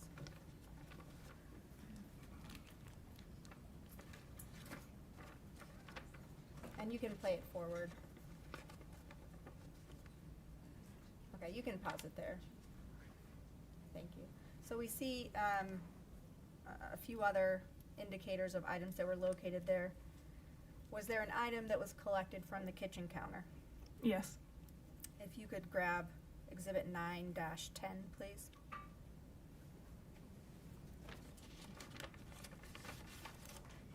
Do you recognize that? Yes. And is that item, the item that was collected here in the orange dot? Correct. We indicated with the red arrow? Yes. Same or similar condition as when it was collected that day? Yes. Move to admit exhibit 9-10. I'm sorry, I didn't hear her say what it was.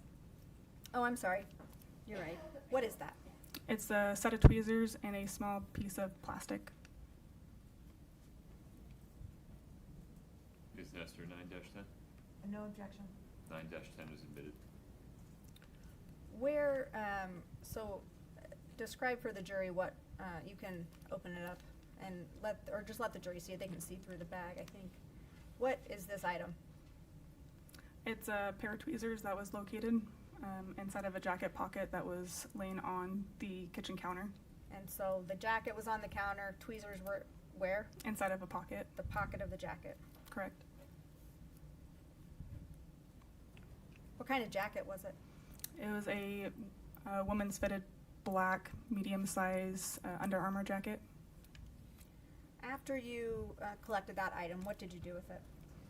It was packaged and brought to the sheriff's office to be booked into evidence.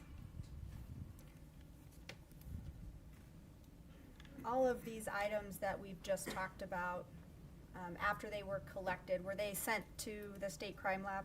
Yes. And were they tested there? Yes, they were. Did you receive a report back about the results of those tests? Yes, I did. We see going back to the scan here, we see through the doorway another orange dot. Was it an item collected from that area? Yes.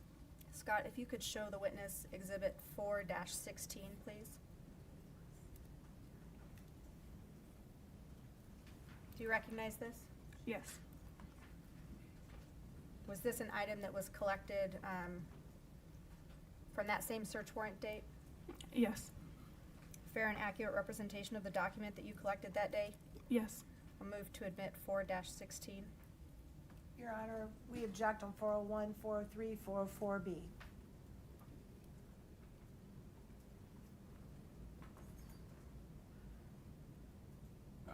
Counsel, please approach.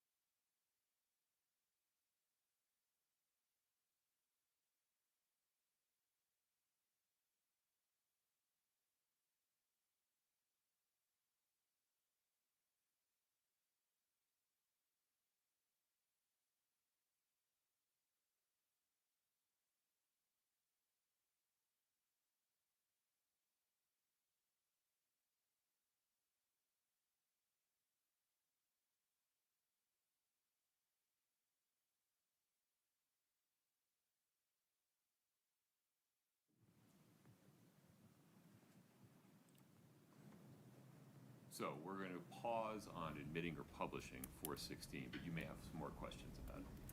Where was item 4-16 located? I believe it was located in the master bathroom. 4-16 The one on the screen. And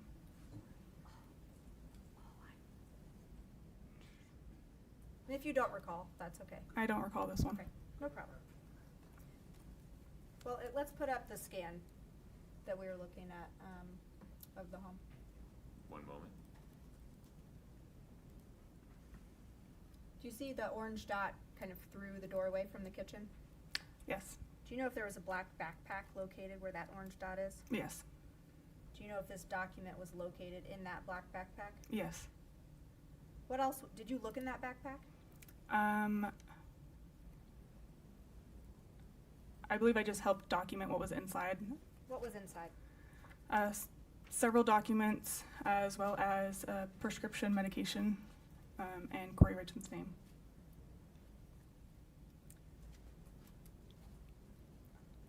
When executing this search warrant, was a phone seized from Kouri Richins' person? Yes.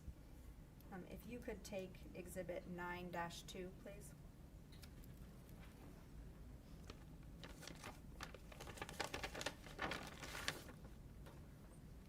Do you recognize this?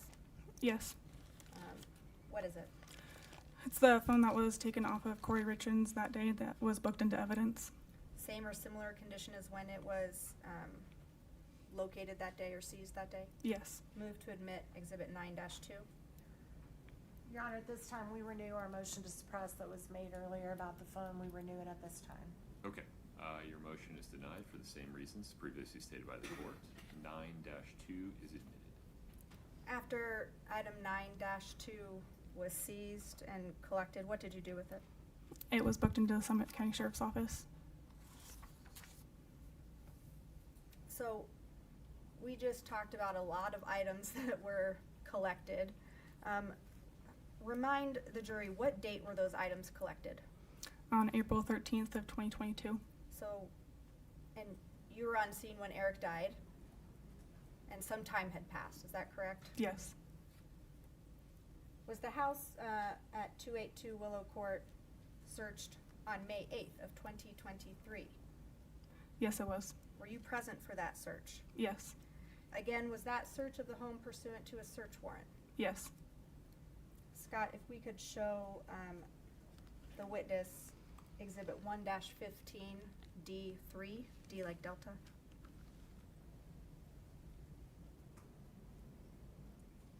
Do you recognize this? Yes. And what is it? This is going to be It's the same 3D model rendering of the home. This one's depicting items that were collected on the 2023 warrant. Is that on May 8th? Yes. And again, the same scan that we've been seeing, but now you've added tags for items that were collected on a different day. Correct. All right. Similar to the April 13th, 2022 search warrant, were assignments made for this search warrant? Yes. Personnel. And what was your role? To photograph, assist in search, and also assist in doing the Matterport. What areas of the scene were searched on this day? Every room of the main home, as well as the attached garage and the detached garage and shop. What specific items were you looking for pursuant to that search warrant? We were looking for several different items relating to, I believe, electronics, as well as documents, and don't recall what else, to be honest. That's okay. So we talked about Exhibit 1-15D3. That's something that you helped create. That's the scan. Yes. I'm going to move to admit Exhibit 1-15D3.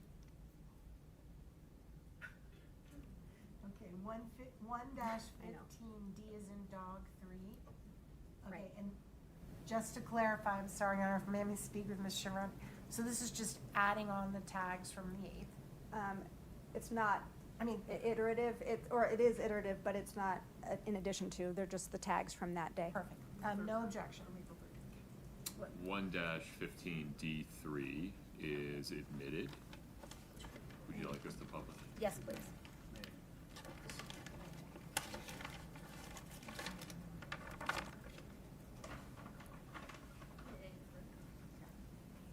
Okay, so again, we're looking at the same scan, correct?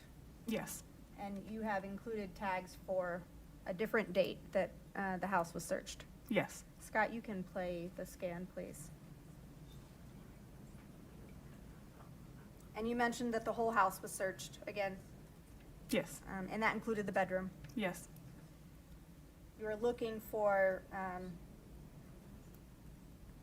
electronics as well as documents. Does that sound right? Yes. That's what, just reminding you what you said before. Were there items pursuant to that search warrant that were located in the master bedroom? Yes. I'll wait till our video catches up before I ask you about this. All right, you can pause it there, Scott. So we see 2 green dots on this screen. Were you there when these items were located?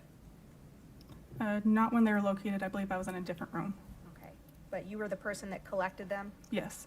And when they were located, did they remain in their original condition until you documented them? As far as I am aware, yes.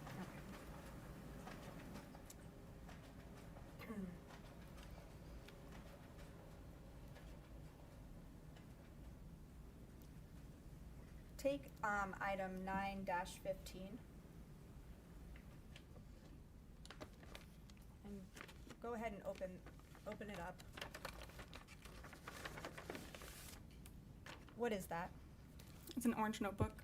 And is that one of the items that was collected in May 8th of 2023? Yes. And is where that item was located depicted on your screen? Yes, it is. Where was this item located? It's going to be that bottom green dot that's showing in the top drawer of the nightstand. We're going to come back to this item. I'm not going to admit it quite yet.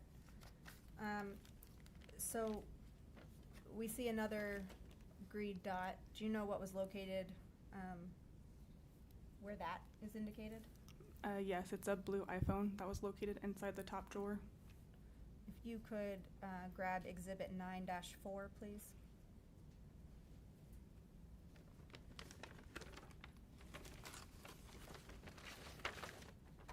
Do you recognize this? Yes. What is it?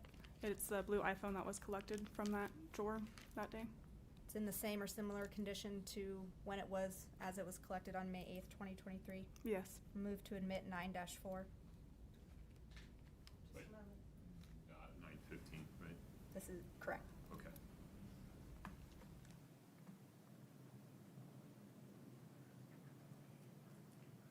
No objection, Your Honor. 9-4, the blue iPhone is admitted. And Scott, if you could show the witness Exhibit 10-21.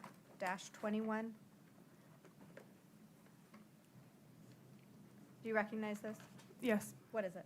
It's a photograph I took of where the cell phone was located.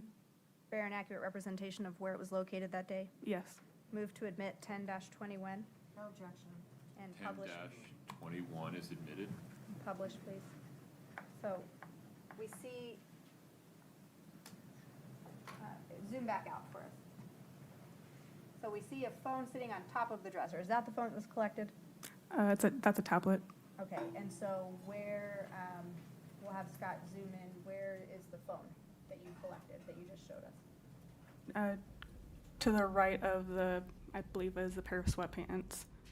Okay, so it's kind of inside the drawer, leaning up against the front of the drawer. Is that accurate? Yes.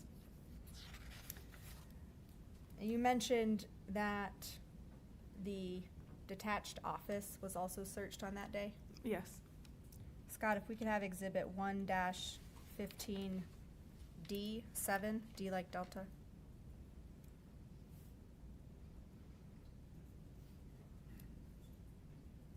Do you recognize this?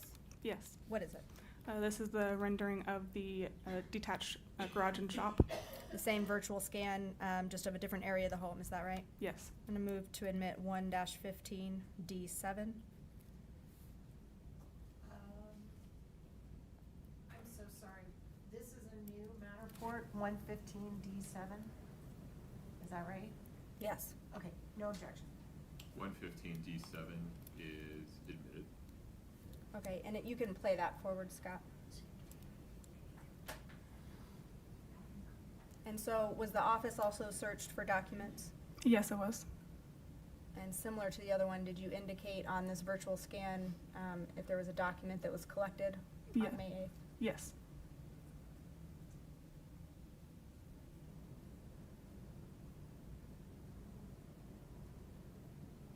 Oh, I don't see the tag on this one. It's on there. Oh, where is it? Give it a second. I missed it. There you it go. is. If we could pause the scan, please. I missed it the first time around. Was there a document collected from that location? Yes. If you could take Exhibit 9-16 from your stack there.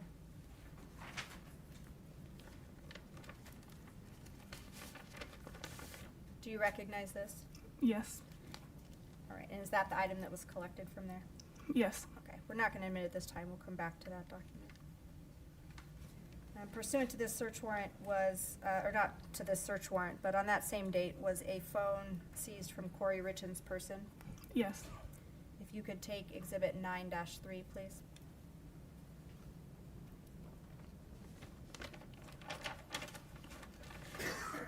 Do you recognize this? Yes. What is it? It's a cell phone that was collected from Kouri Richins' person. Same or similar condition as when it was collected on May 8th? Yes. We'll move to admit 9-3. No objection. 9-3 is admitted. What happened with that phone after it was collected? I believe it was downloaded by Detective O'Driscoll and then booked into evidence.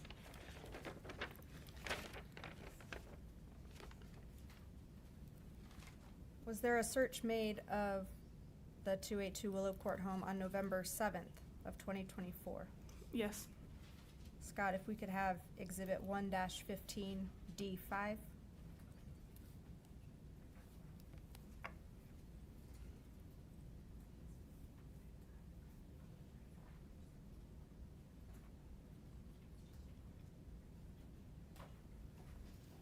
Sure, the date one more time. November 7th, 2024. Do you recognize that? Yes.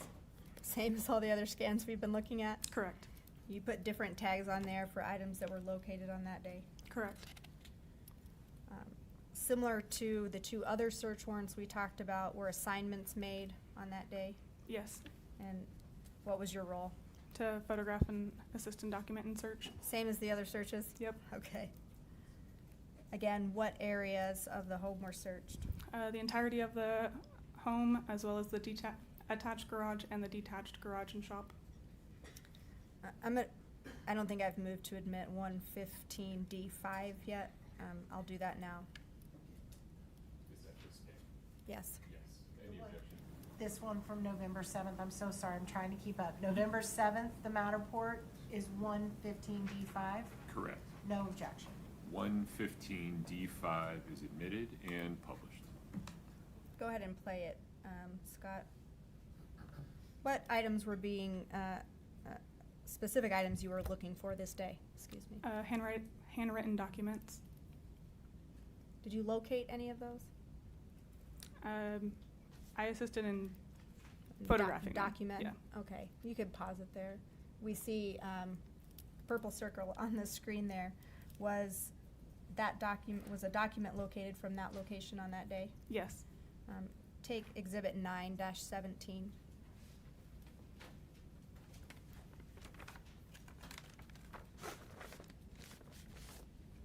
Do you recognize this?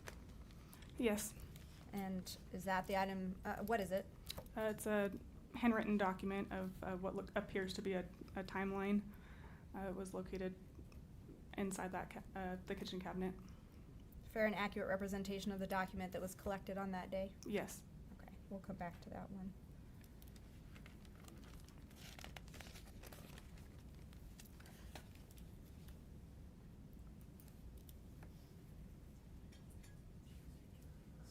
Just a moment, I'm sorry.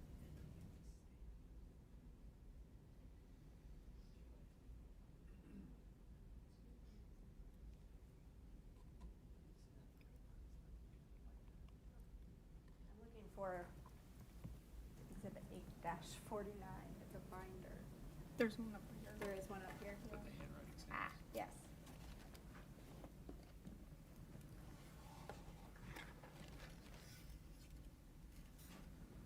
You need to look at some handwriting items. Okay. I'm showing you in States Exhibit 8-49, tab 15. Do you recognize that? Yes. Is this an item that was collected from the Richins home? Yes, it was.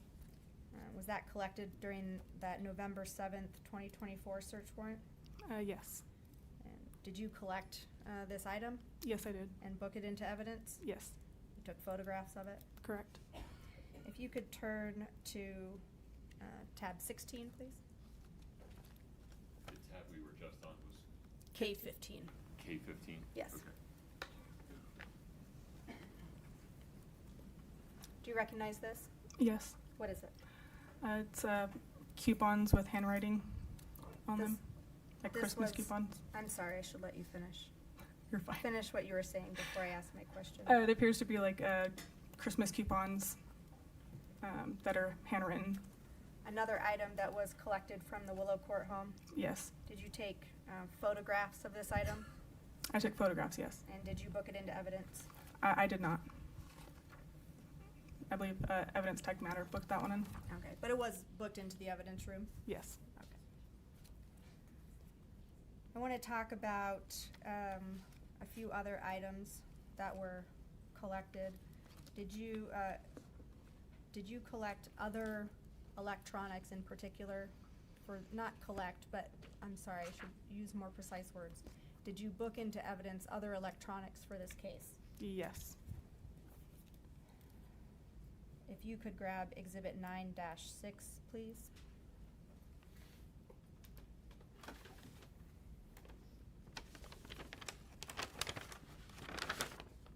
Do you recognize this? Yes. What is it? There are 2 cell phones that were collected from Robert Grossman. And they were booked into evidence? Yes. Those items in the same or similar condition as when they were booked into evidence? Yes. Move to admit 9-6. Just a minute on that one. You can open it up and let the jury see it.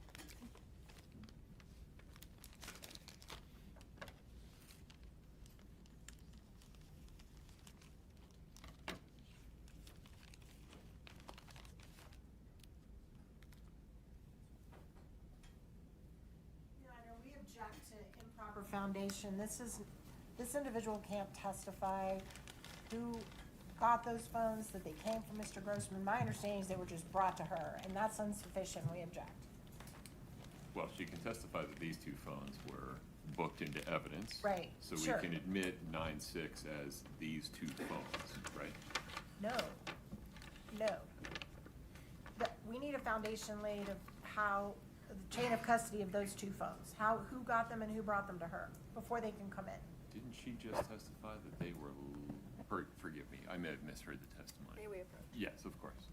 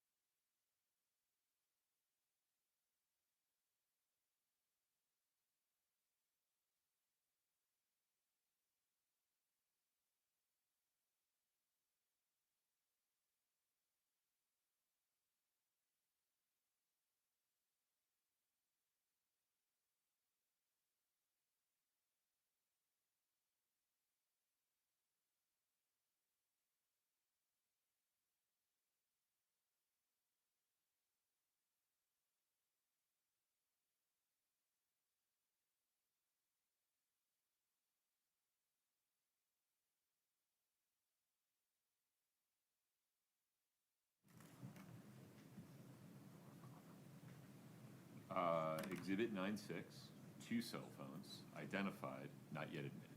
Yes.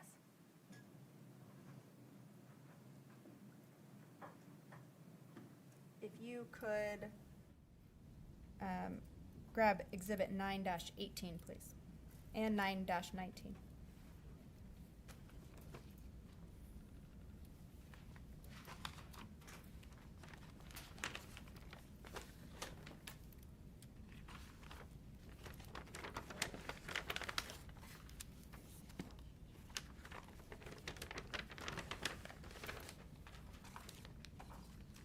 Okay, let's start with 9-18. Do you recognize this item?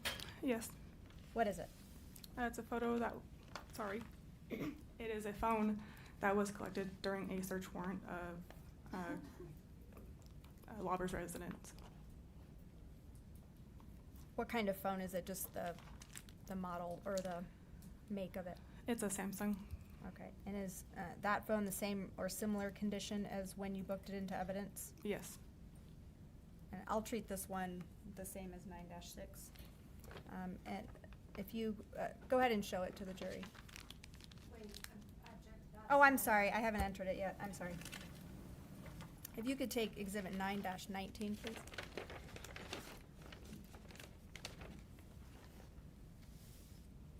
Do you recognize this? Yes. What is it? It is a Motorola cell phone that was collected from off of Carmen Lauber's person.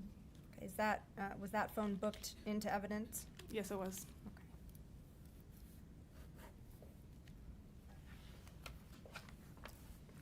After, I'm going to move away from these specific phones and just talk about some things that the sheriff's office does with cell phones once they're collected.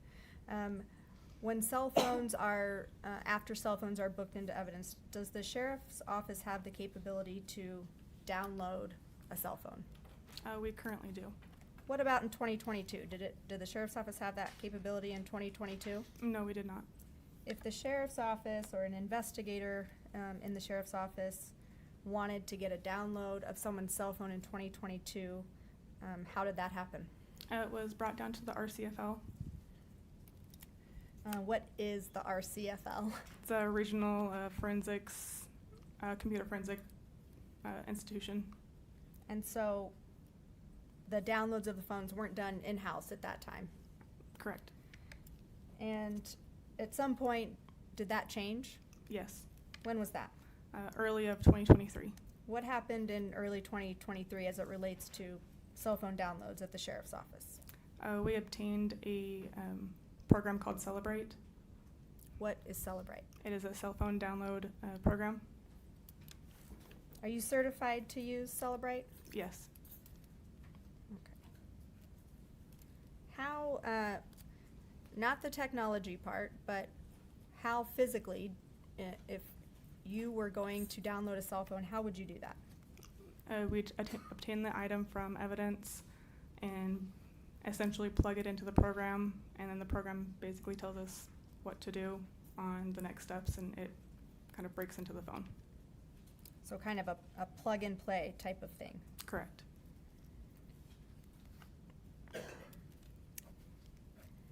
And you're certified to use Celebrite? Yes. Did you perform cell phone downloads in this case?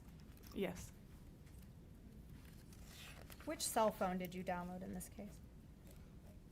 I downloaded a few. Okay. Do you remember which ones? I believe Hayden Jeff's. Well, on don't one- say the name. Sorry. That's okay. I think the majority of them were iPhones. Okay, that's fine. When a phone is downloaded using Celebrite, do you get a report after it's downloaded? Yeah, it gives us the date, like the raw data. Okay, from the phone. Correct. So turning away from cell phones now, I want to talk a little bit more about the Matterport scan. Did you use that, or first, let me ask this way, does that software have the capability to do measurements? I think you mentioned that. Yes. Did you use the Matterport scan in this case to measure some certain distances? Yes. How is that done? I select basically the X, Y, and Z coordinates on the scan itself and pretty much pick two separate points, and it will give you an accurate measurement within 1% error rate. How do you know it's within 1% error rate? It's according to their company. Okay. And so you measured some areas of the home in this case. Yes. And did you verify those measurements after Matterport gave you the distances? Yes, we also physically measured them on scene. Okay. And so did you measure the area from the master bedroom to the kitchen? Yes. Was that distance 55 feet 2 inches? Yes. Does that sound right? Yes. Okay. Did you measure the distance from the master bedroom to the front door? Yes. Was that distance 36 feet, a little over 36 feet? Yes. And you verified through that process you just described that those were accurate distances? Correct. Okay. Give me just a moment.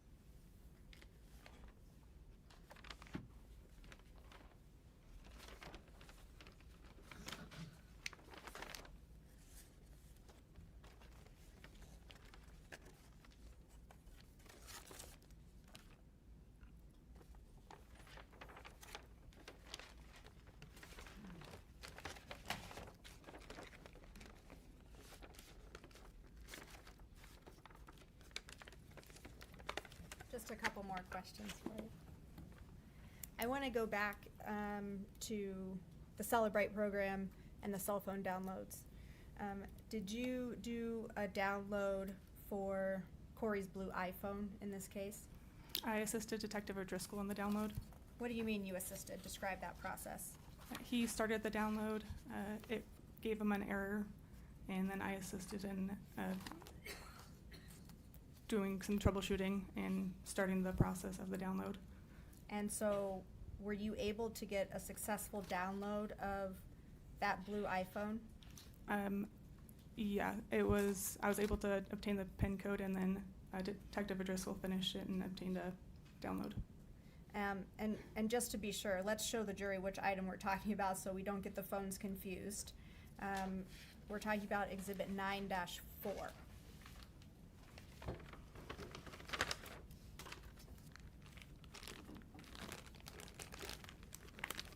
It's a blue iPhone. And this was the phone that where was this item collected from? Inside the top drawer of the dresser in the master bedroom. It was leaning up against the drawer. And this was collected on May 8th, 2023? Yes. Okay. Those are all my questions for you. Thank you. You sure about this, Esther? Would you approach for a moment?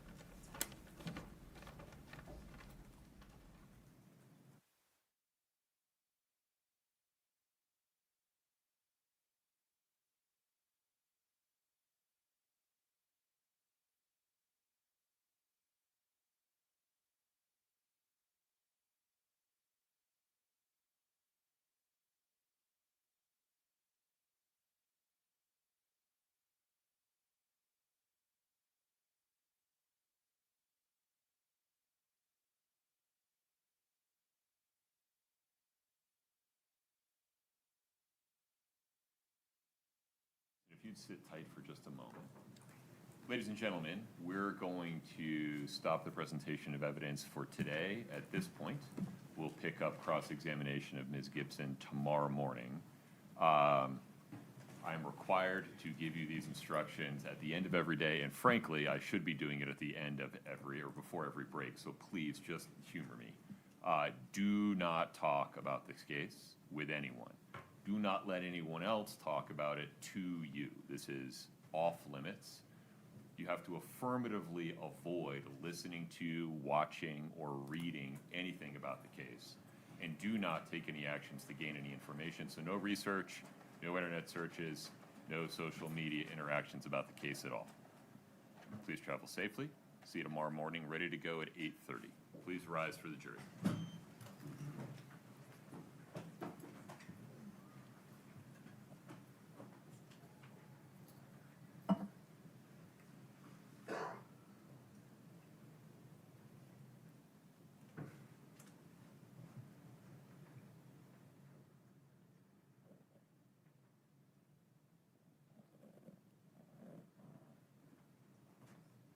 Please have a seat. All right. Forgive my ignorance. Are you taking all this stuff back with you? I was told by Brittany. What's the plan, Brittany? Anything that is chemical substance, she has to take. Got it? Okay. Getting to earlier item. Yeah, so sorry, not one. The phones I can take. When I complete those phones, Is that what you want to do?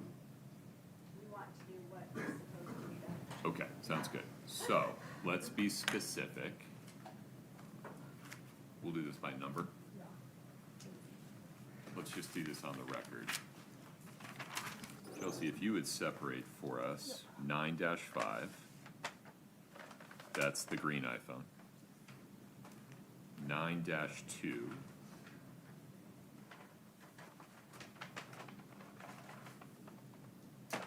nine dash 4, 9-3. Those are the 4 phones that have been admitted so far. So Brittany will take control of those as evidence clerk. The remaining items that were admitted are, or appear to be, medications and other substances that, as I understand it, the court's not taking custody of. Other than the tweezers. Ah, yes. Which one was that? 9-10, I believe. 9-10. Which date was that? April 13th. Okay. We'll take those. Do your notes show that we missed anything, Brittany?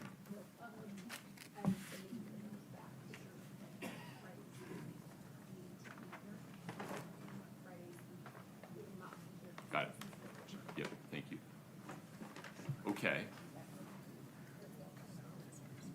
Ms. Shervanek, anything else on the separation of what Technician Gibson will hold on to versus what the court will hold on to? No, I think that's clear. I think we should most likely have a plan for what happens at the conclusion of evidence, because the jury will have it to deliberate. Well, they're not gonna get, we can talk about that. Yeah, There I are just rules wanna- that I just control what wanna they have put it out access there. to and how, and that's all in the Code of Judicial Administration. But I think for now, Ms. Gibson Okay. would take custody of what she's told to Right. take custody of. Ms. Nestor, anything else on this topic tonight?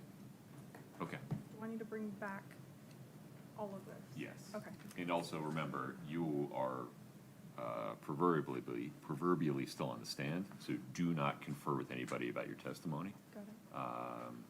We'll swear you back in tomorrow morning. Understood, okay. You are free to pack up Okay. and go. Can I get Brittany to sign chain Of of custody course. stuff? Yep. It'll make me feel better. No, yeah, of course. Ms. Shervanek, Mr. Bloodworth, anything else on the record this afternoon? Not from the state, Your Honor. Ms. Nestor, Ms. Lewis? Just that we would ask it, and I have asked this, but a nice reminder that Mr. Bloodworth send us a list of witnesses that they intend to call for the next 2 days. There you go, you've asked. I can, and I also just gave that to Mr. Ramos. Okay, Orally, I can put it in writing. Yes, please, if you could email it to us. sure, okay. Mr. Ramos, anything else today? No, Judge. All right, folks, I appreciate your patience. We'll be in recess until, let's plan on 8:15 for council tomorrow morning. Thank you. Court's in recess. Take care.